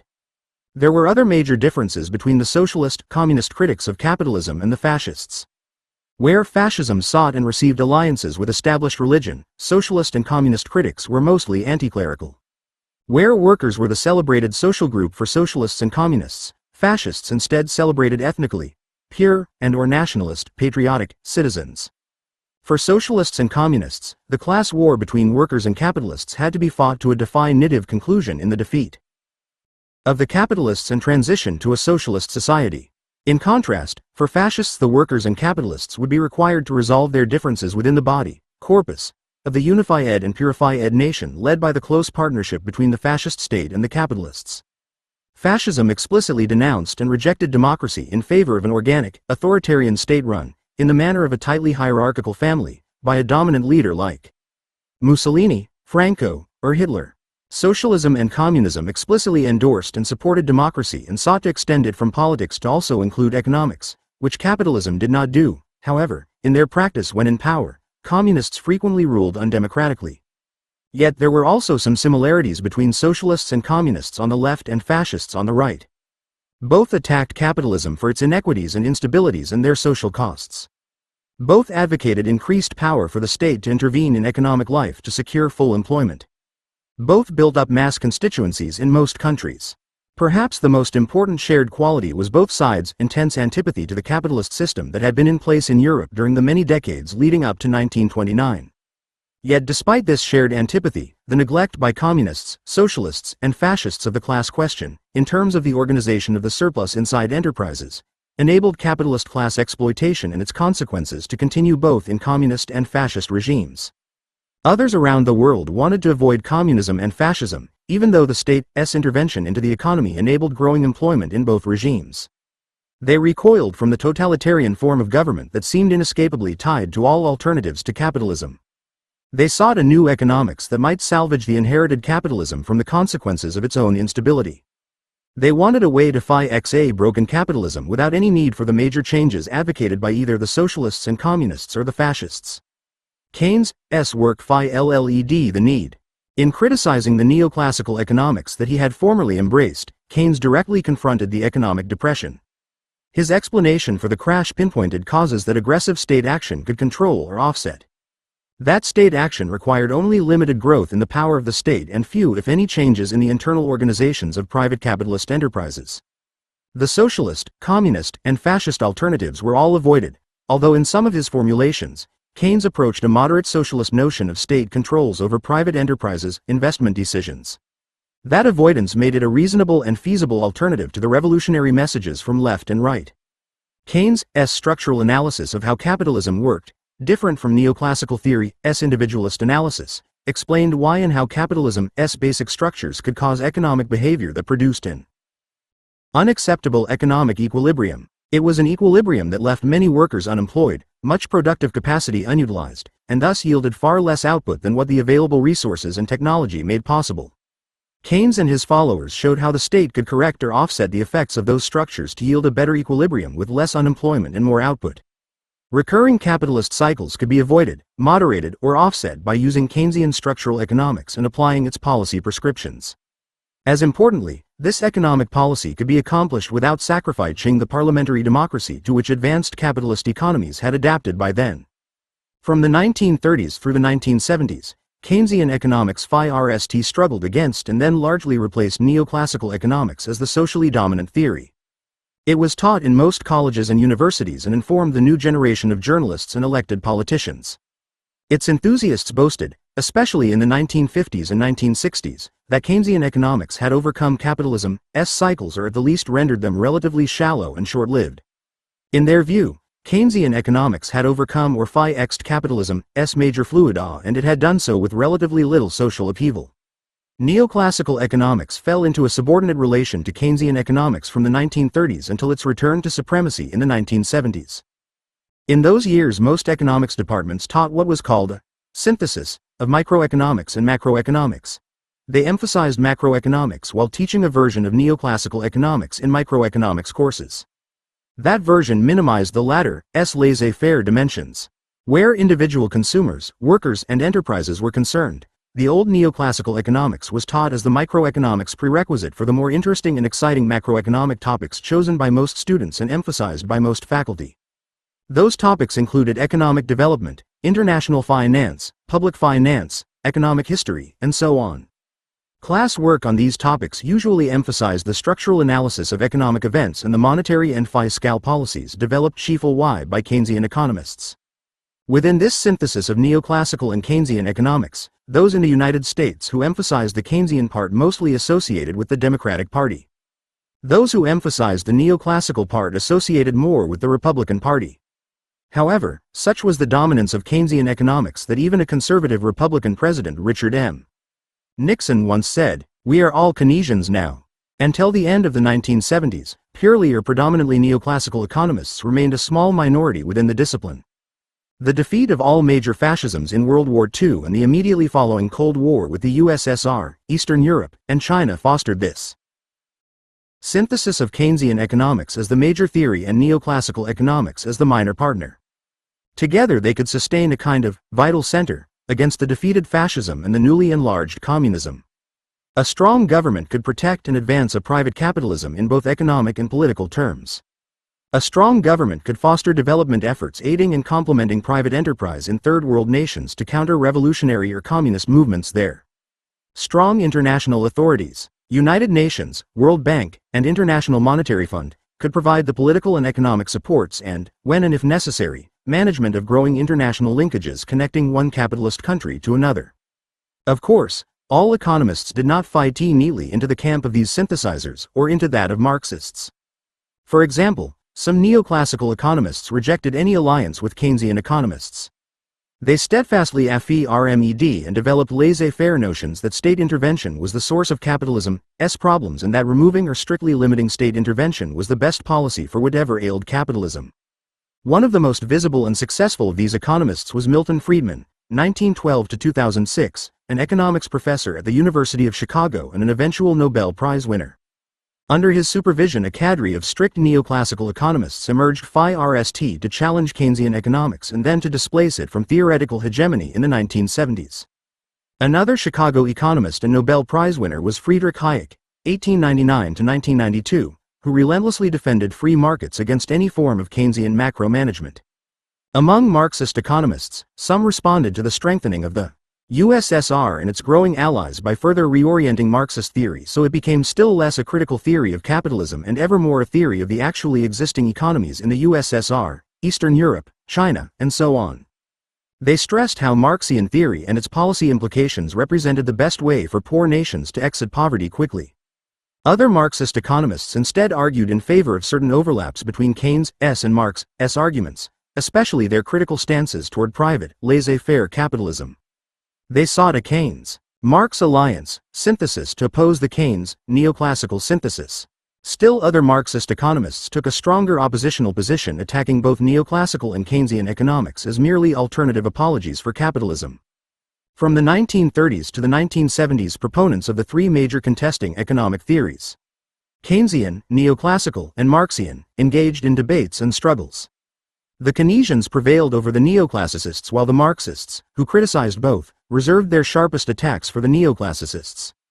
All three economic theories experienced internal conflicts alongside their debates with one another, and all three change.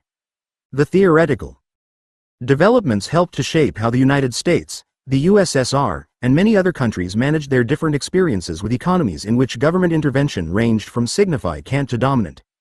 When, in the 1970s and 1980s, crises beset those economies, their governments dramatically altered their interventions. The consequent economic, political, and cultural changes reacted back upon economic theories to further transform them. Another phase in the interaction between and interdependence of economic theories and social reality. 6.3. Two modern oscillations, the 1970s and the crisis that began in 2007. It was likely more than coincidence that the 1970s marked yet another set of intertwined oscillations, in economic systems and among economic theories. State interventionist capitalisms of various sorts and degrees gave way to a renewal of private, often called neoliberal, forms of capitalism. Keynesian economics and the classical or orthodox tradition of Marxian economics gave way to a resurgence of traditional neoclassical economics. Then, as had happened before, and why this book devotes a whole chapter to these oscillations in economies and economics, the economic crisis of global capitalism that erupted in 2007 was a blow to the dominance of neoclassical economics and gave a boost to a renewed Keynesianism and to new formulations of Marxian economics. Likewise, this latest capitalist crisis brought the state back into economic intervention on a massive scale with huge fiscal stimuli, record-breaking increases in the money supply, and all sorts of new state actions aimed at overcoming the crisis. Of course, this general overview of these latest oscillations masks the many particulars of time and place. It is to some of these that the remaining sections of this chapter are devoted. 6.3.1.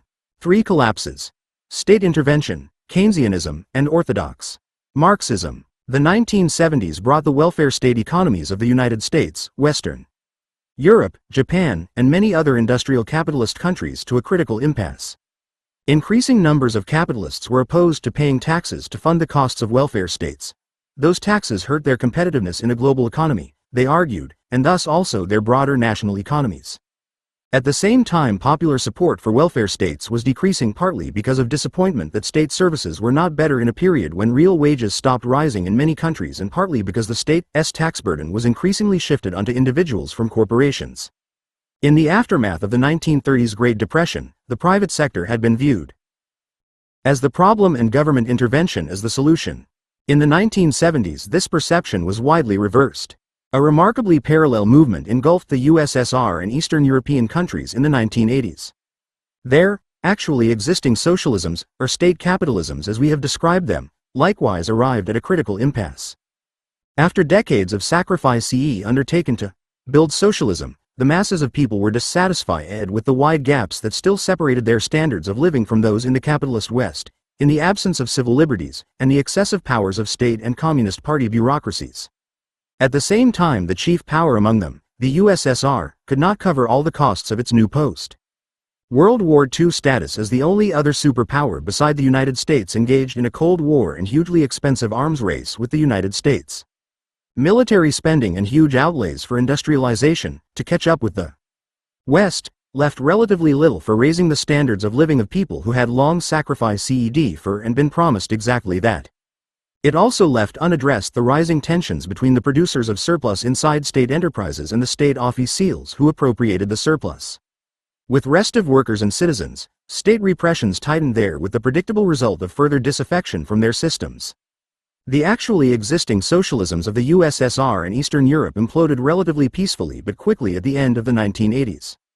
In the Cold War world that defined the global contest as between the only two alternatives, capitalism or socialism, communism, the movement to end actually existing socialism, communism, saw no alternative but a return to capitalism. This meant dismantling much of what the state's role in the economy had been and substituting private enterprises and markets. In the United States and other advanced capitalist countries, the mid-1970s saw the worst economic downturn since the Great Depression, just what Keynesian economics was supposed to prevent. The combination of inflation and stagnant economic output, called stagflation, undermined the confidence of many in the Keynesian system of systemic government intervention. With the elections of Reagan and Thatcher to the top political posts in the United States and the United Kingdom, a major shift back from more to less state intervention became official policy. An era of deregulation, privatization, selling or turning state activities back to private capitalist enterprises, and significant tax reductions began that lasted until the onset of the Great Recession of 2008. Advocates of this major shift insisted, or at least hoped, that less government would free up private business to produce lasting economic growth and thereby solve capitalism's problems. The social welfare aspects of the Keynesian era were more or less reduced depending on the political and cultural conditions of each country. Quicker and larger reductions occurred in the United States and the United Kingdom, for example, than in continental Europe. From these economic shifts followed corresponding shifts in the relative social positions of neoclassical and Keynesian economics and economists in most countries. They switched roles. The neoclassical economists returned to dominance and the Keynesians became very much secondary partners as they lost power, influence and positions in politics, media and the academy. Careers and careerists had to reinvent themselves or falter. Students observing the shift in theoretical winds adjusted their curricular choices, aspirations, and career paths. The ascent of neoclassical economics, given its close alliance with conservative business forces, also participated in a more concerted opposition to socialism and Marxism, e.g., as expressed in Reagan's demonization of an evil empire. Part of that opposition was an accelerated arms race, far more affordable for the NATO alliance than for the USSR, that drained the Soviet economic system's resources, hastening its demise. 6.3.2. From state to private capitalism, the starkest case. However historic the transitions from state interventionist to more private capitalisms in the United States and the United Kingdom, and however dramatic the political breaks marked by the ascendancy of Reagan and Thatcher as the new leaders, their transitions were not the kind of basic social discontinuities represented by the collapse of Soviet and Eastern European socialism. A brief discussion of the primary stark case of economic and social change, the USSR, can shed light on the whole global process of such oscillations. For a full discussion, see Resnick and Wolff, 2002. Orthodox Marxists in the former USSR and elsewhere understood its collapse as that of socialism. They reasoned that socialism existed in the USSR because the state had socialized property ownership and subordinated markets to central state planning. This conception of socialism neglected the organization of surplus within Soviet enterprises. It missed completely that the surplus appropriators inside state enterprises were Soviet state officials, the famous Council of Ministers, who acted similarly to private capitalism's board of directors selected by major shareholders. The Soviet workers themselves did not collectively appropriate the surpluses they produced inside the enterprises or industries where they worked. That is why we have applied the term state capitalism to this system. The Council of Ministers distributed the surpluses they appropriated from workers and did so according to the priorities established by the Communist Party and the leaders of the Soviet state. For more than 5 years, this council put relentless pressure on Soviet workers to produce ever more surpluses to build and especially to industrialize their state capitalism. The council, like the party and the Soviet state, referred to this as building socialism, since their orthodox definition made socialism a matter of state property ownership and planning. Distributions went to expand. Heavy industry, including military hardware, provide for a state bureaucracy and a state security apparatus, support a powerful communist party, and fund a vast array of public goods. Allocating more resources to enterprises producing capital rather than consumer goods conformed to orthodox Marxian theory of what had to occur in the first stage of communism, namely develop the forces of production. Distributions to expand military hardware were necessitated not only by the arms race with the United States but also to support Soviet foreign policy elsewhere in the world. A growing state bureaucracy was required to plan, organize, and control growing state industry. Because tensions and struggles typical in capitalism arose inside Soviet state enterprises, surplus distributions went to support more Communist Party officials and secret police to manage them. The ubiquitous stresses and strains of Soviet life stemmed directly and indirectly from the pressures for ever more surpluses Soviet officials placed upon workers, coupled with the inability of the workers to appropriate and distribute their own surpluses. The Soviet state did provide workers with a significant fluid of public goods, including subsidized education, housing, and transportation, affordable and often free health services, and free sports and art programs. Yet these benefits of Soviet society did not suffice to overcome deepening alienation after the 1970s. Workers producing ever more surpluses to meet ever-rising state demands meant in Marxian terms a rising rate of exploitation. In other words, workers' exploitation worsened in what was defined as a workers' society. Those hard-pressed workers eventually reacted with growing resentment, lowered work efforts, and deepening alienation from the socialism and communism that Soviet leaders claimed was in place. While state pressures on workers to produce more surpluses had a long history, its context changed in the late 1970s. From the late 1920s to the 1970s, state officials successfully appropriated rising surpluses and distributed them to transform a very poor Tsarist Russia into a major industrial Soviet power. It withstood and defeated the invading Germans in World War II. Immediately after that war, it engaged in a Cold War with the United States even as it continued to develop its industry, generated a military establishment more or less adequate to its defense, and increased the delivery of state services to its people. Soviet workers supplied ever more surpluses to fund these successful developments. Their wages were stagnant for much of this half-century while their productivity constantly rose because of the machinery pouring out of the USSR's prioritized capital goods industries. From the perspective of Marxian economics, this is another way of saying that Soviet workers' rate of exploitation rose.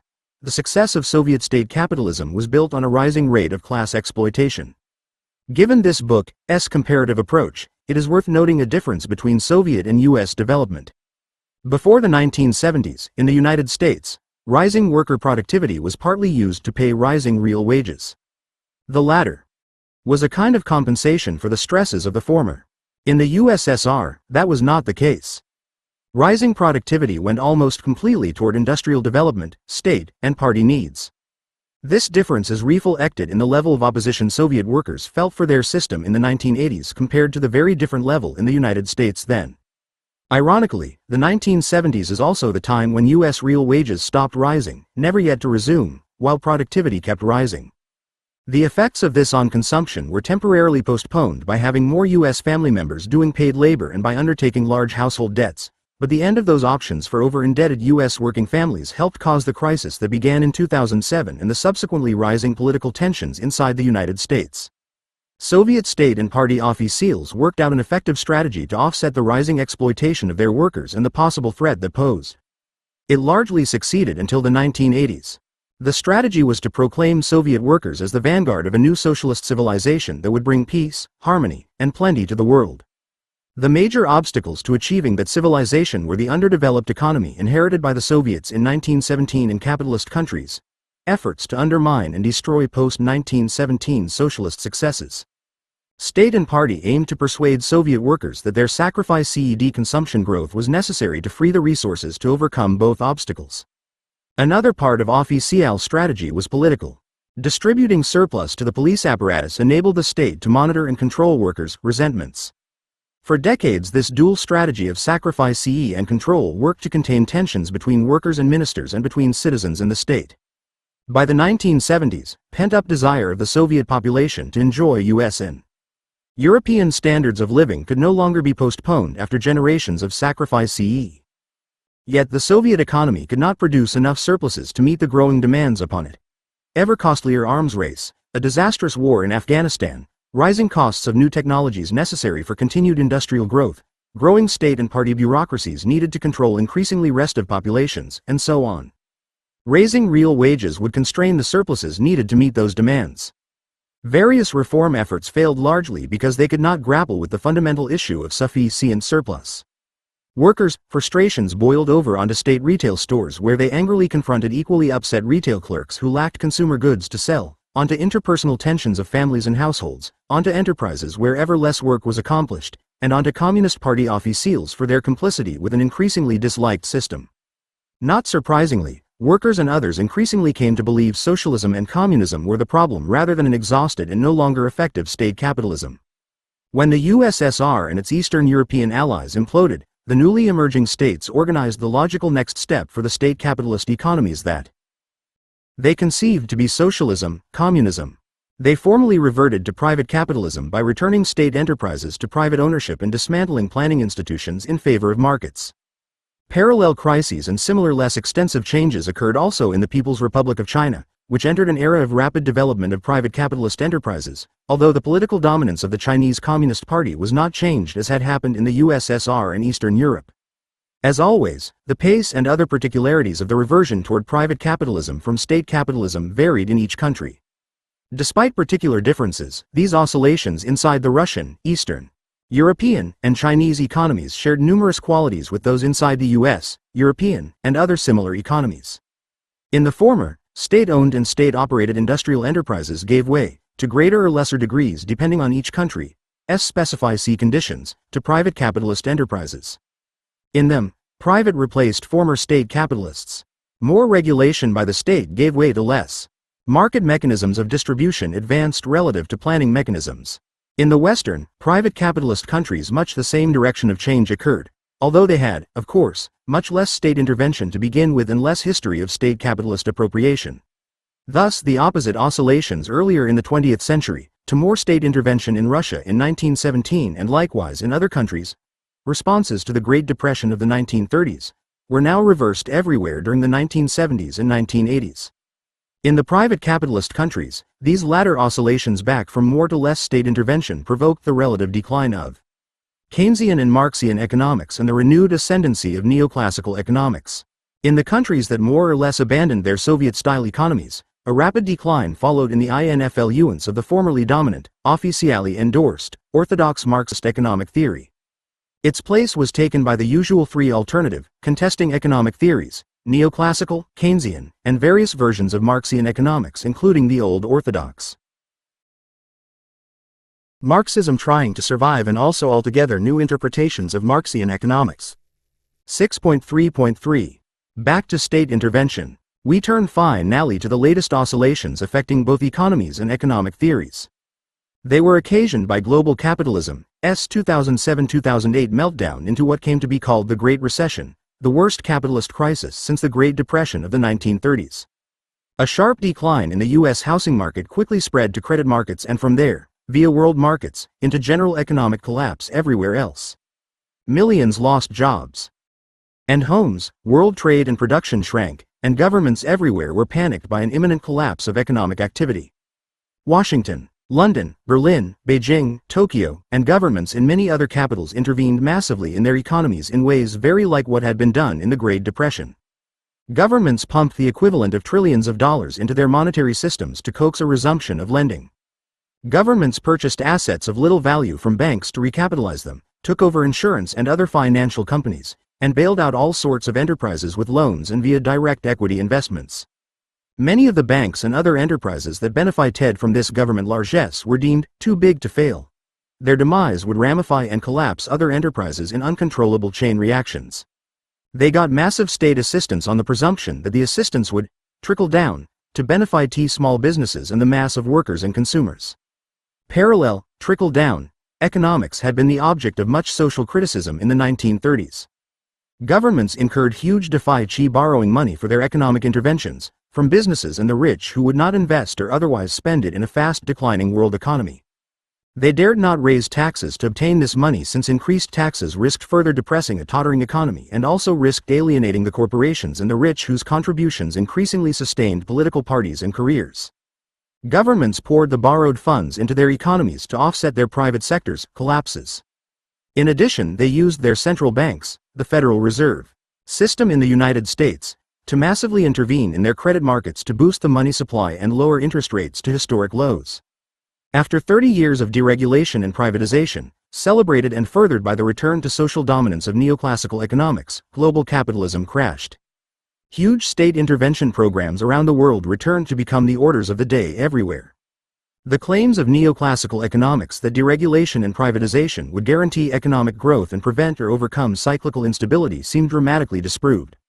Indeed, the heads of private capitalist banks often took the lead in bringing government in to rescue them from their failed investments and loans.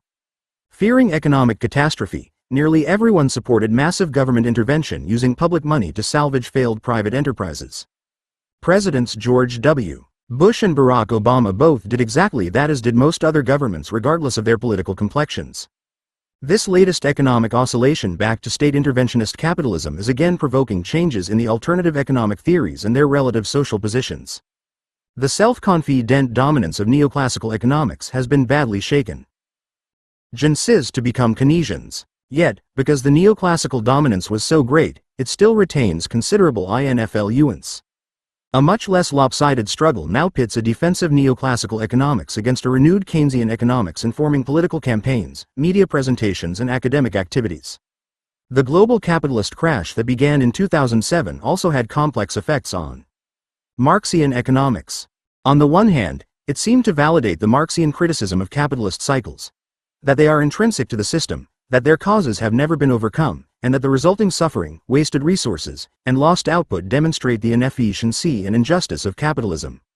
There are many signs of a renewed interest around the world in Marxian criticisms of capitalism.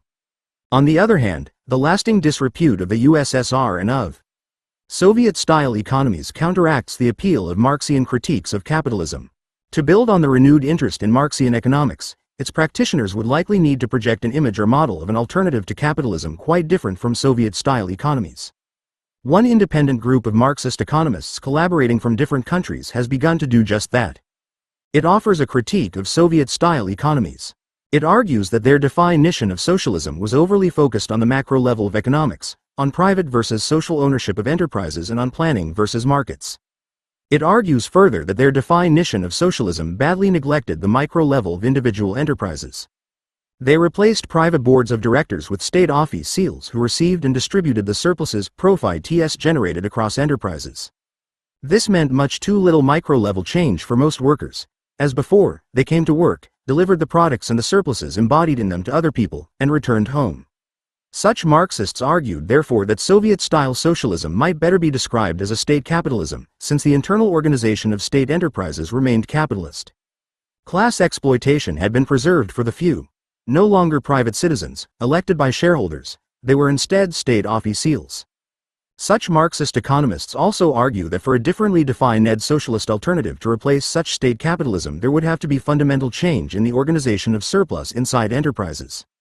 Following Marx's suggestions, enterprises would have to be internally reorganized such that surplus-producing workers become also their own collective boards of directors.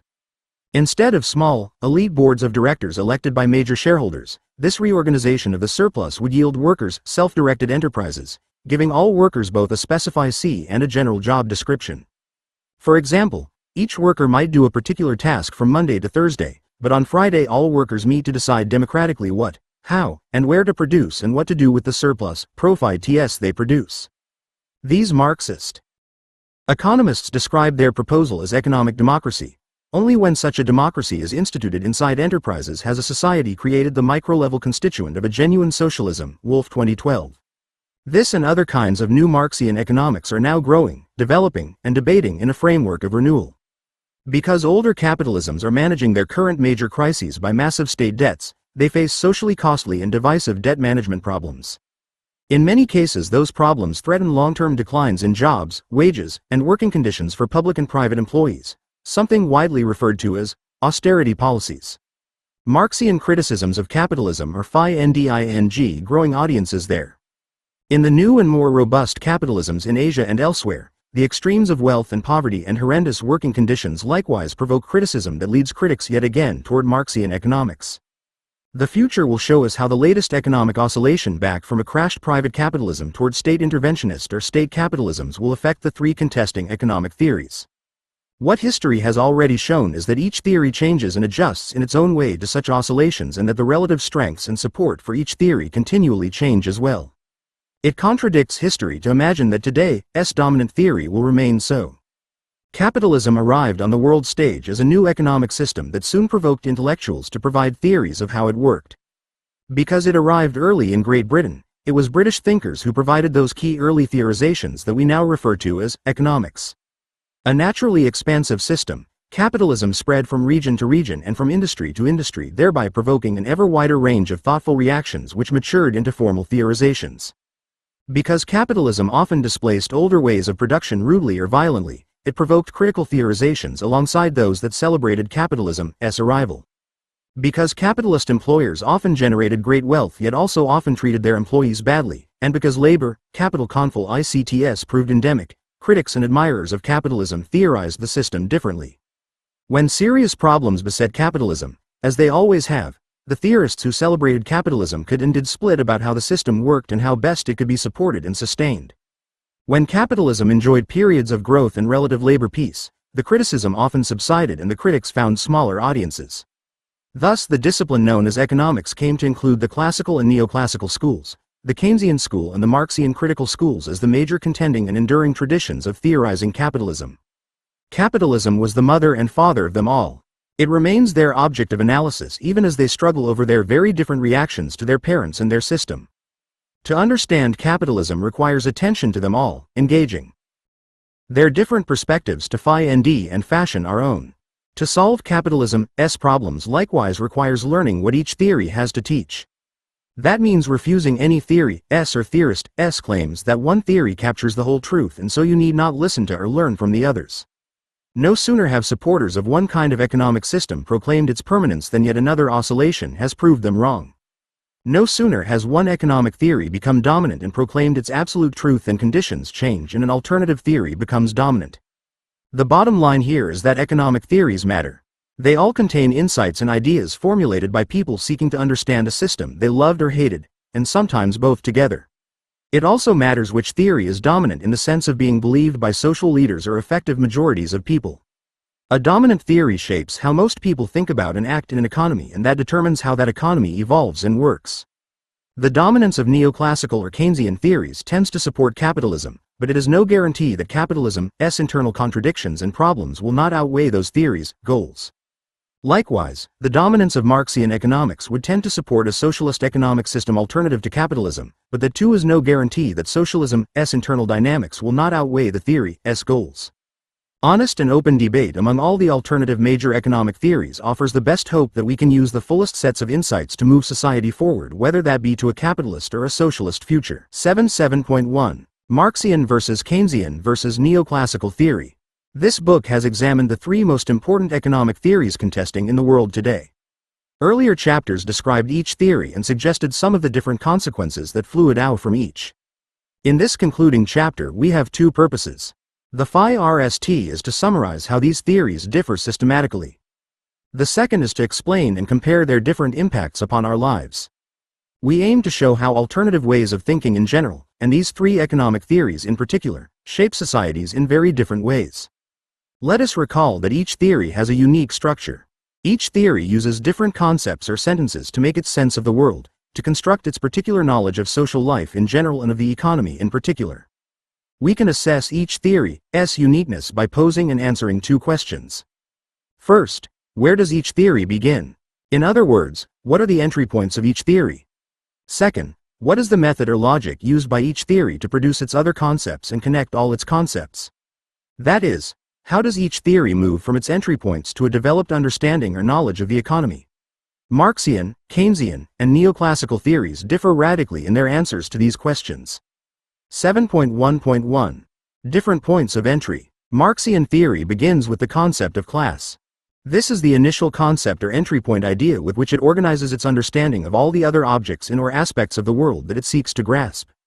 It thus always connects prices, wages, and profits, among its particular objects of interest, to its organizing concept of class. Marxian theory produces a class knowledge of those objects. We can say therefore that it is a class theory of the meaning of these objects. Neoclassical theory, by contrast, begins with the following concepts. 1. Individuals who are self-interested in utility maximizing. 2. Individual. The importance of theoretical differences. Endowments of productive resources, and 3. Individuals, inherent technical ability to transform nature by means of productive resources. From and with these three entry point concepts, neoclassical theory produces the meaning of all the other objects that it seeks to understand.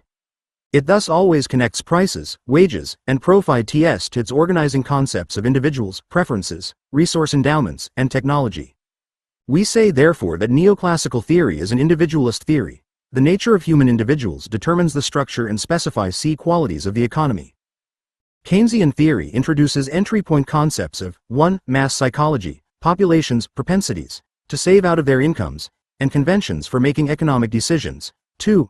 The power of institutions, e.g., labor unions and government, to shape individual behaviors in markets. And 3. The animal spirits that govern individual investors' decisions about when and where to invest how much. Neither the concepts of class, as in Marxian theory, nor those of individuals, preferences or utility maximization, as in neoclassical theory, function as entry points in Keynesian theory. Rather, certain structural features of a society, its social psychology and key institutions, are Keynesian theory's entry points in constructing its understanding of the economy. Comparing Marxian, neoclassical, and Keynesian economic theories, respective entry points, it is clear that they differ sharply in how each begins to build its distinctive understanding or knowledge.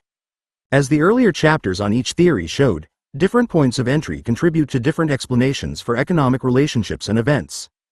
People persuaded by neoclassical theory see and participate in social life differently from those persuaded by Marxian or Keynesian theory. This is partly because their theories have different entry point concepts.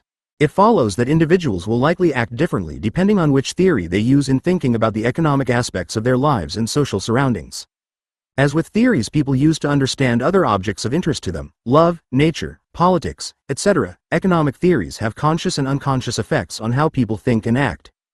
To underscore the importance and power of entry points, we will provide several concrete examples later in this chapter. 7.1.2. Different logics. Each of the three economic theories not only has distinctive entry point concepts, but they also connect those entry points to the other concepts within their theories in different ways. Each theory's sentences link its entry points to other concepts to construct its propositions and arguments about how economies work and evolve. Just as important as the entry points in each theory is its way, its system, of linking concepts to one another. We refer to that linking system as the logic of the theory. Theories differ not only in their entry points but also in their logics. Neoclassical economic theory employs a logic known in philosophy as deduction. All concepts introduced after its entry point concepts are carefully deduced or derived from those entry points. For example, neoclassical economics connects its entry points of human preferences, technology, and resource endowments in a deductive way to such subsequent concepts as the supplies of and demands for all commodities and resources. In other words, supplies, demands, and prices are caused by, derived from, preferences, resource endowments, and technology.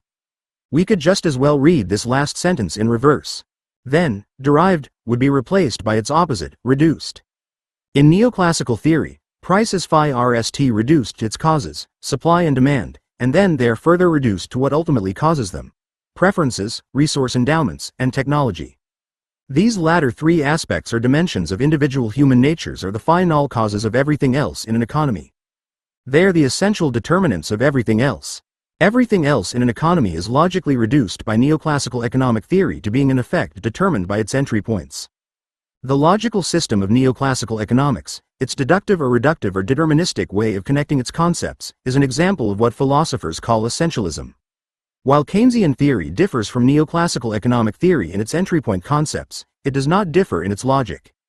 Keynesian theory too is essentialist. Its propositions and arguments self-consciously show economic events and conditions, especially the periodic cycles or crises of capitalist economies, to be caused or determined essentially by the theory's entry points, mass psychological propensities and conventions, institutions, and animal spirits. To summarize, neoclassical economic theory privileges the individual as the essential cause of everything else, and individualism, while Keynesian theory instead privileges social conventions and institutions as such an essential cause, structuralism. Both theories divide the components of an economy into essential causes or their effects. The Marxian economic theory articulated in this book deploys a different logic that is anti-essentialist. Called overdetermination, this logic links each concept within the theory, including its entry point of class, as both cause and effect of every other concept within the theory. For Marxian theory, nothing is either a cause or an effect of other things. Everything is caused by everything else and participates in causing everything else. Thus, no concept within the theory is reducible to being an effect of one or a subset of the other concepts in the theory. No concept is the cause of another, since each concept is both caused, overdetermined, by all other concepts and participates in causing, overdetermining, each of them. Everything in the theory, every object conceptualized in and by the theory, is both cause and effect of everything else. Thus, Marxian theory does not posit or understand class as an essence.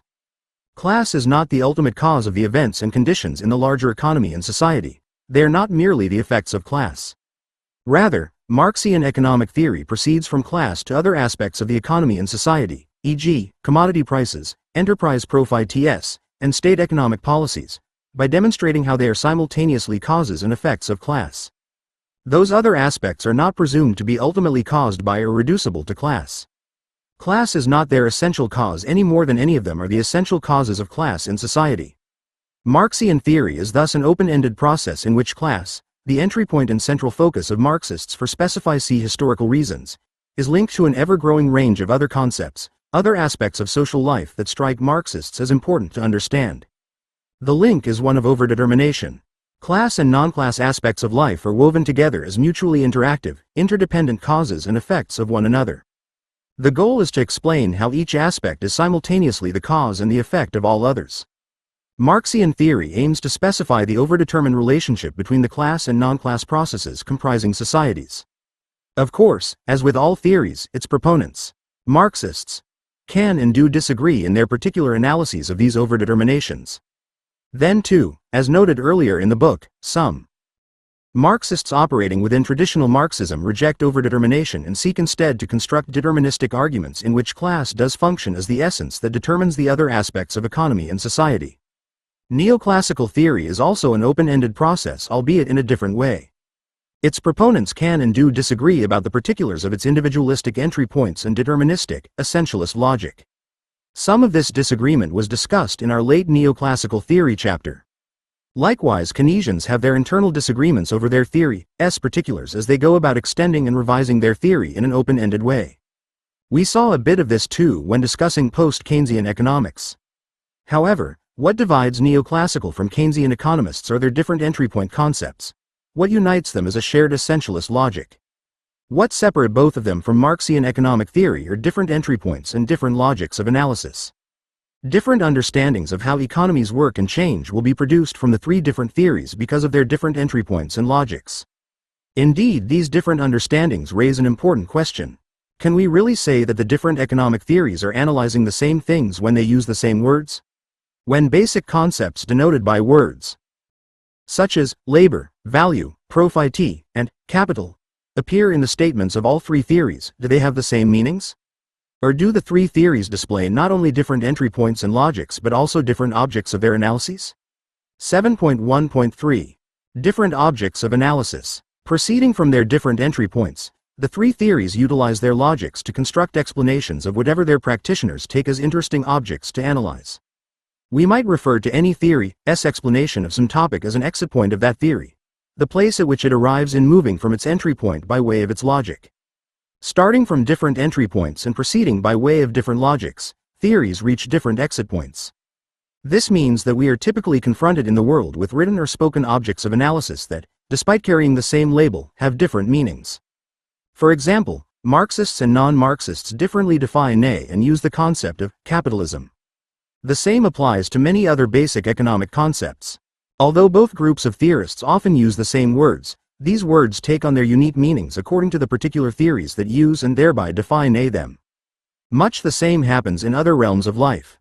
For example, different people who use words like love or happiness can bring very different meanings to those words. At times, economic theorists produce new words, non-existent in contending theories, in order to distinguish their particular meanings and make them more persuasive. Marx, for example, invented and defined surplus value as something different from profit to distinguish his notion of class from other theories' notions of that term. Neoclassical theorists invented marginal utility to differentiate their concept of human choice from those of others. Keynesian theorists developed marginal propensities to save and consume to help separate their notion of how markets work from those of the neoclassical economists. If the same term represents different meanings in different theories, is one correct or more correct than the others, and are those others then false? Is Marxian theory, or neoclassical theory, or Keynesian theory, meaning of capitalism, the true meaning? An old tradition in human thought argues that one of any alternative conceptualizations of any object, e.g., capitalism, must be the truest, the closest to what actually exists in the real world. We will return to this key issue at the end of this chapter. Here we need only note that this old tradition of thought itself depends on very particular, and not universally shared, theories about what reality, knowledge, and truth are. It turns out that different theories of reality and knowledge give very different definitions of what the correctness of any theory means. 7.1.4. Different theories of value. Table 7.1 summarizes the three theories of value presented in earlier chapters. It displays concisely the indexes of difference among the theories. Reading the entry point column of the table, we find the theories, different organizing, focal concepts. Under the object column, we observe their differently produced explanations of the objects, prices, and incomes. Alternative logics are represented by either a unidirectional arrow, essentialism, determinism, or a bidirectional arrow, overdetermination. In the neoclassical and Keynesian rows, we see that their entry points determine their objects. In the Marxian row, the overdeterminist logic makes entry point and objects mutually determinate in a context in which all social processes combine to overdetermine each one. The meanings of price and income as objects of analysis depend upon and vary with the particular concepts and logics each theory uses to define or make sense of them. This also applies to other concepts. For example, the entry point concepts of need and scarcity, essential causes in neoclassical theory, take on very different meanings in Marxian theory. There they are conceived to be overdetermined by non-class and class processes.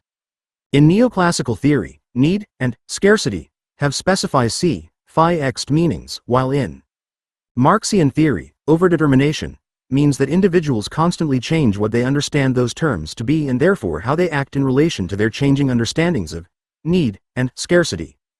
We have now come full circle to the beginning of this chapter. We have answered our two questions by showing how the entry points and the logics of the neoclassical, Keynesian, and Marxian theories differ. That has permitted us to see that these theories, objects of analysis, necessarily differ as well. We may now confront the other major issue of this chapter. How and why do these theoretical differences matter in our lives? 7.2. Analytical consequences of contending theories. Neoclassical, Keynesian, and Marxian theories coexist in modern societies. Individuals and groups use one or varying mixtures of them in making sense. Table 7.1. Theories of value. Theory, entry point, logic, object, Marxian, class, S, V, left-right arrow. Prices and incomes, neoclassical, wants, U, and scarcity, technology and endowments, right-pointing arrow. Prices and incomes, Keynesian, social structures, mass psychology, social conventions and institutions, right-pointing arrow. Prices and incomes of the world. People's thoughts about the world, the differing senses they make, shape how they understand problems they face and the solutions they devise and pursue. The economic theories people use influence how they understand those who use different economic theories and whether they agree, disagree, ignore, ally with, or oppose the ideas and projects of those who use different theories. Different theories contribute to different actions and so change the world in different ways. In this section we explore some different social consequences of the three theories. We will demonstrate that the three theories, different analyses of economic objects influence people persuaded by them to take different kinds of action. The behaviors of individuals and groups are partly shaped, consciously and unconsciously, by the theory or theories they use and by their reactions to others, actions and theories. Since our lives are impacted by the actions of those around us, studying different theories can help us understand and cope with those actions. 7.2.1. Income distribution. The neoclassical view. Keynesian, Marxian, and neoclassical economists have long debated one of the most important questions ever to confront economics. Why are some people relatively poor and others relatively rich? In other words, what explains income and its distribution in societies? Different answers to this question, based in part on the different economic theories, help shape citizens' conscious and unconscious attitudes toward poverty and influence. These attitudes in turn influence where and how we want to live, work, and attend schools. Differing and clashing attitudes toward the rich and poor are displayed in books, plays, films, and radio and television programs. Different theories and their explanations for the distribution of income also influence politics, the parties and candidates, the laws enacted, how judges and juries interpret those laws, and whether and how laws are actually enforced. The different theories and explanations influence our daily lives as well as the politics around us whether or not we are explicitly aware or conscious of them. Indeed, one purpose of this book is precisely to increase your awareness of the influences of different economic theories on your life and your society. Let us now compare directly the different theories, explanations of income distribution and see where their different explanations lead. Neoclassical theory argues that different incomes are caused and therefore explained by the choices that individuals make, their preferences, combined with the technology and productive resources they each bring to produce goods and services. Wealth and poverty are thus understood to be essentially the results of individuals' choices, endowments, and technologies. Neoclassical explanations proceed by examining what choices are made given the endowments individuals have and the available technology. To take a prominent example, individuals choose to save parts of their incomes and devote the resources thereby saved from consumption to invest in the increased production of goods and services. In economic jargon, individuals decide to save and then provide their savings as capital for the production process. To take another example, individuals also choose to supply a certain number of labor hours to an economy's enterprises rather than consume that time in leisure. The first kind of choice determines the amount of capital available for investment in an economy, while the second kind of choice determines how much labor is available for production in an economy. Notice how economic growth and productive output are each shown to result essentially from individual choices based on individual preferences. In neoclassical theory, individuals are thought to exercise free will in choosing to sacrifice present consumption of their income and or to sacrifice their leisure time. The incentive for making such sacrifice is the future reward they expect and deserve for doing so, as in the sports adage. No pain, no gain. Neoclassical theory concludes that everyone's income is ultimately determined by the free choices each has made. To put it bluntly, you get the income your voluntary choices deserve. Of course, the rewards to saving out of income and to performing labor also depend on the choices of others in neoclassical theory, especially those who are endowed with productive resources, land, machines, equipment, etc. They can choose to provide those resources to enterprises for use in production. If they provide them, they obtain in return shares of the output, rents for land, profits for machines and equipment, etc., as their incomes. The output made possible by resources depends, of course, on technology. Thus, neoclassical economic theory reaches the conclusion that the distribution of income among wage earners, rent earners, and profit earners depends on and reflects the choices individuals make, their endowments, and technology. Neoclassical theory reduces each individual's income to its conceptual entry points. We all receive income in direct relation to how we choose to use our time and our endowments of productive resources. The more we sacrifice the more we can contribute to production, the more we can and should obtain of the fruits of that production. We should therefore look to our individual choices, our self-interested behavior, to explain our high or low incomes. It follows in neoclassical theory that the relatively affluent do not earn their income at the expense of the poor. The choices of the former to work long and hard and to be thrifty are independent of the latter's opposite choices. Each individual gets rewarded, his or her income, according to his or her choices about contributing to production. No one's wealth is the result of another's poverty. The distribution of income in a capitalist economy therefore displays a basic kind of justice. If the poor are dissatisfied with their poverty, they must change their ways and sacrifice more. In short, they must make choices like the rich did. For neoclassical theory, there is no other way. 7.2.2. Capitalism. The neoclassical view. Neoclassical economic theory elaborates this powerful conclusion into one of the most influential claims found anywhere in social theory. A society that establishes capitalism will achieve the maximum possible wealth consistent with the free choices of its citizens. By establishing capitalism, neoclassical theory means establishing two social institutions.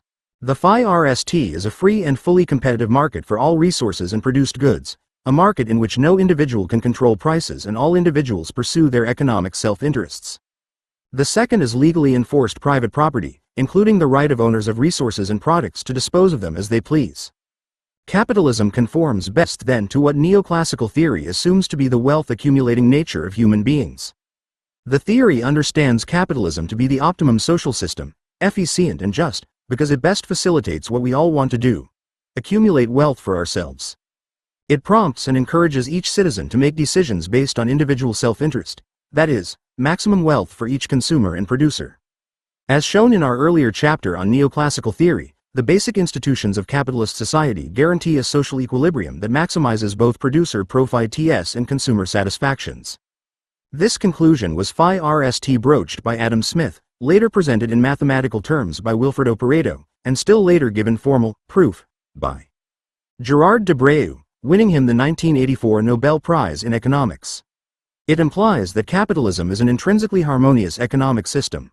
Producers and consumers seeking their own self-interest will thereby promote one another's, and the whole society's, interests automatically and optimally. Everyone ends up in the best possible economic position, and no one can become better off, acquire more wealth, unless someone else becomes worse off.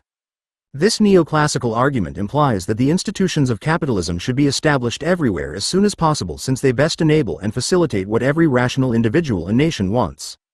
Where capitalism exists, it must be protected from irrational forces that would replace it with inferior economic and social institutions such as collectivized, not private, property and centralized economic planning, not markets.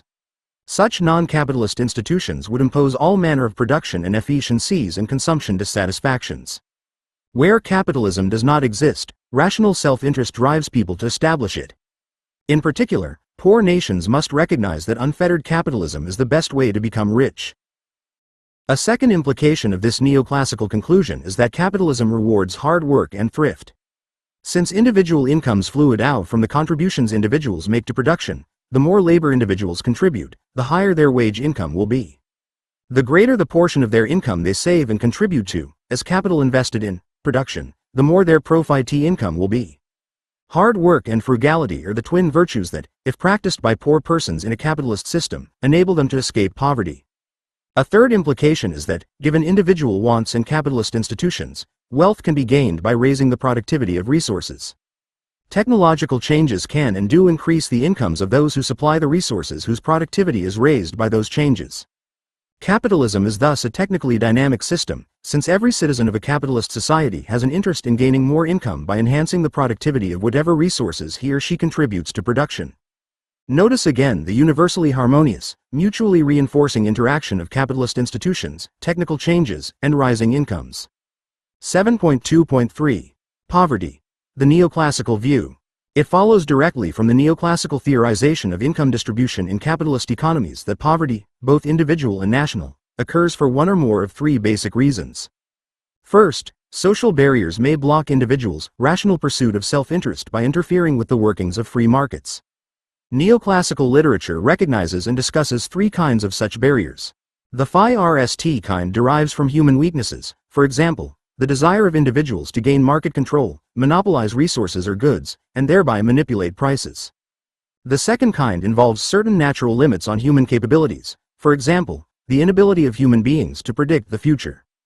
Uncertainty can distort market choices. The third kind of barrier concerns the properties of some production technologies, for example, economies of scale, that can facilitate monopolies displacing competition in markets and hence the monopoly pricing that distorts market outcomes. All three kinds of barrier can cause the wealth of individuals and nations to fall below what it could be without them. All three can thus create poverty. The second neoclassical explanation for poverty in capitalist societies follows logically from the basic theory: some individuals choose it. They express their preference for leisure by choosing it over wage labor. Likewise, they prefer to consume now rather than save and invest their savings as capital, earning future income, profit, rents, interest, etc. Consequently, they are poor, not barriers to rational choices, but rather the preferences and resulting choices of individuals, groups, and whole nations explain their poverty. The third neoclassical reason for poverty concerns neither barriers to free markets and private property nor preferences and choices. It concerns productivity. If the resources an individual contributes to production are of little use, then that individual will in turn obtain little reward. Individuals who contribute low productivity resources, unskilled labor, low fertility land, etc., will be rewarded with correspondingly small portions of output. Their incomes will be low in proportion to the low productivity of the labor and other resources they bring to production.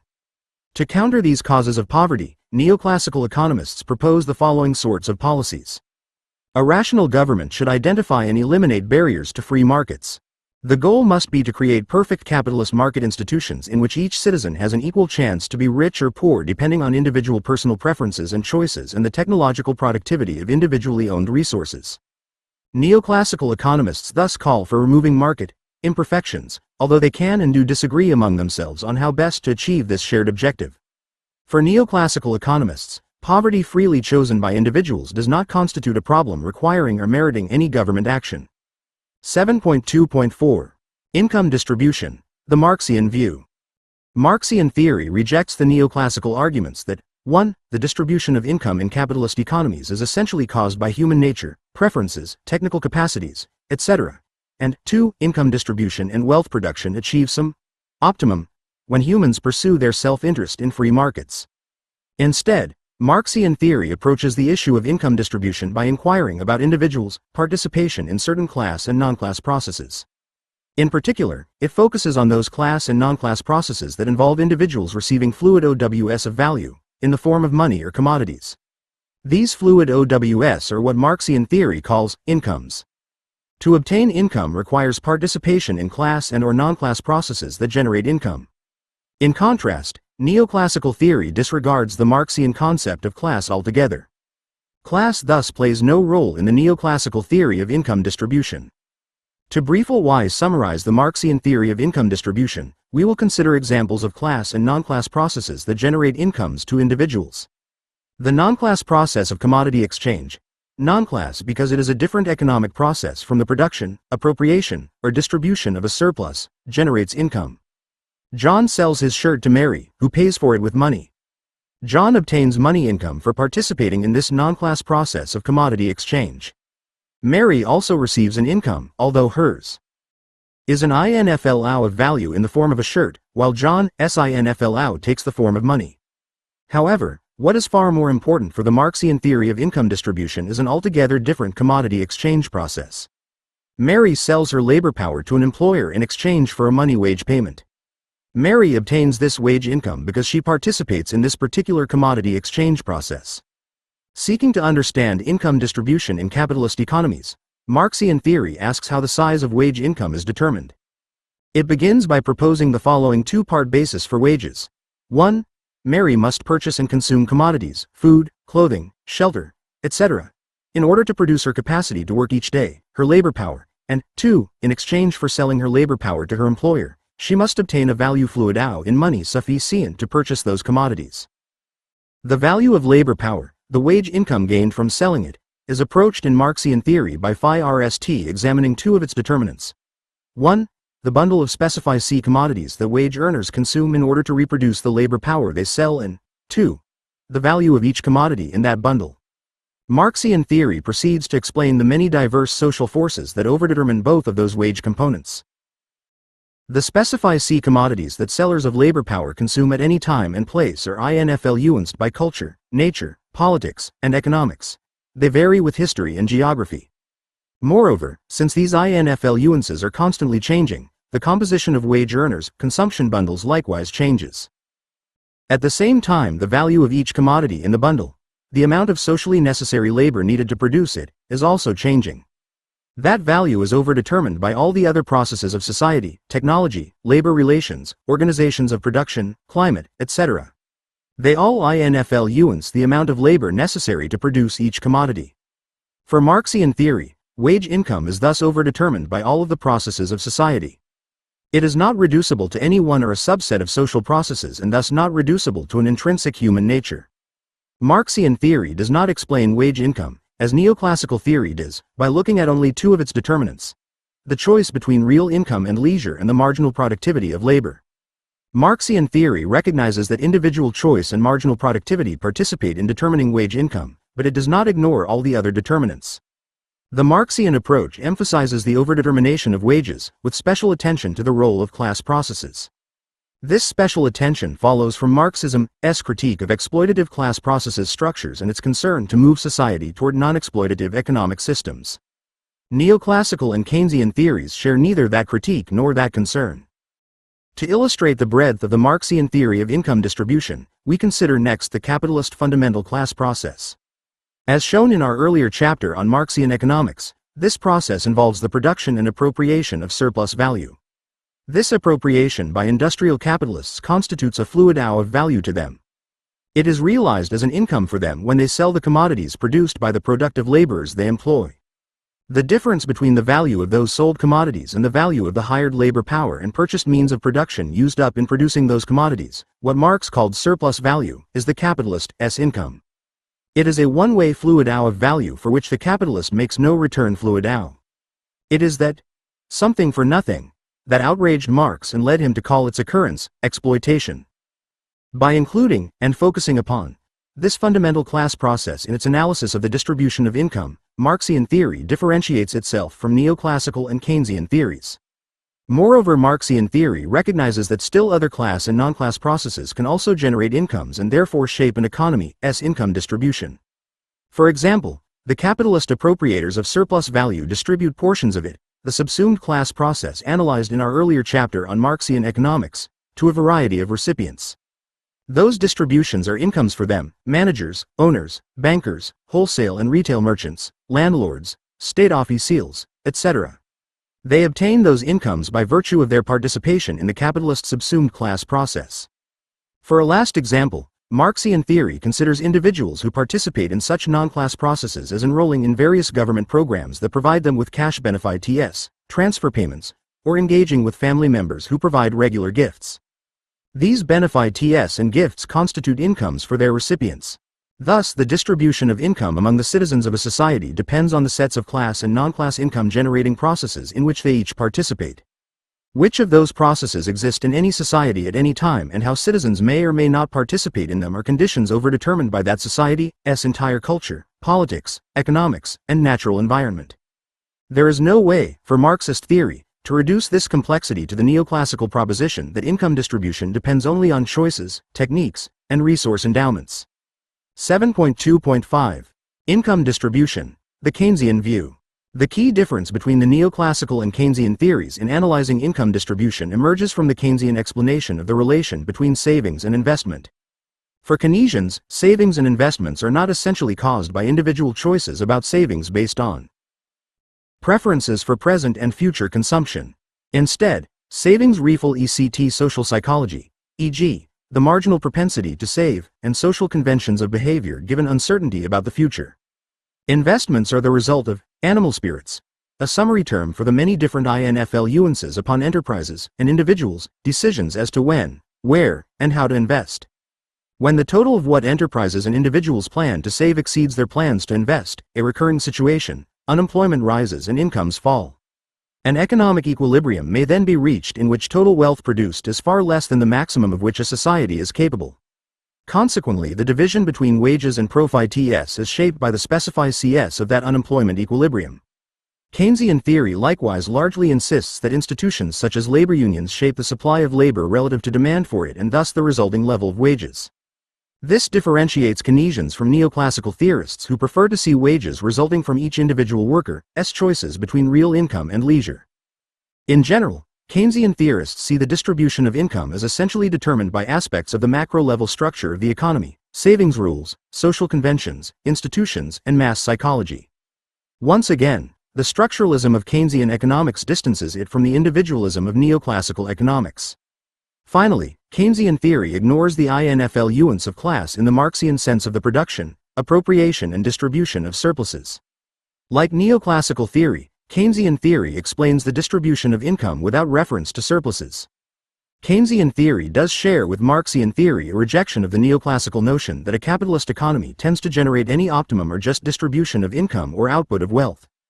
However, given the different entry points and logics of Keynesian and Marxian economic theories, they contextualize and develop their shared rejections of neoclassic theory very differently. 7.2.6. Different explanations of the returns to capitalists. Table 7.2 summarizes the neoclassical, Keynesian, and Marxian explanations of the source of the value returns to capitalists in a society. In the table, M.P.K. Table 7.2, Returns to Capitalists. Theory, Entry Point, Logic, Object, Neoclassical, Mrs. and M.P.K. M.P.L. Right pointing arrow. Returns to Capitalists. Marxian, FCP left right arrow. Returns to Capitalists. Keynesian, Social Structures and M.P.K. and M.P.L. Right pointing arrow. Returns to Capitalists. Represents the marginal product of the capital resource and M.P.L. the marginal product of labor. Mrs. refers to the marginal rate of substitution between present and future consumption. Individuals' preferences for present consumption relative to future consumption, and hence their willingness to save and provide their savings as capital supplied to the production process. According to neoclassical theory, then, the origin of the returns to capitalists is explained in terms of two essences. 1. The inherent productivity of means of production, capital, in the form of machines, tools, etc., and of labor as measured by M.P.K. and M.P.L., and 2. The choices of individuals to sacrifice gratify cation now for more later as measured by Mrs. In short, the value returned to capitalists is a just reward for their personal sacrifice CES and the productivities of the resources they contribute to production. In contrast, Keynesian theory dispenses with the individual choices Mrs. stressed by neoclassical theory. Instead, it focuses on the structural conditions that shape the supply of labor, the savings out of incomes, and investment behavior. Those factors, together with the productivities of capital and labor, determine returns in the Keynesian view. According to a Marxian theory that differs markedly from both the neoclassical and the Keynesian, the origin of what capitalists receive, surplus value, is the surplus labor produced by hired productive laborers and appropriated by their employers, industrial capitalists.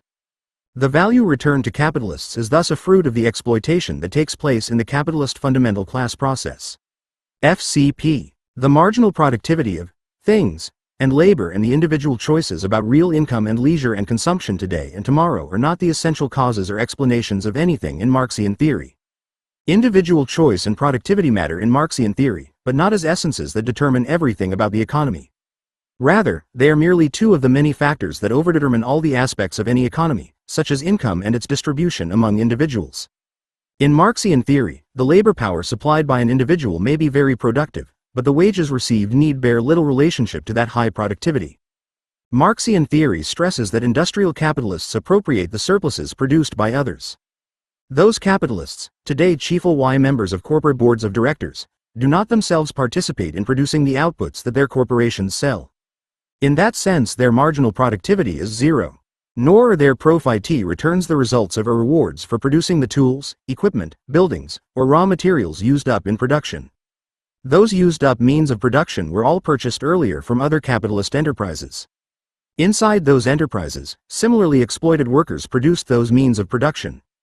Profit receivers in Marxian theory obtain a portion of the income of society because of the social position in a fundamental class process that they occupy, not because of anything productive that they do. Of course, managers inside those industrial enterprises and their owners, as well as others located outside enterprises such as state officials, merchants, providers of technology, and bankers, do receive incomes because of the labor they perform, risks they take, or capital they provide to the corporate board. Their respective incomes represent distributed portions of the already appropriated surplus value by that same corporate board. These individuals, occupants of subsumed class positions, receive those incomes because they provide certain conditions that enable the productive laborers to produce the commodities that capitalists sell and that contain the surplus values that capitalists appropriate. Additionally, any corporate board member may receive more than one fluid hour of value. Beyond appropriating surplus value as a collective exploiter of productive labor, an individual board member may also receive dividends for being an owner of the enterprise and perhaps also a salary if he or she also functions as a paid corporate manager. In the latter two, subsumed class, functions or positions, the individual as owner provides the capitalist enterprise with access to property, thereby incurring a risk of losing a portion or all, if the enterprise is unsuccessful, while the individual as manager provides various conditions, supervision, purchasing, sales, etc., necessary for the firm's productive laborers to generate the surpluses that its capitalists appropriate. Marx went to some lengths to distinguish between individuals who received income from class exploitation, namely from receiving unpaid labor that yields surpluses, and those who received incomes from other activities. Those other activities included, for example, owning and lending or other kinds of labor that did not generate surpluses, what he therefore called unproductive labor, and rather provided conditions of existence for productive labor. Marx focused his criticisms on the waste and injustice of capitalist exploitation, the exploitative relation between capitalist employers and hired productive laborers, and what he saw as its disastrous social consequences. That is why Marxian theory emphasizes and focuses upon the class process in society, unpaid labor. The class concept thus provides the cutting edge separating Marxian from both neoclassical and Keynesian theories generally and from their approaches to income distribution in particular. 7.3. Political consequences of contending theories. The three different theories compared in this book clash in the modern world. For example, a major point and purpose of neoclassical theory is to deny precisely what Marxian theory affirms, that class exploitation is a determinant of income distribution. A major point and purpose of Keynesian theory is to explain the inefficient, wasteful, and socially disruptive instability and cycles of capitalist economies and to warrant government economic interventions to offset them, arguments that neoclassical theory rejects. In its turn, Marxian theory denies what neoclassical theory affirms, that human choice and technology determine the social distribution of income. Marxian theory also denies what Keynesian theory affirms, that a government-maintained fully employed labor force along with good-paying jobs yield a social optimum. Neoclassical theory informs the political agendas of most conservatives. It underlies their shared concern to remove what they see as market imperfections that prevent individuals from making those decisions which would bring each one the income he or she wants and deserves. An income distribution that conforms to the human nature and preferences of all citizens. Marxian theory informs the political agendas of Marxists.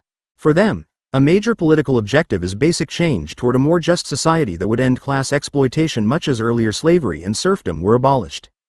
Marxists seek the alternative distributions of wealth and income, and also political power and cultural access, that they believe would follow from a non-exploitative class structure.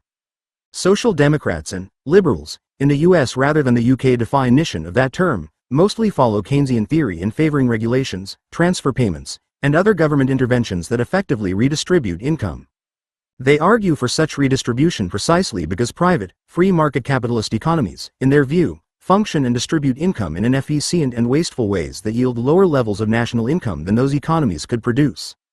Marxists are more interested in making the class changes that will reorganize the allocation of income and wealth so that no subsequent government-mandated redistribution, in the Keynesian mode, would be required. The theoretical differences carry far-reaching implications. For Marxists, even if market imperfections were somehow removed according to neoclassical prescriptions, class exploitation would not be eliminated.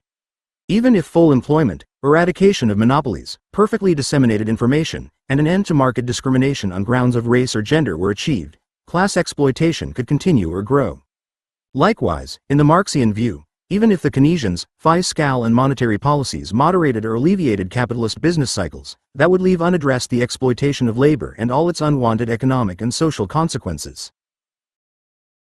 In other words, the desired Keynesian objective of a fully employed labor force is also from the contending Marxian perspective one that is fully exploited.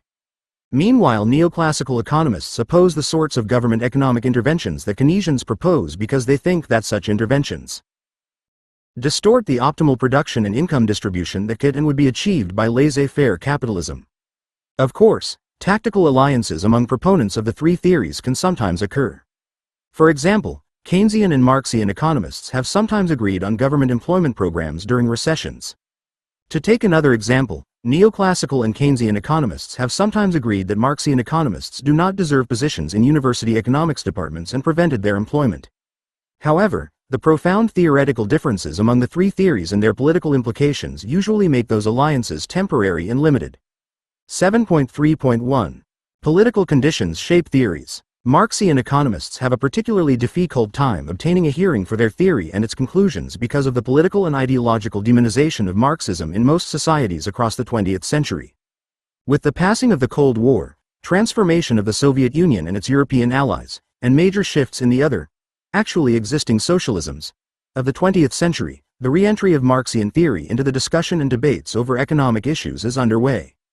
Yet certain legacies of the demonization of Marxism remain in the forms of widespread ignorance about or distorted stereotypes of Marxian theory's arguments. Something similar afflicted Keynesian economic theory since the 1970s. Then the resurgence of deregulated and relatively privatized capitalisms revived and promoted neoclassical theory.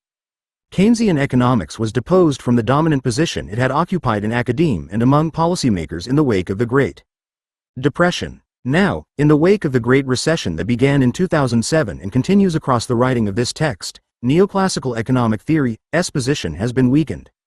The depth and length of this capitalist downturn have called its promises into question. The political, social, and cultural damage done globally by this crisis has likewise challenged the theory. The failures of the mainstream economics profession, overwhelmingly committed to neoclassical theory, to foresee, anticipate, or successfully cope with the crisis has also undermined its social prestige. The great debate among the three main alternative economic theories has therefore resumed. The economic crisis since 2007 reminded people across the globe that neither the neoclassical nor the Keynesian approaches proved able to manage capitalism's cycles, let alone prevent them. The collapse of the USSR had already earlier raised fundamental questions likewise about Marxian theories. The defenders of unreconstructed, orthodox versions of all three theories remain busy making their arguments.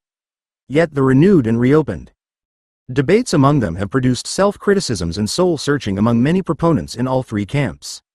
Those are yielding new formulations and new theoretical initiatives. We have integrated several of these into this book's systematic and summary presentations and comparisons of the three theories. For example, changes in neoclassical theory seem to us to be deserving of distinct discussion in Chapter 5 on late neoclassical theory. Likewise, we have tried repeatedly to distinguish between traditional and overdeterminist Marxian theory. We also signaled changes in Keynesian theory between its more traditional version and newer developments in post-Keynesian and new Keynesian economics. 7.3.2 Struggles among theories and theorists. Interactions among neoclassical, Keynesian and Marxian theorists have varied from occasional collaborations to polite but friendly disagreements all the way to intensely hostile confrontations. By theorists, we mean all those who think in some systematic way about economic issues, not just the professional theorists. Among political groups, social movements, political parties, labor unions, etc., influenced by one or the other theory, relations have gone back and forth from alliances to persecution and occasionally to outright physical destruction. What kinds of relations existed among the three groups of theorists depended of course on the complex social conditions of each particular time and place. One enduring issue, however, has been and remains the issue of class. Marxian objectives include the transformation of class structures, the radical alteration of social relations whereby some people produce, while others appropriate and distribute surplus labor. Neoclassical and Keynesian objectives do not include such a transformation, and that basic difference sooner or later arises in debates among the three theories. Clearly, something socially important is at stake. Another enduring issue has been the role of the government in the economy. The neoclassical economists argue for a minimal role against the Keynesians who argue for a much greater role. The former argue all the more against traditional Marxists who have supported the greatest role. More recent formulations of Marxian theory sharply downgrade emphasis on the authority of the state compared with traditional Marxism. Marxian economic theory is one thing, the political demands and strategies of its proponents are another. Marxian theorists can and do disagree on how politically to achieve the class changes their theory favors. Likewise, neoclassical and Keynesian economists can and do disagree among themselves on how to advance the political agendas associated with their respective theories. It is important to remember this lest the heat of disputes among the three theories lead any of them to suggest or insist that a theoretical commitment must necessarily be associated with one or another political strategy or tactic. Overwrought, usually in the course of intense political or ideological struggles. Keynesians and Marxists have thus sometimes equated neoclassical economics with condoning or even welcoming recessions and unemployment despite the mass suffering they cause.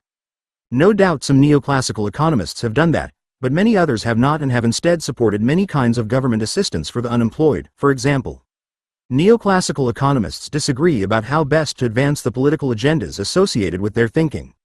Overheated during tense political and ideological times, neoclassical and Keynesian economists have similarly sometimes equated Marxian economists and Stalinism, a reference to repressive policies in the USSR from the 1930s to the 1950s. Some Marxists were Stalinists, many were not, and few remain so today. Marxian theorists, like all others, disagree among themselves about how best to advance the political agendas associated with their theory. It is dangerous for any society to forget that everyone gains when alternative theories have the opportunity to present and debate their entry points, logics, conceptualizations, and conclusions. The history of the last century's debates among neoclassical, Keynesian and Marxian theories shows that none of them has always had all the answers.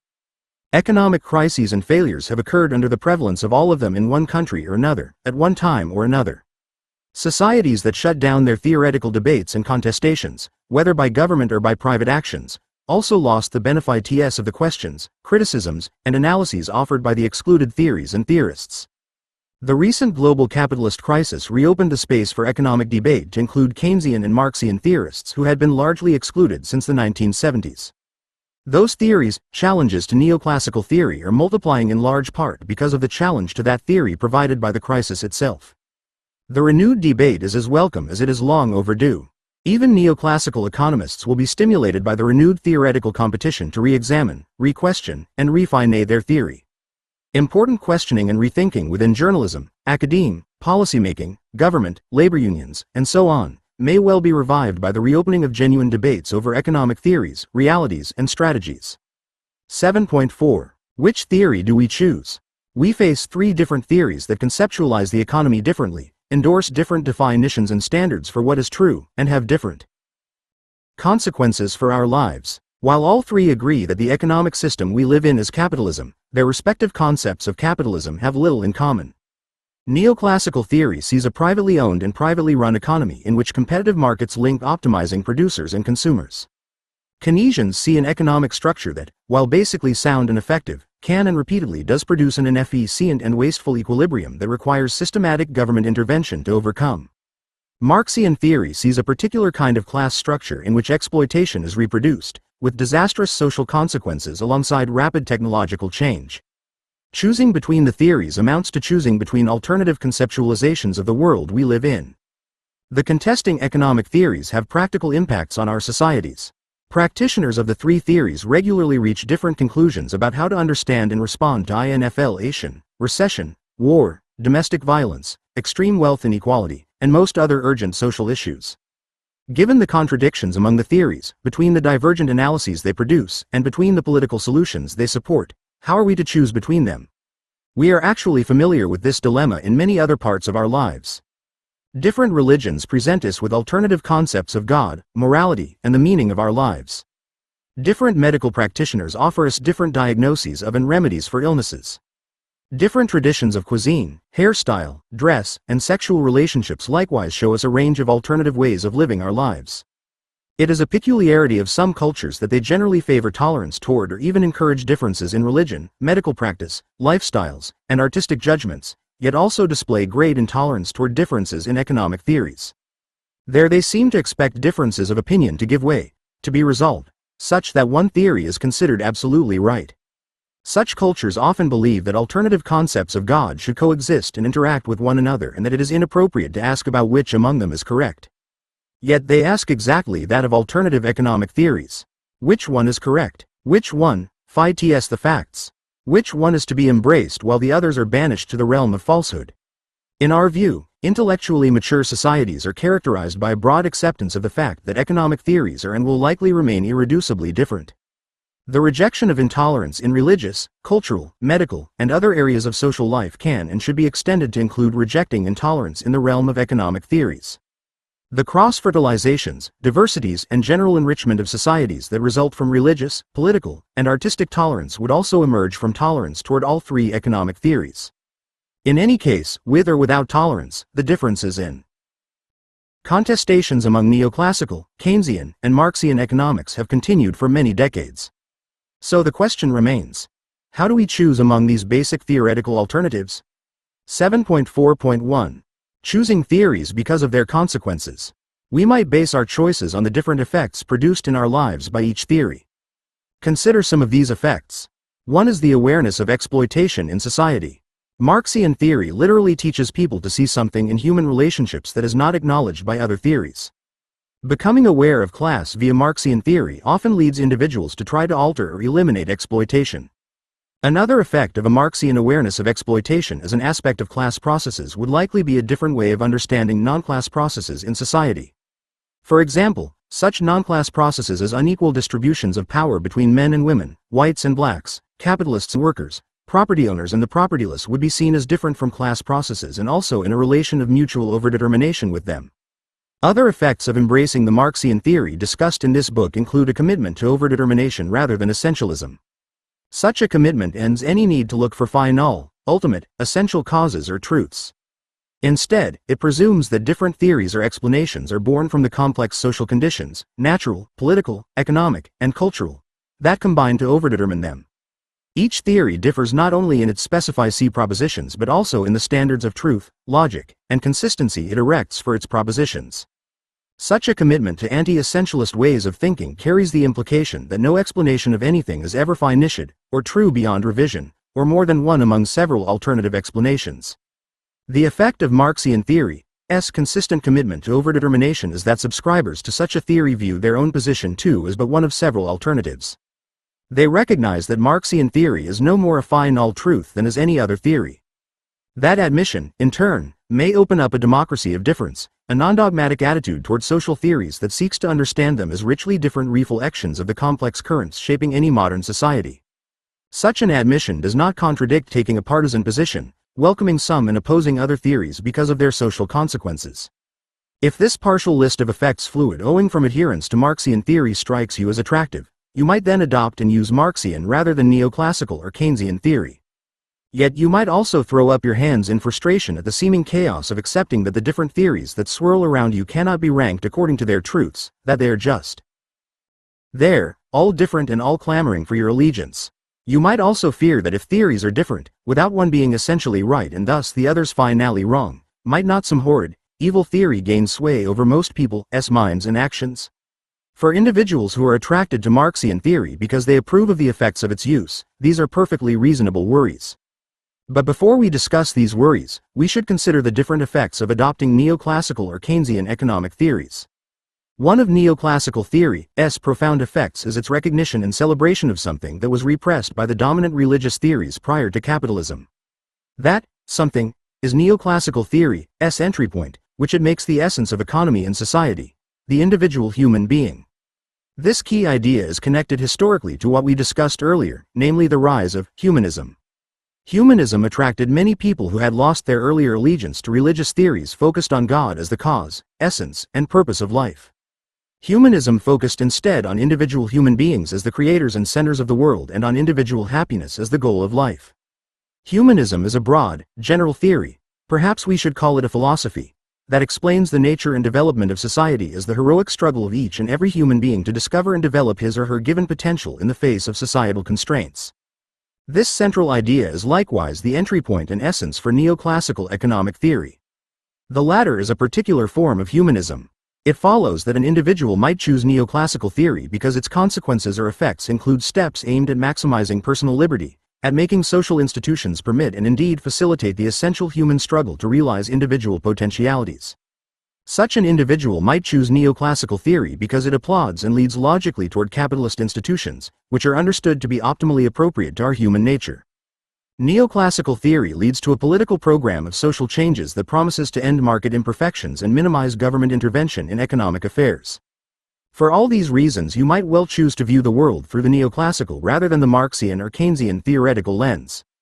A different individual might welcome and applaud capitalism as a system, yet be troubled by its instability, recurrent cycles, and the mass suffering they entailed, as Keynes himself was.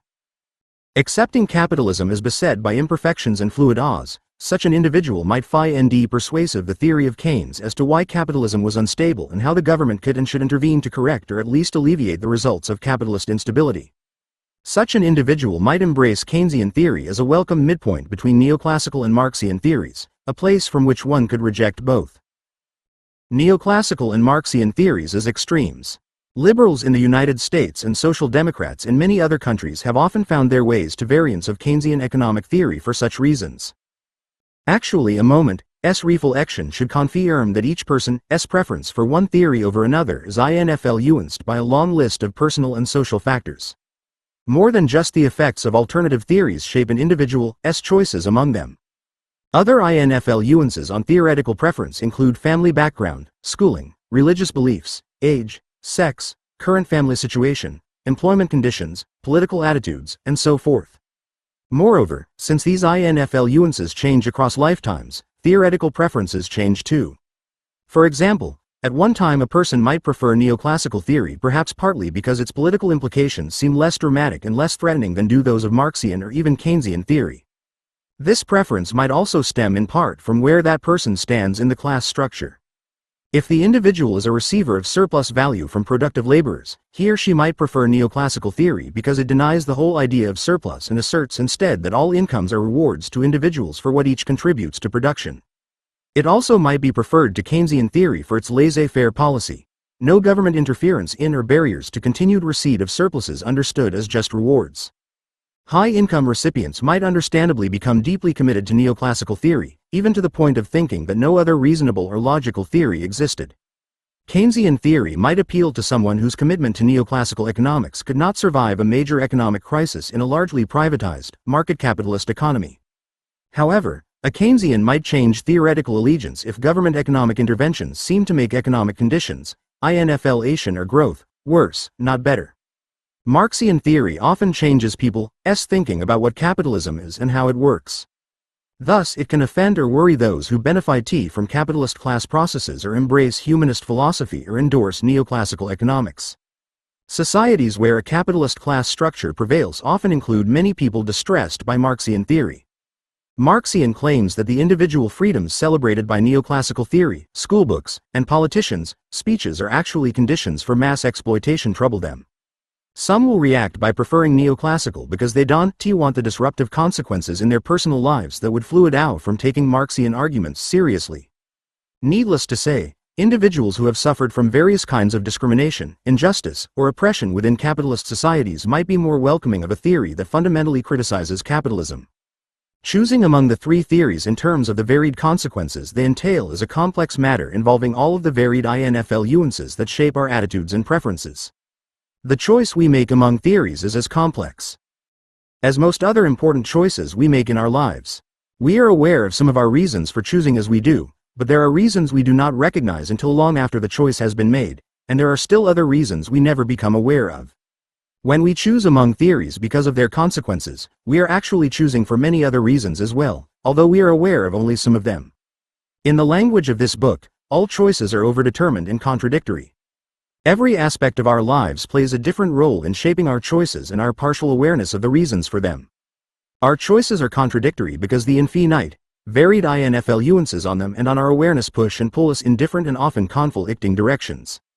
We become acutely sensitive to this when we find choices difficult to make, when we struggle, sometimes over long periods, with the pros and cons we must contend with. In Marxian theory, all preferences are overdetermined by all of the class and non-class processes of society, whether or not an individual is aware of all the overdetermining influences. Our choices among theories are based only in part on their different social consequences. The logic of overdetermination requires Marxists who find it persuasive to reject the idea that any one basis, such as consequences, can determine theoretical choices. Marxian overdeterminist logic implies that just as class processes themselves are overdetermined, so too are the theories that exist in any society as well as the choices individuals make among them. 7.4.2. Choosing theories based on an absolute standard. Another basis for choosing among neoclassical, Keynesian, and Marxian theories might be examining which of them is closest to the truth, which of them best captures how the economy really works. The standard of truth is then correspondence with reality. Which theory best fits the facts? That is an absolute standard that does not vary with one's perspective. One chooses among alternative perspectives, theories, by measuring each of them against the single absolute standard of correspondence with reality. However, it turns out that choosing on this absolute basis is every bit as complex as basing one's choice on the consequences of theories. There are different ways of choosing just as there are different theories to choose among. As economists debate alternative economic theories, so philosophers debate alternative ways of choosing among theories. Indeed, such philosophic debates are part of an entire branch of philosophy called epistemology, the study of thinking and truth and the relationship between them. Just as there are alternative economic theories of what capitalism is, there are also different epistemological theories of what thinking and truth are.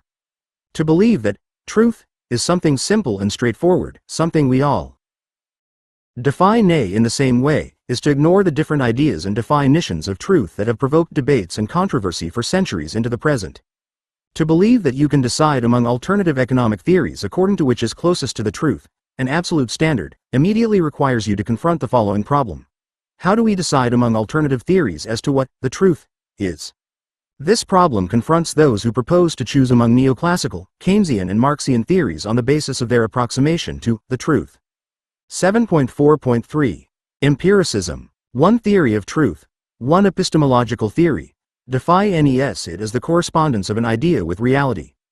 The argument runs as follows. There is a real world out there which people can know by means of our five senses. Sight, smell, touch, hearing, and taste serve as channels through which the facts of the real world out there imprint themselves on our brains. When we think, we concoct ideas about how the world works. To determine which, if any, of these concocted ideas are true, we compare the ideas to the facts of the world that our senses have gathered. The ideas that best fit the facts, that correspond most closely to what our senses reveal about the real world, are then acclaimed as true. This epistemological theory is called empiricism. It is widely influential today. Many people prefer it to the alternative theories of what truth is. For individuals who believe in empiricism, the choice among neoclassical, Keynesian, and Marxian economic theories should properly be based on which theory best corresponds to the facts. Empiricists evaluate the three economic theories, as they do with alternative political, biological, chemical, and other theories, in terms of their correspondence to the facts of the real world. The choice among them is then made according to which theory corresponds most closely.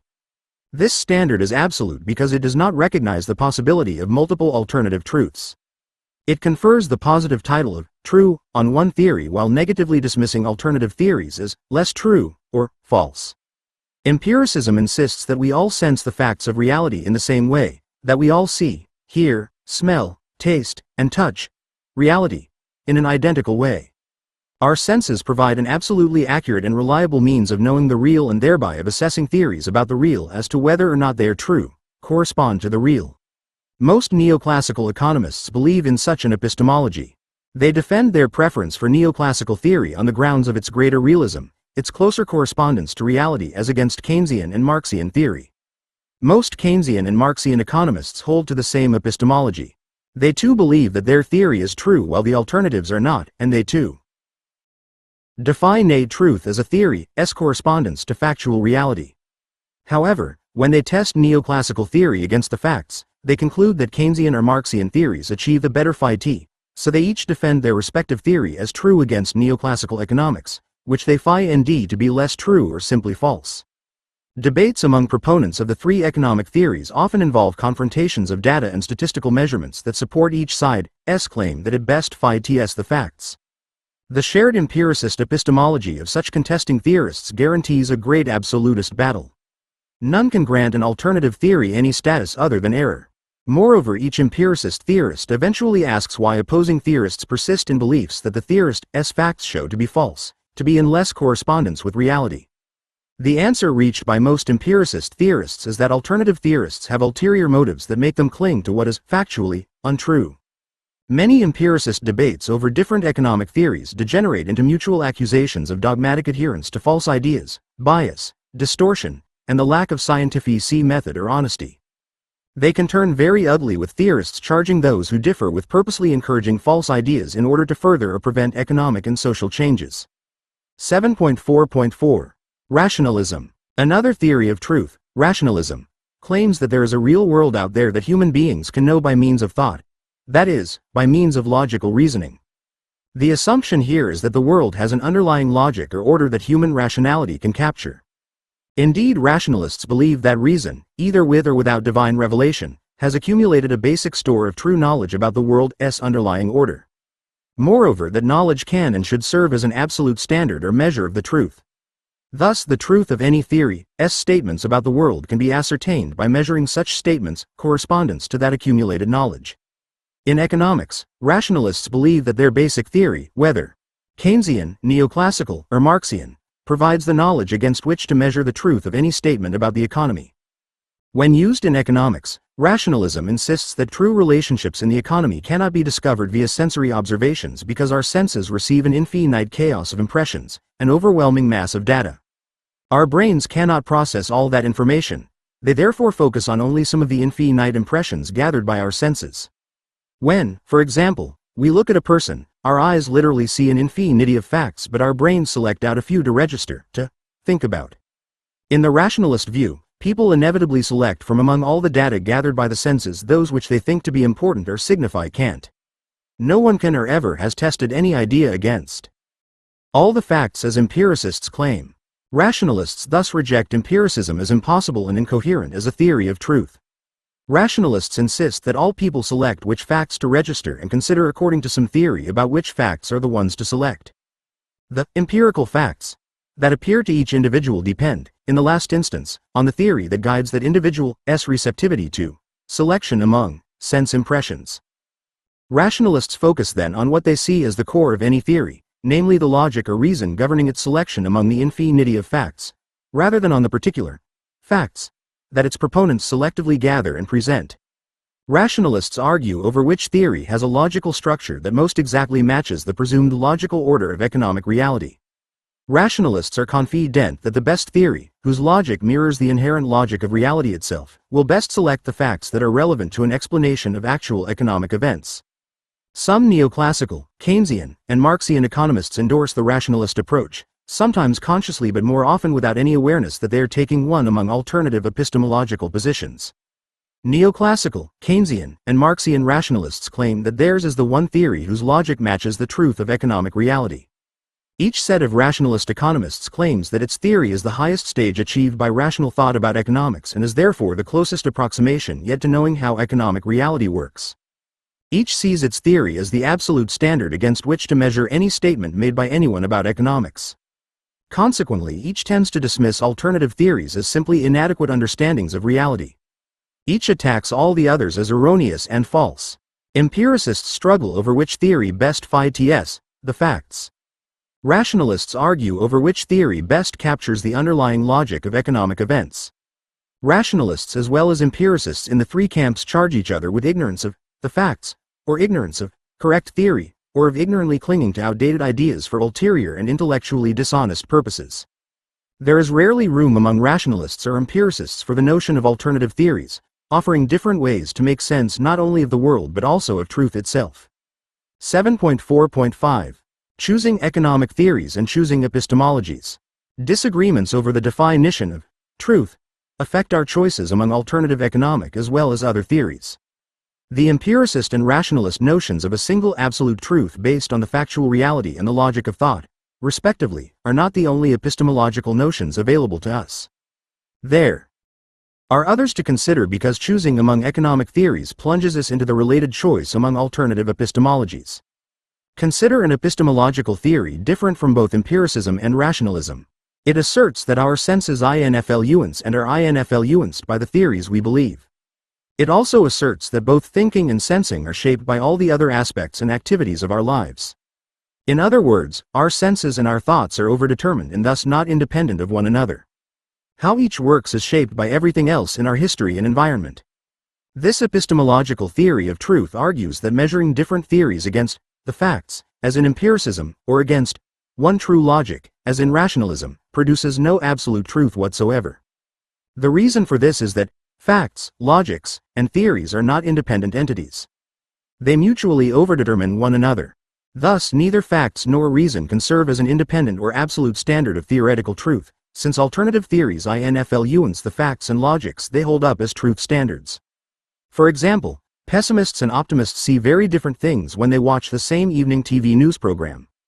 Vegetarians and non-vegetarians experience different taste sensations when they eat the same foods. Religious people feel something quite different from those who are uninterested in religion when they touch a holy relic. Two students with opposing political views hear a teacher's lecture in very different ways. How we each think about the world affects how our senses interact with it, and vice versa. In each of the examples above, it would not be surprising to find one party insisting that he or she never saw, tasted, felt, or heard what the other party insists were his or her sensations.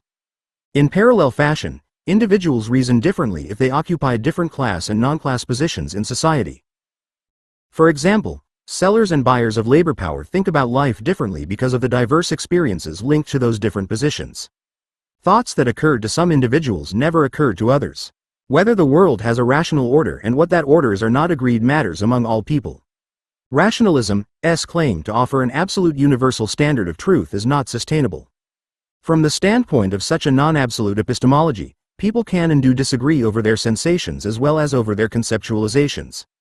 It follows that a theory that fits the facts for one person, as he or she senses those facts, may not do so for another person. A theory that captures the underlying logic of reality for one person, as she or he produces that theory, may not do so for another person who reasons otherwise. In the spirit of such an epistemological position, then, different theories are true for different people. There is no need to imagine or look for one theory that alone will fit the facts, as the empiricists claim, because there is no one set of facts that everyone senses and recognizes as the standard of truth. There is likewise no need to look for one theory that alone captures the logical order of reality, as the rationalists claim, because people do not all apprehend the same logical order. There is no theory that captures everyone's differently apprehended realities equally. Instead, there are theories and truths, both plural, that reflect and shape the different ways people sense, think about, and live in the world. In terms of economic theory, there are clear differences among the three epistemologies just described. Empiricists would resolve the debate among neoclassical, Keynesian, and Marxian economics by testing all against what they sensed to be the facts. In their view, the facts they perceive must likewise be the facts for everyone and therefore the absolute standard of truth for everyone. Rationalists would resolve the debate among neoclassical, Keynesian and Marxian economics by testing all against what each rationalist considered to be the logical order of reality. In their view, the true theory they discover via testing it against the rational order of reality, their absolute standard, must be the truth for everyone. By contrast, the alternative epistemological approach believes that thinking and sensing are overdetermined by each other and by everything else in society. Therefore, different theories will occur and appeal to people who sense, think about, and live in the world differently. People will reach different conclusions about the truths of alternative theories much as they believe in different definitions and standards of truth. The world clearly is full of people who believe different theories are true because they have different notions of what truth is. There are different standards of truth just as there are different theories of society, economy, nature, and so on. This is a non-absolutist epistemology. It recognizes no single standard of truth and hence no one true theory standing above false theories. In this view, different ways of thinking about the world stand alongside different ways of sensing it. Theories are differently true. Truths are irreducibly plural. Once again, it is important to add that granting the multiplicity of truths in no way precludes choosing which theories you embrace and which you oppose. It only means that your choice is not based on an absolute standard of truth but rather on other standards such as the beauty or social consequences or complexity you associate with alternative theories. As we confronted the problem of choosing between two economic theories, we worked our way to the parallel problem of choosing among epistemologies, or theories of truth. Just as it turned out that truth could not be an unambiguous arbiter of our choice between economic theories, so we are now wise enough not to search for yet another absolute standard to solve our problem in confronting alternative epistemologies. Our world is full of different, contesting theories about everything. While we may not, yet, be aware of them, alternatives exist to the way we think about everything. Nothing is thought about in the same way by everyone. There are also good reasons to believe that we become wiser the more we understand the alternatives, whether we choose them or not. Freedom of choice, as a moral value, presumably extends beyond the array of toothpastes in a drugstore to include the array of economic theories circulating in our world. This book was intended to alert you to some alternatives and choices you might not have been aware of or understood. Our presumption was that with greater choice you would have greater freedom and wisdom too. The choice you eventually make will depend on all of the influences that overdetermine you. If your choice is empiricism or rationalism, then you will likely join the debate over the truth of neoclassical versus Keynesian versus Marxian theory. If your choice is against empiricism or rationalism and for a non-absolutist epistemology, then you will likely find yourself basing your choice among economic theories not on a criterion of truth but rather on the alternative consequences and associations of the theories that exist in our world. In either case, we hope that you will be aware of how and why different people choose differently. We also hope that you will pursue far more awareness, tolerance, and discussion of theoretical differences than has been the tradition within the discipline of economics generally and particularly within that tradition in the United States. Solutions to long-standing economic problems often require that we try different ways of thinking about those problems, try grappling with different theories. Marxian theory is different from the neoclassical orthodoxy that still prevails in America today and from the resurging Keynesian theory, both of which are far better known than Marxian theory. The latter includes a variety of careful, logical, and elaborated ways of thinking about capitalist economies. Marxian theory's critical and revolutionary thrusts make it different in ways that trouble some. However, just those qualities allow it to produce economic analyses that are not only different but also arrestingly original and eye-opening. Much is lost by continuing to ignore Marxian theorizations of the structure, dynamics, and problems of capitalist economies. 7.4.6. A final thought. We do not seek to frustrate you about the choices confronting anyone who takes seriously the workings of the mind. That alternative theories of truth, economics, and indeed everything else exist as a premise of this book. That you therefore confront choices among all of these alternatives is, we believe, a condition of life rather like breathing, eating, and so forth. In our view, there is no way of escaping the freedom of choice even for people who pretend or believe that no choice exists.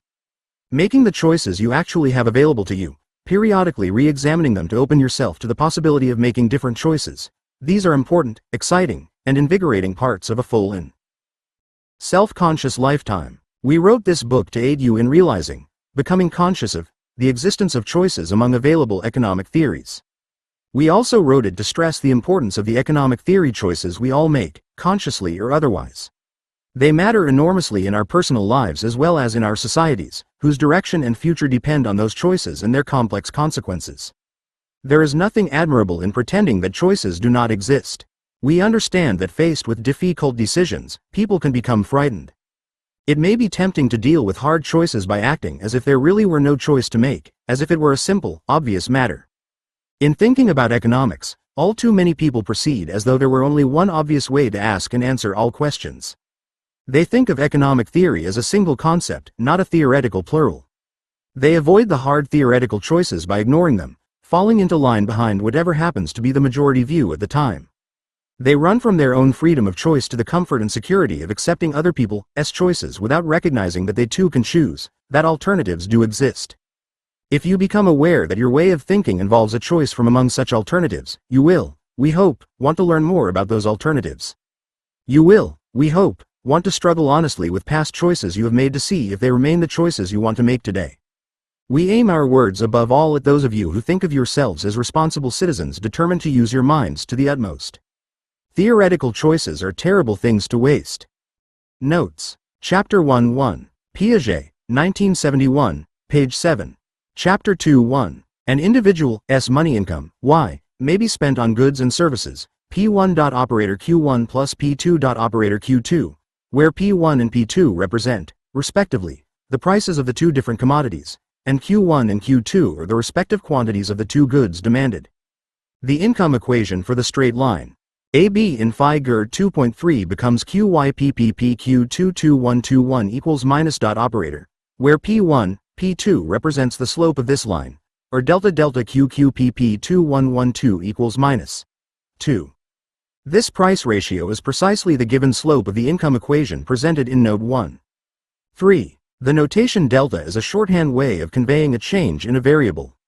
Thus minus delta Q2 means a decrease in the amount of Q2 consumed and plus delta Q1 indicates an increase in the amount of Q1 consumed. 4. Recall that neoclassical theory considers the relevant measure of utility to be the marginal, the incremental, and not the total utility experienced by an individual when he or she consumes more or less of a commodity. 5. Advanced texts in neoclassical theory show how a change in demand for any commodity can be broken down into two distinct parts. A so-called substitution effect, in which the level of utility is kept constant and a consumer is shown to move along the same preference curve in Figure 2.5a, substituting the cheapened commodity, Q1, for the other, Q2, and a so-called income effect, in which initial prices are kept constant and a consumer moves to a higher preference curve because of changed income. Neoclassical theory combines these two effects into what it typically calls the Slutsky equation. Named after the person who Rst published this result in 1915, the Slutsky equation is considered a fundamental rendering of the neoclassical theory of value, for its purpose is to specify relate individuals' changed demands for commodities to their underlying preferences for those commodities. 6. This marginal rate of substitution is calculated in the same way we calculated our previous rate. Recall that along any preference curve between real income and leisure we have minus. Operator equals plus. Operator delta y mu L mu R y L R, where we assume that a utility loss in real income is exactly offset by a utility gain in leisure. Solving the equation for delta y R delta L yields delta y L mu mu R L y R equals minus, which is R. Mrs. Lee R. 7. A similar diagram can be constructed to relate output to a variable amount of capital input with an assumed phi x input of labor. 8. This marginal rate is calculated exactly like the previous rates. Recall that along any preference curve relating present and future consumption, we have minus. Operator equals plus. Operator plus delta c mu t c t c t t 11, where, once again, we assume that a utility loss in future consumption is exactly offset by a utility gain in present consumption. Solving this equation for delta ct plus 1, delta ct, we have delta cc mu ttcctt plus equals minus plus 1 1, which is R. Mrs. cctt plus 1, 9. Any individual is assumed to be able to choose between consuming all of his or her real income now and saving a portion of it in order to make such savings available for future consumption. Y. R equals CT plus. Save, where save stands for current savings out of real income. In our previous notation, CT represented the individual's current real expenditures on the two commodities, QL and Q2. We may write this future consumption in terms of current savings as C. Save RT. R plus equals plus 1 1, where A, B equals CT plus 1 and AA equals save. Any individual's current income may be written then in terms of present and future consumption. YCCR. RTT. R equals plus 1 1, where CT plus 1 plus R. R tells the consumer what his or her future consumption is currently worth. Solving this equation for CT plus 1 yields CT plus 1 equals 1 plus R. R. Dot operator Y. R minus 1 plus R. R, CT, and delta CT plus 1, delta CT equals minus 1 plus R. R, which is the slope of line A in figure 2.14. If the individual decides not to save, then Y. R equals CT. And if he or she decides to save all current income and thus not to consume anything now, then Y. R equals CT plus 1 plus R. R. In the latter case we have simply Y. R equals save 10. Capital income is understood here to mean the marginal return to capital and not short-run producer, S profit TS. The difference between revenues and costs, which are competed away in the long run. 11. Following Smith's insight, Neoclassical theory adds a powerful story of what may well happen to the price of any commodity, if it rises today because of a shift in demand for it.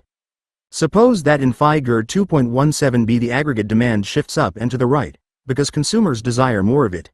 At that moment, and before any producer has time to react, a higher market price means that producers in the industry face a favorable profit situation. As time passes, they have the opportunity to respond by hiring additional labor to expand their supply. Consequently, the initial price rise begins to be eroded as phi RMS, driven by the profit motive, expand production along their supply curve in figure 2.17. Far more interesting, however, is what happens to price in the long run when existing phi RMS have had sufficient time to augment new labor hires with the hiring of new capital, perhaps embodying new technologies, and sufficient time passes enabling new, domestic and or foreign, phi RMS to enter this industry, attracted by the profit TS to be made there. In the long run, the supply curve in the industry in figure 2.17b would have shifted to the right until no profit T incentive remains for either existing phi RMS to expand production anymore or new phi RMS to enter the industry. The conclusion is dramatic for its societal implications. Short-run profit TS are competed away if existing and new phi RMS are allowed to respond to the profit T motive. Indeed, the very price rise in the very short run stimulates a supply response on the part of private business that ultimately serves to drive down the initial price increase. The new supply curve could in fact have shifted so much to the right, because of introduced technology and new phi RM entry, that the resulting new equilibrium price is even lower than the old. Smith's insight about market competition in and across markets is that it enables a society to experience continually rightward shifting supply curves and the dramatic benefits they deliver to a population, higher productivity and lower prices. 12. Summing up all of these individual supply curves, we derive the aggregate supply in each industry for commodity 1 and commodity 2. SSI 11 equals sigma and SSI 22 equals sigma, where sigma stands for summation and I signifies n possible producers. The aggregate demand may then be written as DDJ 11 equals sigma and DDJ 22 equals sigma, where J signifies that the demand has been summed across n possible consumers. The equilibrium condition in each market is S1 equals D1n, S2 equals D2. Chapter 3:1, Econometrica 1937-14759. 2. A further discussion of some of these differences between the neoclassical and Keynesian conceptions of the labor market appears in the appendix to this chapter. 3. The typical textbook model of demand, which is based on these assumptions of phi xed prices and wages in commodity markets and a liquidity trap in the money market, can be written as Y, R equals psi, R plus, I plus, G, where C is the Keynesian marginal propensity to consume, I stands for investment, and G represents government spending. Solving the equation for Y, R yields YC, IC, G, R equals minus dot operator plus minus dot operator 1111, where 1C, stands for the multiplier. If I does not change, then delta Y, R equals 1C, delta G, the essential determinant of Y, R has become the state. 4. Individuals' uncertainty about the future is often understood in neoclassical theory in terms of risk-taking. Investors make decisions under probabilistic conditions. Although written at an advanced level, Douglas Vickers provides a critical and very insightful argument explaining why Keynesian uncertainty is different from neoclassical risk and why this key difference matters to a Keynesian approach. Vickers, 1994. 5. For the development of their respective post-Keynesian approaches to economics, see Shackle, 1972, Davidson, 1991, and Minsky, 1986. 6. See the appendix to this chapter. Chapter 5.1. This particular criticism of neoclassical theory has a long history that produced an enormous literature. One of its most important contributors, Piero Sraffa, 1898-1983, helped generate an entire school of thought aimed at exposing the logical inconsistency of neoclassical theory. Sraffa's classic book is subtitled, Prelude to a Critique of Economic Theory, 1960. 2. Since delta P, delta Q will always be negative, the second part of the expression in parenthesis that measures the effects of the price change on all the units sold will always be a deduction from the unit price. One might think of it as a correction factor that adjusts price to the presence of monopoly power. With no monopoly, there is no need for a correction factor and consequently, Mr. equals P, with it, Mr. less than P. 3. This is sometimes called an inverse demand function. Up to now we have made demand a function of prices. Here we assume that that demand function has an inverse so that we can write prices as a function of the quantity demanded.